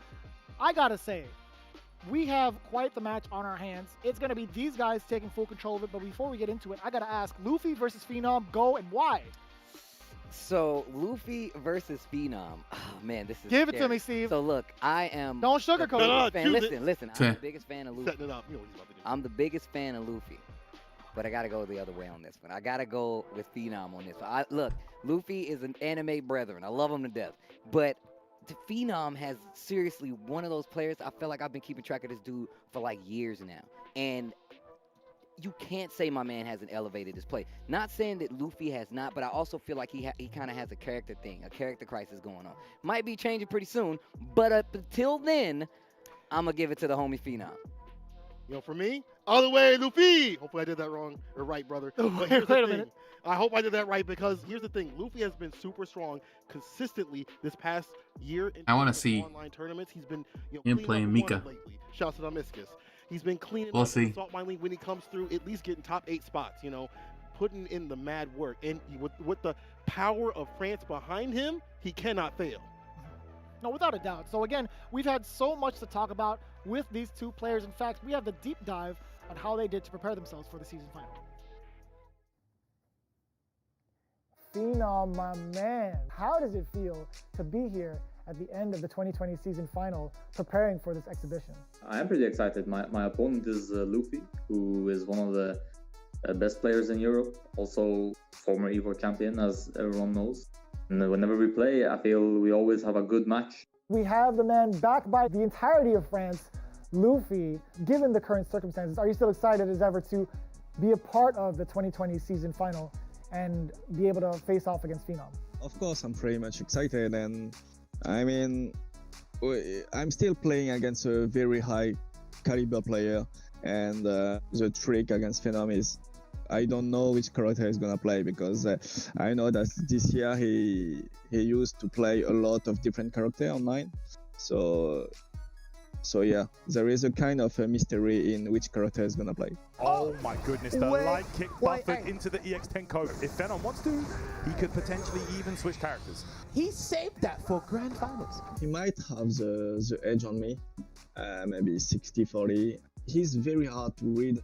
I have like a tough time reading his mind to really understand what his choice will be in defense. As he plays Armika, by the design of the character, he has to take a lot of risk and try to force his will. He plays the character really well. He plays the character like he's supposed to be played, I think. And he is a really experienced player. He's been playing for years. He knows the mind games, and he knows how the matchup works. I mean, he's just really good at the game. Oh, that'll do it! Proper punish as well, just to close it out. Finish. Dead. Luffy was ready, and he's moving on into top 16 just like that. Now, looking at your performance from the CPT in 2020, you're one of the first ones to qualify into Capcom Cup through ways of the European qualifier. How did you feel in that moment once you solidified your spot into Capcom Cup? Like when I played the Grand Finals, because it's a tournament where only when you win does it really matter. So when I played in the Grand Final, I think that's the most nervous I've ever been. Like I couldn't feel, not only my hands, I couldn't feel my body. Because it was like so important to get to become first. Yo, he stays in front. That's going to be enough for EX Orochi. Phenom is your first CPT of the Year champion. The way you actually got into Capcom Cup was through community vote. Some of the most impressive runs in a community vote that I've ever seen. Can you talk to us a little bit about how you even managed to get the entirety of France to back you for the community vote? I had to do a huge campaign to get in and have like everyone I know, everyone who like esports in France, everyone who like fighting games in France, everyone who know from a close or from afar Street Fighter to get in. Unfortunately, the support can't be for like the real great event like we were all waiting for, but I'm pretty sure that they will understand and they will still support me throughout this match against Phenom. He made it through ways of community vote. Do you feel like there's something to prove here for Luffy? No, because Luffy has nothing to prove. He's already won Evo in SF4. He's qualified for Capcom Cup in SF5 every year. He's won multiple tournaments. There's really nothing for him to prove, even though he got voted in. He's one of the players who deserved to be voted in my opinion, based on his history.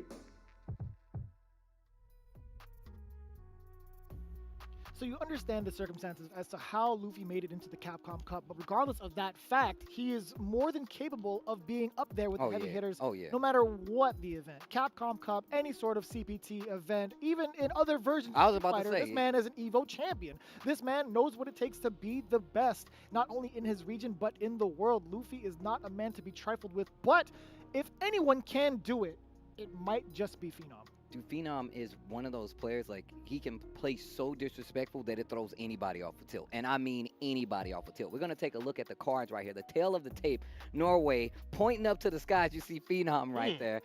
First, EU East and ME1. Wow, that's actually crazy. CPT 2020 community vote. He literally had, Luffy that is, had the entire country backing him. That's ridiculous. Of course, running that Armika and still the PS1 pad. My man is rocking the PlayStation 1 pad. No DualShock in the parentheses. I appreciate that. I really appreciate that. That's the ancient stuff. That's stuff you can't find for, you know, anywhere. Like you try to go into a store right now, you ain't gonna find a PS1 controller. What you will find is Luffy dunking fools with that controller. He is ridiculous on it, but he's got to go up against Phenom. It's gonna be a difficult match either way. You know, this character that is Mika, I mean, he downplays her a lot. She's still she's got some strong points, but she also has a lot of weaknesses. Let's see what happens here. Phenom versus Luffy, final game of the night. Let's get it. Yeah, final set of the night. Like we said, best of 7, first of 4 in the Karen pick to try to close this out, and already like 50% life gone from Luffy.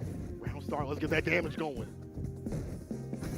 Oh, Crush, follow up with the exit. All right. Side switch. Wow. That gave me some Yun vibes right there. That was Don't do that to me, Steve, man. Don't give me that hope. Don't give me that hope. Oh, normal throw. Look at the damage. Oh, you're dead. Oh, you're dead. Call the time of death. Call the time of death. 64 seconds still left on the clock. Round one's already done. Luffy cracking his neck like he just did so much. He's like, oh, I'm just getting started. Oh, yeah, I'm just warming up. We're Death's just gonna get getting grabbed. And I've talked about this before, that Luffy is one of those people that you can definitely tell it's him who plays Mika. Nice punish right here. My God. And I like how he started with go for the wait and bait, but here's Phenom with the crush and the follow-up, though. Activate screen, block the jump in. Actually dropped the dash right there afterwards. If you're looking for that double, triple dash command grab, you know what's coming. That's on the menu. It's just a matter of when it's going to be ordered and cooked and delivered. Crush, though, interrupts the drop kick. Good time right then on this button. Oh, wow. Was that jump in on the sweep? Wake up, EX%, huh? Activate. Oh, wow. Luffy tried to hit something after that. Gets opened up, and now his back's to the wall. He's in trouble. Activation. Now it's my turn to play. Unblockable. It don't matter who you are. If you put in the corner against Mika, you got to flip the coin, hold this damage, hold this meaty. No vegan. No vegan at all. Check the menu. EX%, huh? I was like, just do it, man. You got to get out of there. Just wave your hands. Just do it. Just do it. No.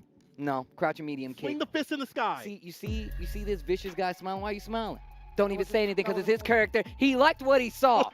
He liked what he saw. That's why he's smiling like this. The biggest smile all day because he knows what his character is capable of and he likes it. That's right. Dirty stuff right there, but listen. It's only the first match. But already, you see how explosive it is between the two players. There's a level where they know each other so much. They've been playing each other for so long, right? Yeah. Over the years of Street Fighter 4 and Street Fighter 5. So there's a lot of understanding of like the tendencies and things like that. That's going to give you a higher set of the match. It's not just about the matchup itself between the characters. It's between the players as well as we get back into it. Luffy with the first one. That was a quick first game. Luffy, though. Fast. 80%, baby. Block, punish. Nice. Gets the shoulder on the back end. Momentum completely in favor of Phenom. But we saw this in the first game, too. We saw, like, these knockdowns in the first situations really go the way of Phenom, only for Luffy to run it all the way back. Just like that. Using the command grab, switch to side to anti-air crouch, medium punch. Hold this throw, though. And stuck in the corner. It's not where you want to be. Is this a repeat? Yo, the weight in the bait. Ooh. Oh, reset. Gets the sweep, activate. No side switch. Stays there. That's the one that stuck around. Wow. Wow. Beats up the shoes. Easy's a fake. Tries to go for the overhead. Goes for the jab. EX% how this time works out. Life leads slightly in favor. Vicious, get your hand out of my face. So he was pumping up. Let's go. Let's go, Karen. You can't. But it is his favorite wife. Takes them. I was deliberating. Is it going to be wife or wife? It doesn't matter. Anyway, in the next match, Phenom taking it back just like that. But round start with the three-piece. Dash up medium kick from Luffy. Ooh, the crush. No meter spent. Throw, though. You go, and there's a chase down. Wow, Mika, Typhoon. Ugh. That stun is rising. So activation, you got to do it. You got to make the return over seat right here. Crushing kick connects, gets a knockdown, dash up, catches the back recovery right there. That's unfortunate. So much damage. And on top of that, the stun went down for Luffy right there. Now fighting out of the corner, for Phenom. Very close to stun right there. Activate. Stand medium kick, just to let you know I'm still ready. He's still poking. Oh, but the walk up with the armor dead. of God. You're dead. Armor of God. You're dead. Oh my. I don't even need to check the pulse. Doing a double tap like that. Oh my God, bro. Every time I see her get that, and this is a sliver of gray life, I'm like, oh man, you're super dead. Karen has a low health, threshold right there, so it makes sense. But yeah, I'm like you. I'm still surprised with that damage. Gets a follow up. One more hit for the stun. Doesn't get it done. Splash. You thought. Side switch? No. There it is. Gets the forward throw. Oh no, this is not looking good. Once again. Charge, drop kick. This is going to hurt. Look at the gray life up there. Damage. This is Francis Hope right here. Trying to put work against Phenom. Man, if this does not go the way Phenom expects, will we see a character switch? At this point, I'm going to hold back just like that because look at what's going on the screen right here. Phenom got a lot of bar to work with, a lot of butter, but you got to be able to cook. And unfortunately, you got to put it on the pan to get it going. Can you cook without butter? I don't think so. You at home, you got to put the butter on the pan. That's how you cook. I know the FTC pretty whack about that, but you got to put the butter on the pan to cook. You got to put the butter on the pan. I'm glad you didn't look at Rob TV for that one when you were talking about cooking. I'm gonna get Justin Kid actually. That boy can't cook. Gosh, but bro. who's cooking out here is Luffy. Luffy's It's cooking. Luffy. The Mika Typhoons, the EX swings, they're working out. And the way that Luffy is controlling the screen, it's definitely more dashy. We haven't seen many double dashes. It's been more about buttons and finding openings and going straight for command throws in some of these instances. Not even giving him an opportunity to react to some of the dashes or none of that. You know, just completely removing it off the table, going for some of these EX throws, and it's definitely working out. It's that continuous pressure, though, that he's also putting on that makes him so hard to read. Like, you expect him to play one way. I was expecting him to play one way, but these confirms, I feel like he doesn't have to switch up to that fast pace just yet, but now gets caught low. There you go. Phenom with the return. Back throw. Still the best stun. Still no character switch. Phenom sticking with the Karen in his option. Ride or die right here. It might be die. It might be the ladder. There's the crush. Oh, the cross up with the light. Activation. Back throw. This is good. This is pretty good for Phenom. That max this on the plus rainbow. You see that? He's like fishing for that cross community kick, but no bite off that bait. And no more trigger either. Oh, this is going to be a confirmed mix-up. I already knew exactly what was going to happen. I was mid-screen, crouching medium punch, take the guess, bro. It's like watching a horror movie. You know he's going to get, you know it's over when they walk in there. Don't go in there. And they still go in the closet. Just going to go in there anyway, huh? You hear him chasing. You just going to go in there anyway, huh? In right now, dog. It definitely looks like a horror movie as he is mauling poor Phenom right here continuously. And again, I feel like it's just this different pace that Luffy's introducing that Phenom maybe is not prepared for. And plus, they haven't been fighting in a while. Like, it's just like, I'm not familiar with this person. Who is this person? I like the no charge dropkick just to hit any button. If you swing, it's going to get crushed, and you can use an EX to take you right to the corner. Wow. Check. Not close enough to get the confirm. Gotta get the percent high. Man. No anti-air. You gotta start spinning that bar, dog. You gotta start this way from jumping. Phenom not using. Oh, Phenom spends so much of his V trigger instantly. Yeah, he wants to get in that position where he can build it back up and be able to use it for V reversal, especially against the character like But you're low on health, but does find the confirm. EX Racina going to heaven. You think about the hell? Oh, he's you're going hella to hell. dead. You're hella dead. Oh my God. They already put him in the ground. I didn't even get to say goodbye to him. That was our Mika putting her in the ground, like, help me out in the Deshko. You got the shovel? She's like, with the flowers. I got you, girl. Let's get out of here. This is quick things right here. Quick things out here for Luffy. He is working, and it's working out for him. Everything, in terms of decisions, in terms of blowing up the defense, the confirms, and I feel like Phenom just isn't able to find the footing that you would normally have as a Karen player. And online maybe it's a little bit difficult, but we've seen him work in this online environment before, so I don't think that's really the issue here. It's just that Luffy's pacing is so hard to keep up with. It's really scary to see how Luffy reacts to some of these block strings, because he's just going for command throw in some of these instances instead of like checking with a button. And I'm telling you right now, Phenom's like, I'm not sure if he's going to come in or just go for a command throw. And his setups are airtight. Not going so much for like these raw triple dash command throws that we've seen. No. That's what I was expecting it. I was like, you're going to do it. You got to do it eventually. He's like, I'm a dash, punch, and then I'm going to throw you. Like, just staggering his offense, especially with a character like Armika, operating off of the fear. I like it. We saw him using the standing no charge roundhouse. That's exactly what I was about to say. Called that out, and that's starting to work out in the clutch, preventing a lot of these preemptive buttons, especially on the medium side. Let the Fury system take the wheel, finds the peach, and gets the command grab. Full corner push right here. Get back in the corner. You live here. You're going to start paying rent on the 1st of the month. There's the stun. Oh my God, you're stunned. You're dead. You're actually dead. Game point Luffy. Look at the meter. I wanted to see more matches. Phenom, you better fight back. So you just, oh my God. Dog, fight back. Fight back. Throw in the damn towel. Not in her own house, though. Not in her own house? She's going to live in the corner in her house, rent-free. You're going to start paying bills. The utilities on the deck. There's the throw, though. Phenom with that nice EXDP, finally introducing that as an anti-air. Saw him use them a few times to get out of these situations, but not as an anti-air. You're right. Oh, there's a normal throw.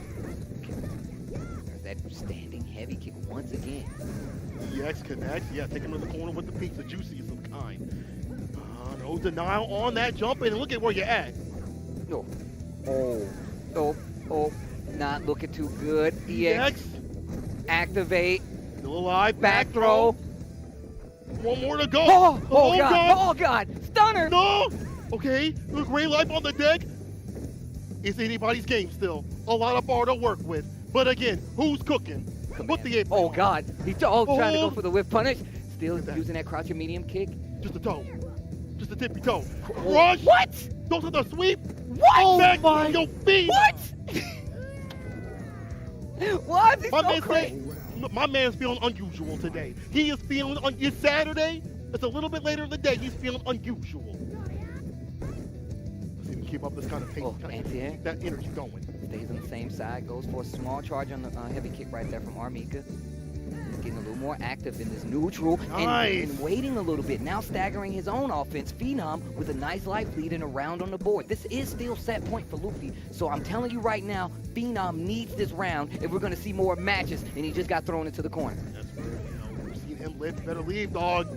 You got to find the exit sign. This is not where you want to be. Sweep activation. Trying to find a confirm to get himself out of the corner. Let's look at the push. Catches the jump back. Those records. Needs to be careful. This is a bait. This is a trap. Don't fall into it. Real obvious like that. Goes him out again, trying to get the spin.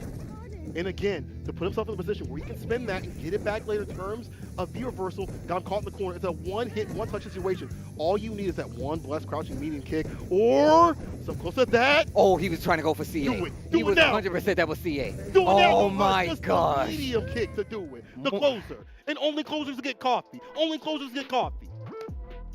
Because they got to come in earlier the next day. They got to come in earlier the next day. They deserve the coffee. My man Phenom working double time right now. And now he's stuck on Carrot. So even if he's done after he loses the match, that means there can only be W's on the side of Phenom going forward. That's the only way that this is going to turn into something that could possibly get him closer to that $5,000. And I would love to see it. Now, also, I've seen my boy Phenom operate with a lot of money on the line before. I really hope we don't see a repeat performance from that time. But I have faith. I do have faith. And I know Luffy is currently all the way up right now. Yeah. But Phenom still got a chance, puts a round on the board. This is still the match that can make Luffy the winner of this set. Listen, I don't want Phenom to get any money. I don't want him to be able to go and review any of these restaurants and give him bad reviews and, bad tasting food. But my man's going in. Luffy's trying to deny that right there. How did he stun him so fast? I literally took a sip of my drink and I looked up. Can we talk about the match? Hold on. But just like that, Luffy on Game Boy, on set point again. He's right there, dog. He's right there. Set point again. Bro, that match was like 17 seconds long. That round was like 17 seconds or something crazy. That was quick. That was absolutely quick. Call you get the command dash or command throw, but there you go. Get put in the corner for your troubles. I like these staggered crouching jabs coming from Phenom. Check the dashes, right? Mm-hmm. You're going 16 to 25, you need to calm down. And look at how this game is turned around. Uh-oh. Brimstone gets the jab and an instant answer. Oh, I would have waited. I would have spent the CA, but I guess not. That's even better.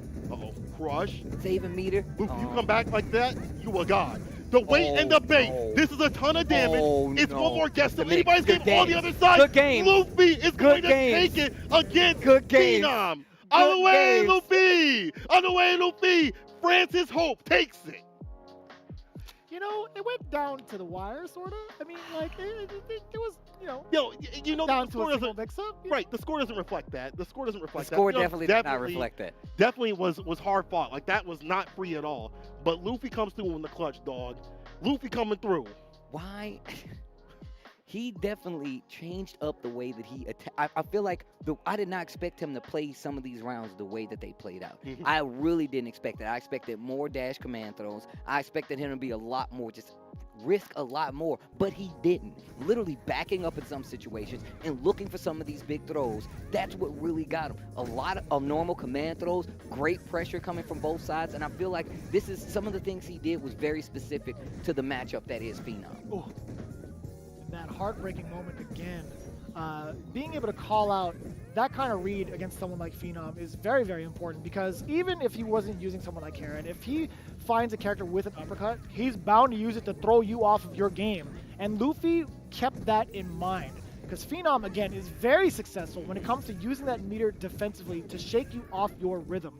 But Luffy, again, completely undeterred, getting a perfect, sealing his stamp against Phenom. Again, I feel like majority of the players that have been watching these two play, they were thinking, okay, Karen versus Mika. I do like Karen 100%, but fact of the matter is, how do you stop a man like Luffy who continually puts you in the mix, regardless of how fundamentally sound you are as a player and how good your character is?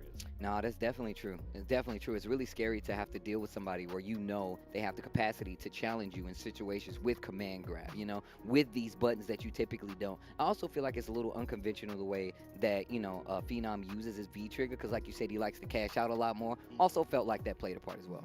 So I do want to get a thorough breakdown in regards to what just happened between those two individuals, and what better way to do it than with the analysts, with David, excuse me, I was saying Ultra David, Brian F, and Rob TV. Put respect on their name. You gonna put his government up?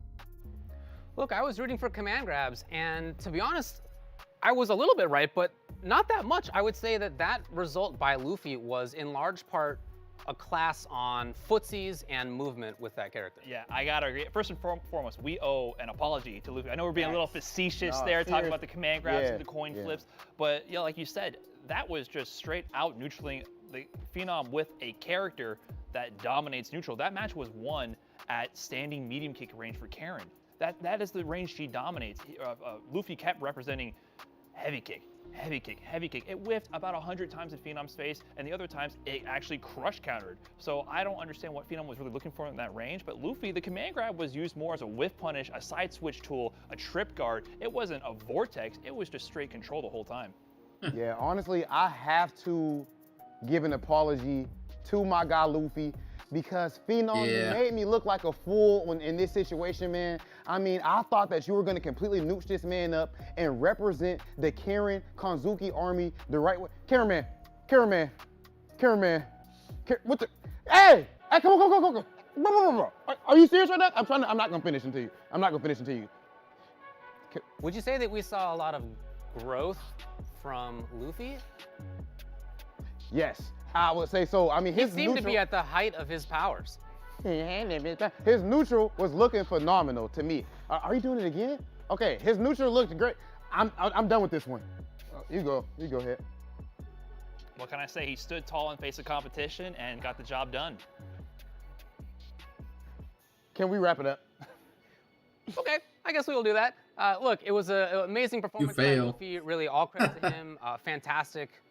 Really excellent display by somebody who was able to win a matchup that, you know, you do think is tough. Yeah, I do really want to give my serious analysis of it. I really am surprised at just how well Luffy dominated him in the neutral game. Like, there were almost no what I would call, it's so funny to see you look up to me, I know, but there were pretty much no what I would call like Mika rounds, where it was just like, yo, every command grab hit, so on and so forth. The entire thing was just him winning in the neutral game. I'm gonna tweet Phenom later or DM him. I have to know, why was he doing the raw sweeps in neutral? That was very weird to me. And I can say for myself personally, it's pretty difficult to whiff punish Mika's her uncharged heavy kick, and then also check the charged heavy kick. You gotta practice it a lot. I know Karen's not Phenom's first character, but yeah, the neutral game from Luffy there was phenomenal. He made me eat my words. Right. I felt like Phenom was playing Karen, but he wasn't playing the matchup. Yeah, I could not see what was going on there. No conspiracies on the charge heavy kick. Right. You do not give Mika the knockdown. You avoid that at all costs. Yeah. Well, that's what happened. And again, Luffy ended up taking it. Make sure that you stick around. We are going to take a short break. We'll be back with the post-show in just a little bit.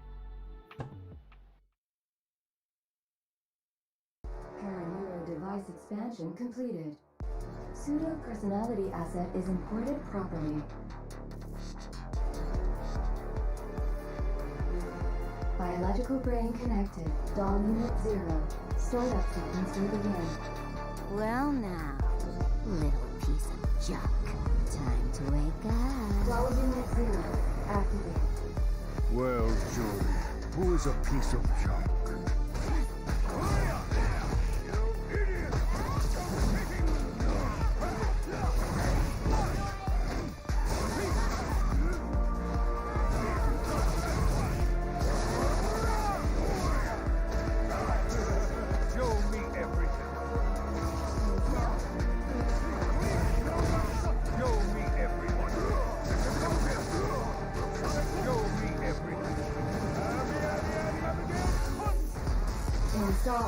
Show me something worth taking.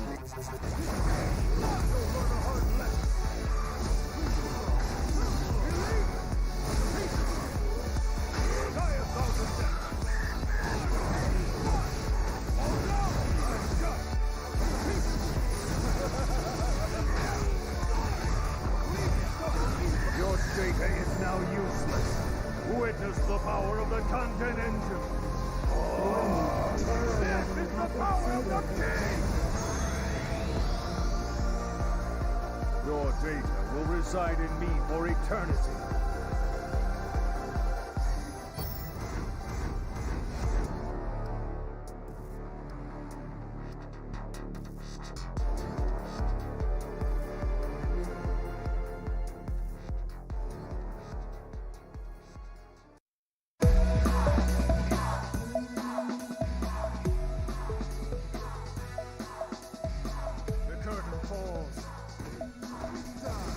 I'll take you downtown.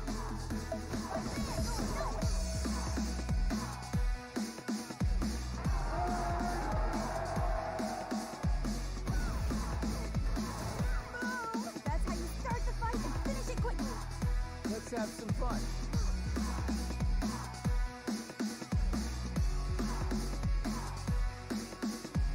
Let me zap you. Here we go. Whip up. That's that. Terrific wings!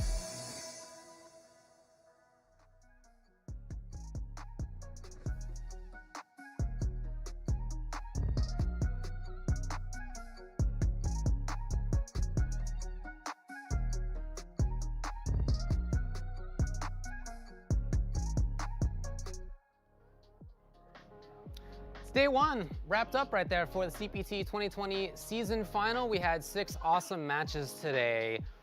All over the place in terms of the results. We had some that kind of went how we thought they would. We had some that were big surprises. Let's start off by talking about Picaro versus Jarlesche. Ended up being 4-1 for Jarlesche. Yeah, Jarlesche definitely put me on notice right there, and a whole lot of people. To be fair, I won't say me as much because I studied his matches and I seen how strong he was. I did think Picaro would have the edge here because he had more experience, but I thought even if it was going to be a close match, I thought it would at least be a close match, and it wasn't at all. I'm proud of Jarlesche and definitely made a name for himself with that win.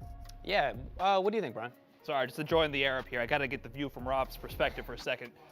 Yeah, well, I got to say, if we go into the Bao match, I just cannot believe how strong Bao was representing in that moment. The options that they showed between the two players, it kind of blew my mind. I mean, if you break down that match interaction by interaction, the answers with the Akuma parry on EX tackle from Urian, the crouching fierce behind all the fireballs in the air, like those interactions really impressed me with the level of knowledge that Bao brought to that, especially for a younger player and a player not as known to the scene. I thought that was a great opportunity for him to get his name out there and show why he's one of the best players in the region. I thought it was really cool that before that even happened, one of the quotes from Gio was that he said that VX Bao had made a lot of progress. Yeah. And you could absolutely see that in the match. 100%. VX Bao might be, I might walk this back later if something comes up, but I want to say VX Bao might have been the biggest surprise for me of the entire first day. I mean, his neutral was phenomenal, but especially his answers in the Urian versus Akuma matchup. He's someone who is more known, I would say, for his Bison than his Urian, but he played that as if that was his main character,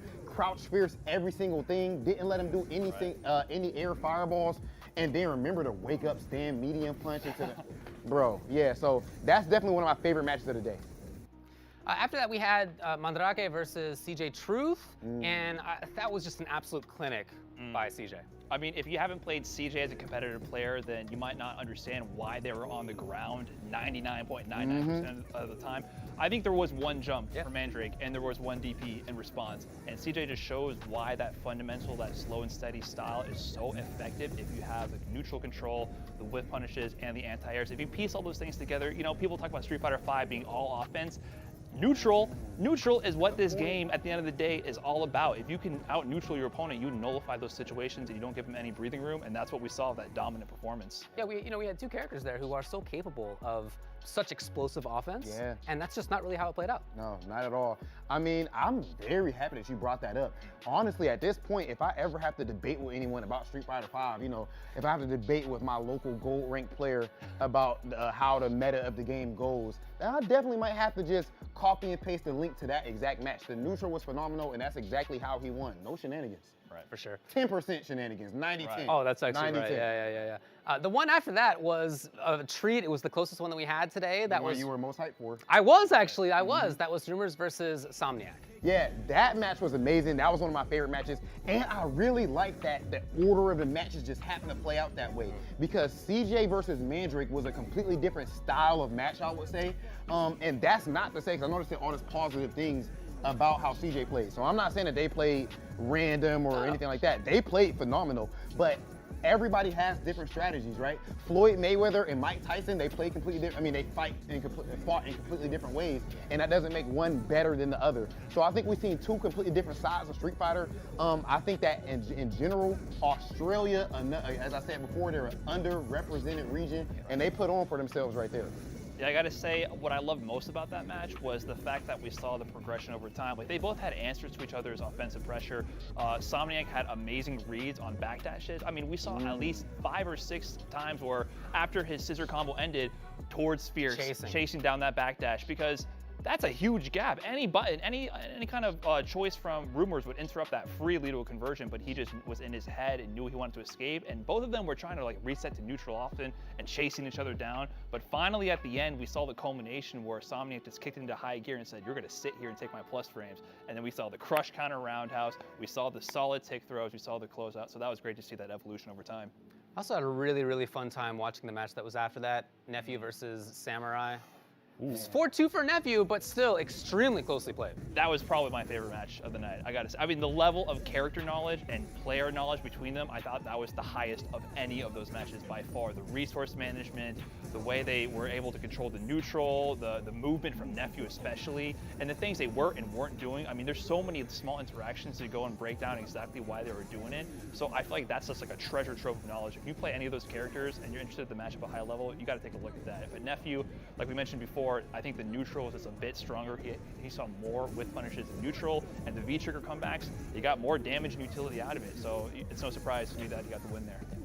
Yeah, I agree with that 100%. I feel like that match had so many lessons to be learned. And even if you're not trying to learn, just from an entertainment standpoint, it was a spectacle. I mean, so many minute details. Again, the whiff punishes from on Nephew's side of things. I feel like when Nephew was going for that back heavy kick, something that Colleen players represent a whole lot because it doesn't have too much recovery on it.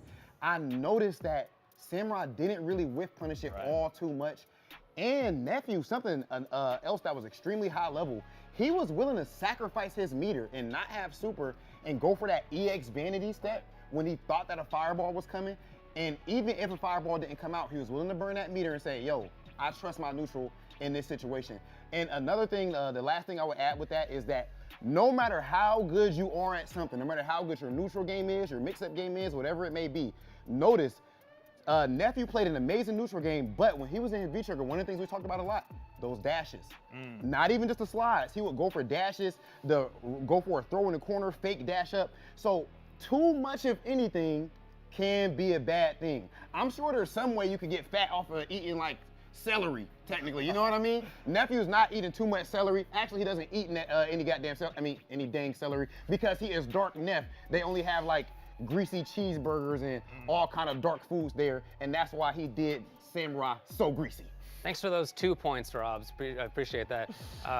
Luffy and Phenom was the last one of the day. Yep. And 4-1 for Luffy.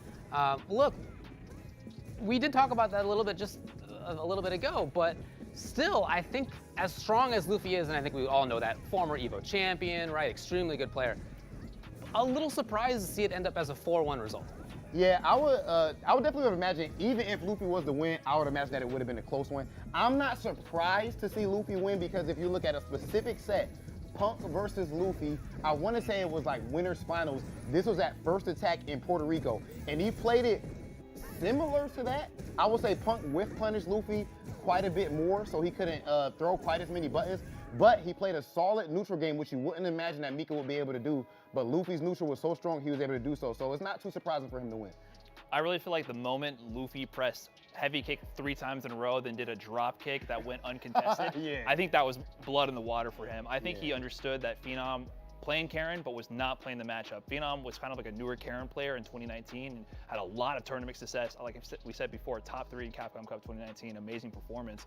But I can't tell what the matchup game plan was. I really don't see the options represented to challenge whiff heavy kick, to challenge charge drop kick, to deal with the jump mix-ups. It just felt like every situation that was presented, Phenom did not have a proper answer to give, and that just let Luffy dominate the neutral. And it wasn't all mix-ups. It was just control, pokes, and pressure the entire way through. Yeah, when we saw that regular roundhouse come out of Luffy on whiff, and then he hit crouching jab after that, and it connected. I think that was game number 2 or something like that. Right. I felt Phenom was in trouble after that. Right. But hey guys, thanks a lot for hanging out with us on the analyst desk for today for day number 1. Let's throw it back to the commentators to wrap things up. Thank you guys, and again, it's been a wonderful journey here at the CPT 2020 season final. It's only been day number 1, and I gotta tell you, if you did not catch all of those matches, man, you really missed out, because I have to say, it started off with some of the most hype sequences, some of the most technical sequences that you rarely get to see all in one, and it also ended on such a bang. But we're not even close to done. Again, this is what we went through for day 1. We had so many matches to choose from as to which ones were our favorite, but honestly, it's such a toss-up. Man, I'm looking at the Rumor Somniac match. It might be my favorite set of the day. When it comes to some of like the technical aspects, like those last like few all the matches had some crazy stuff in it, but those last few matches is like ramped up towards the end. And I mean that because the sets got closer and closer and the tech got higher and higher. This was only day 1. The matches for day 2 are also going to be ridiculous. So. You know, for me, it was JY versus VX Bao. You know, seeing that come through again, seeing the run back and seeing him get it like that. Ooh-wee. He said, I am the master now. I am the Look at me. Look at me. Look at me. I'm the master now. I'm the master now. Who's the master? That's so, yeah, I'm telling you, man, a lot of these matches were so high octane, but it doesn't even stop there. We have day number 2, the schedule before your very eyes. Let's take a look. SKZ versus Cien, Angry Bird versus Big Bird, Kaba versus Mena RD, Takamura versus Infectious, Idom versus Smug, and of course, to round it all out, Daigo Umehara versus Gachikun. Gachikun. That's gonna be a good one. These matches tomorrow are going to be even more ridiculous. I hope you guys are ready for what's about to happen. If you thought today was dope, wait till you see what happens tomorrow. We already got the matches lined up. You just seen them on your screen. Please don't miss that. Absolutely not. You don't want to miss it. It's going to be tomorrow. It's going to be as hype as ever, 4 p.m. Pacific Standard Time. And until then, keep playing Street Fighter, be safe, and we'll see you tomorrow. All right. That was pretty good. Well, I'm telling you, that was pretty good. Well, to whoever is watching, I want to say thank you. Thank you for, taking time to watch and, supporting the channel. And if you watch this now or you watch it later, down the road, thank you for that. Pretty good game, but it's time to finish this. And I say thank you very much for your support, and I'll see you tomorrow.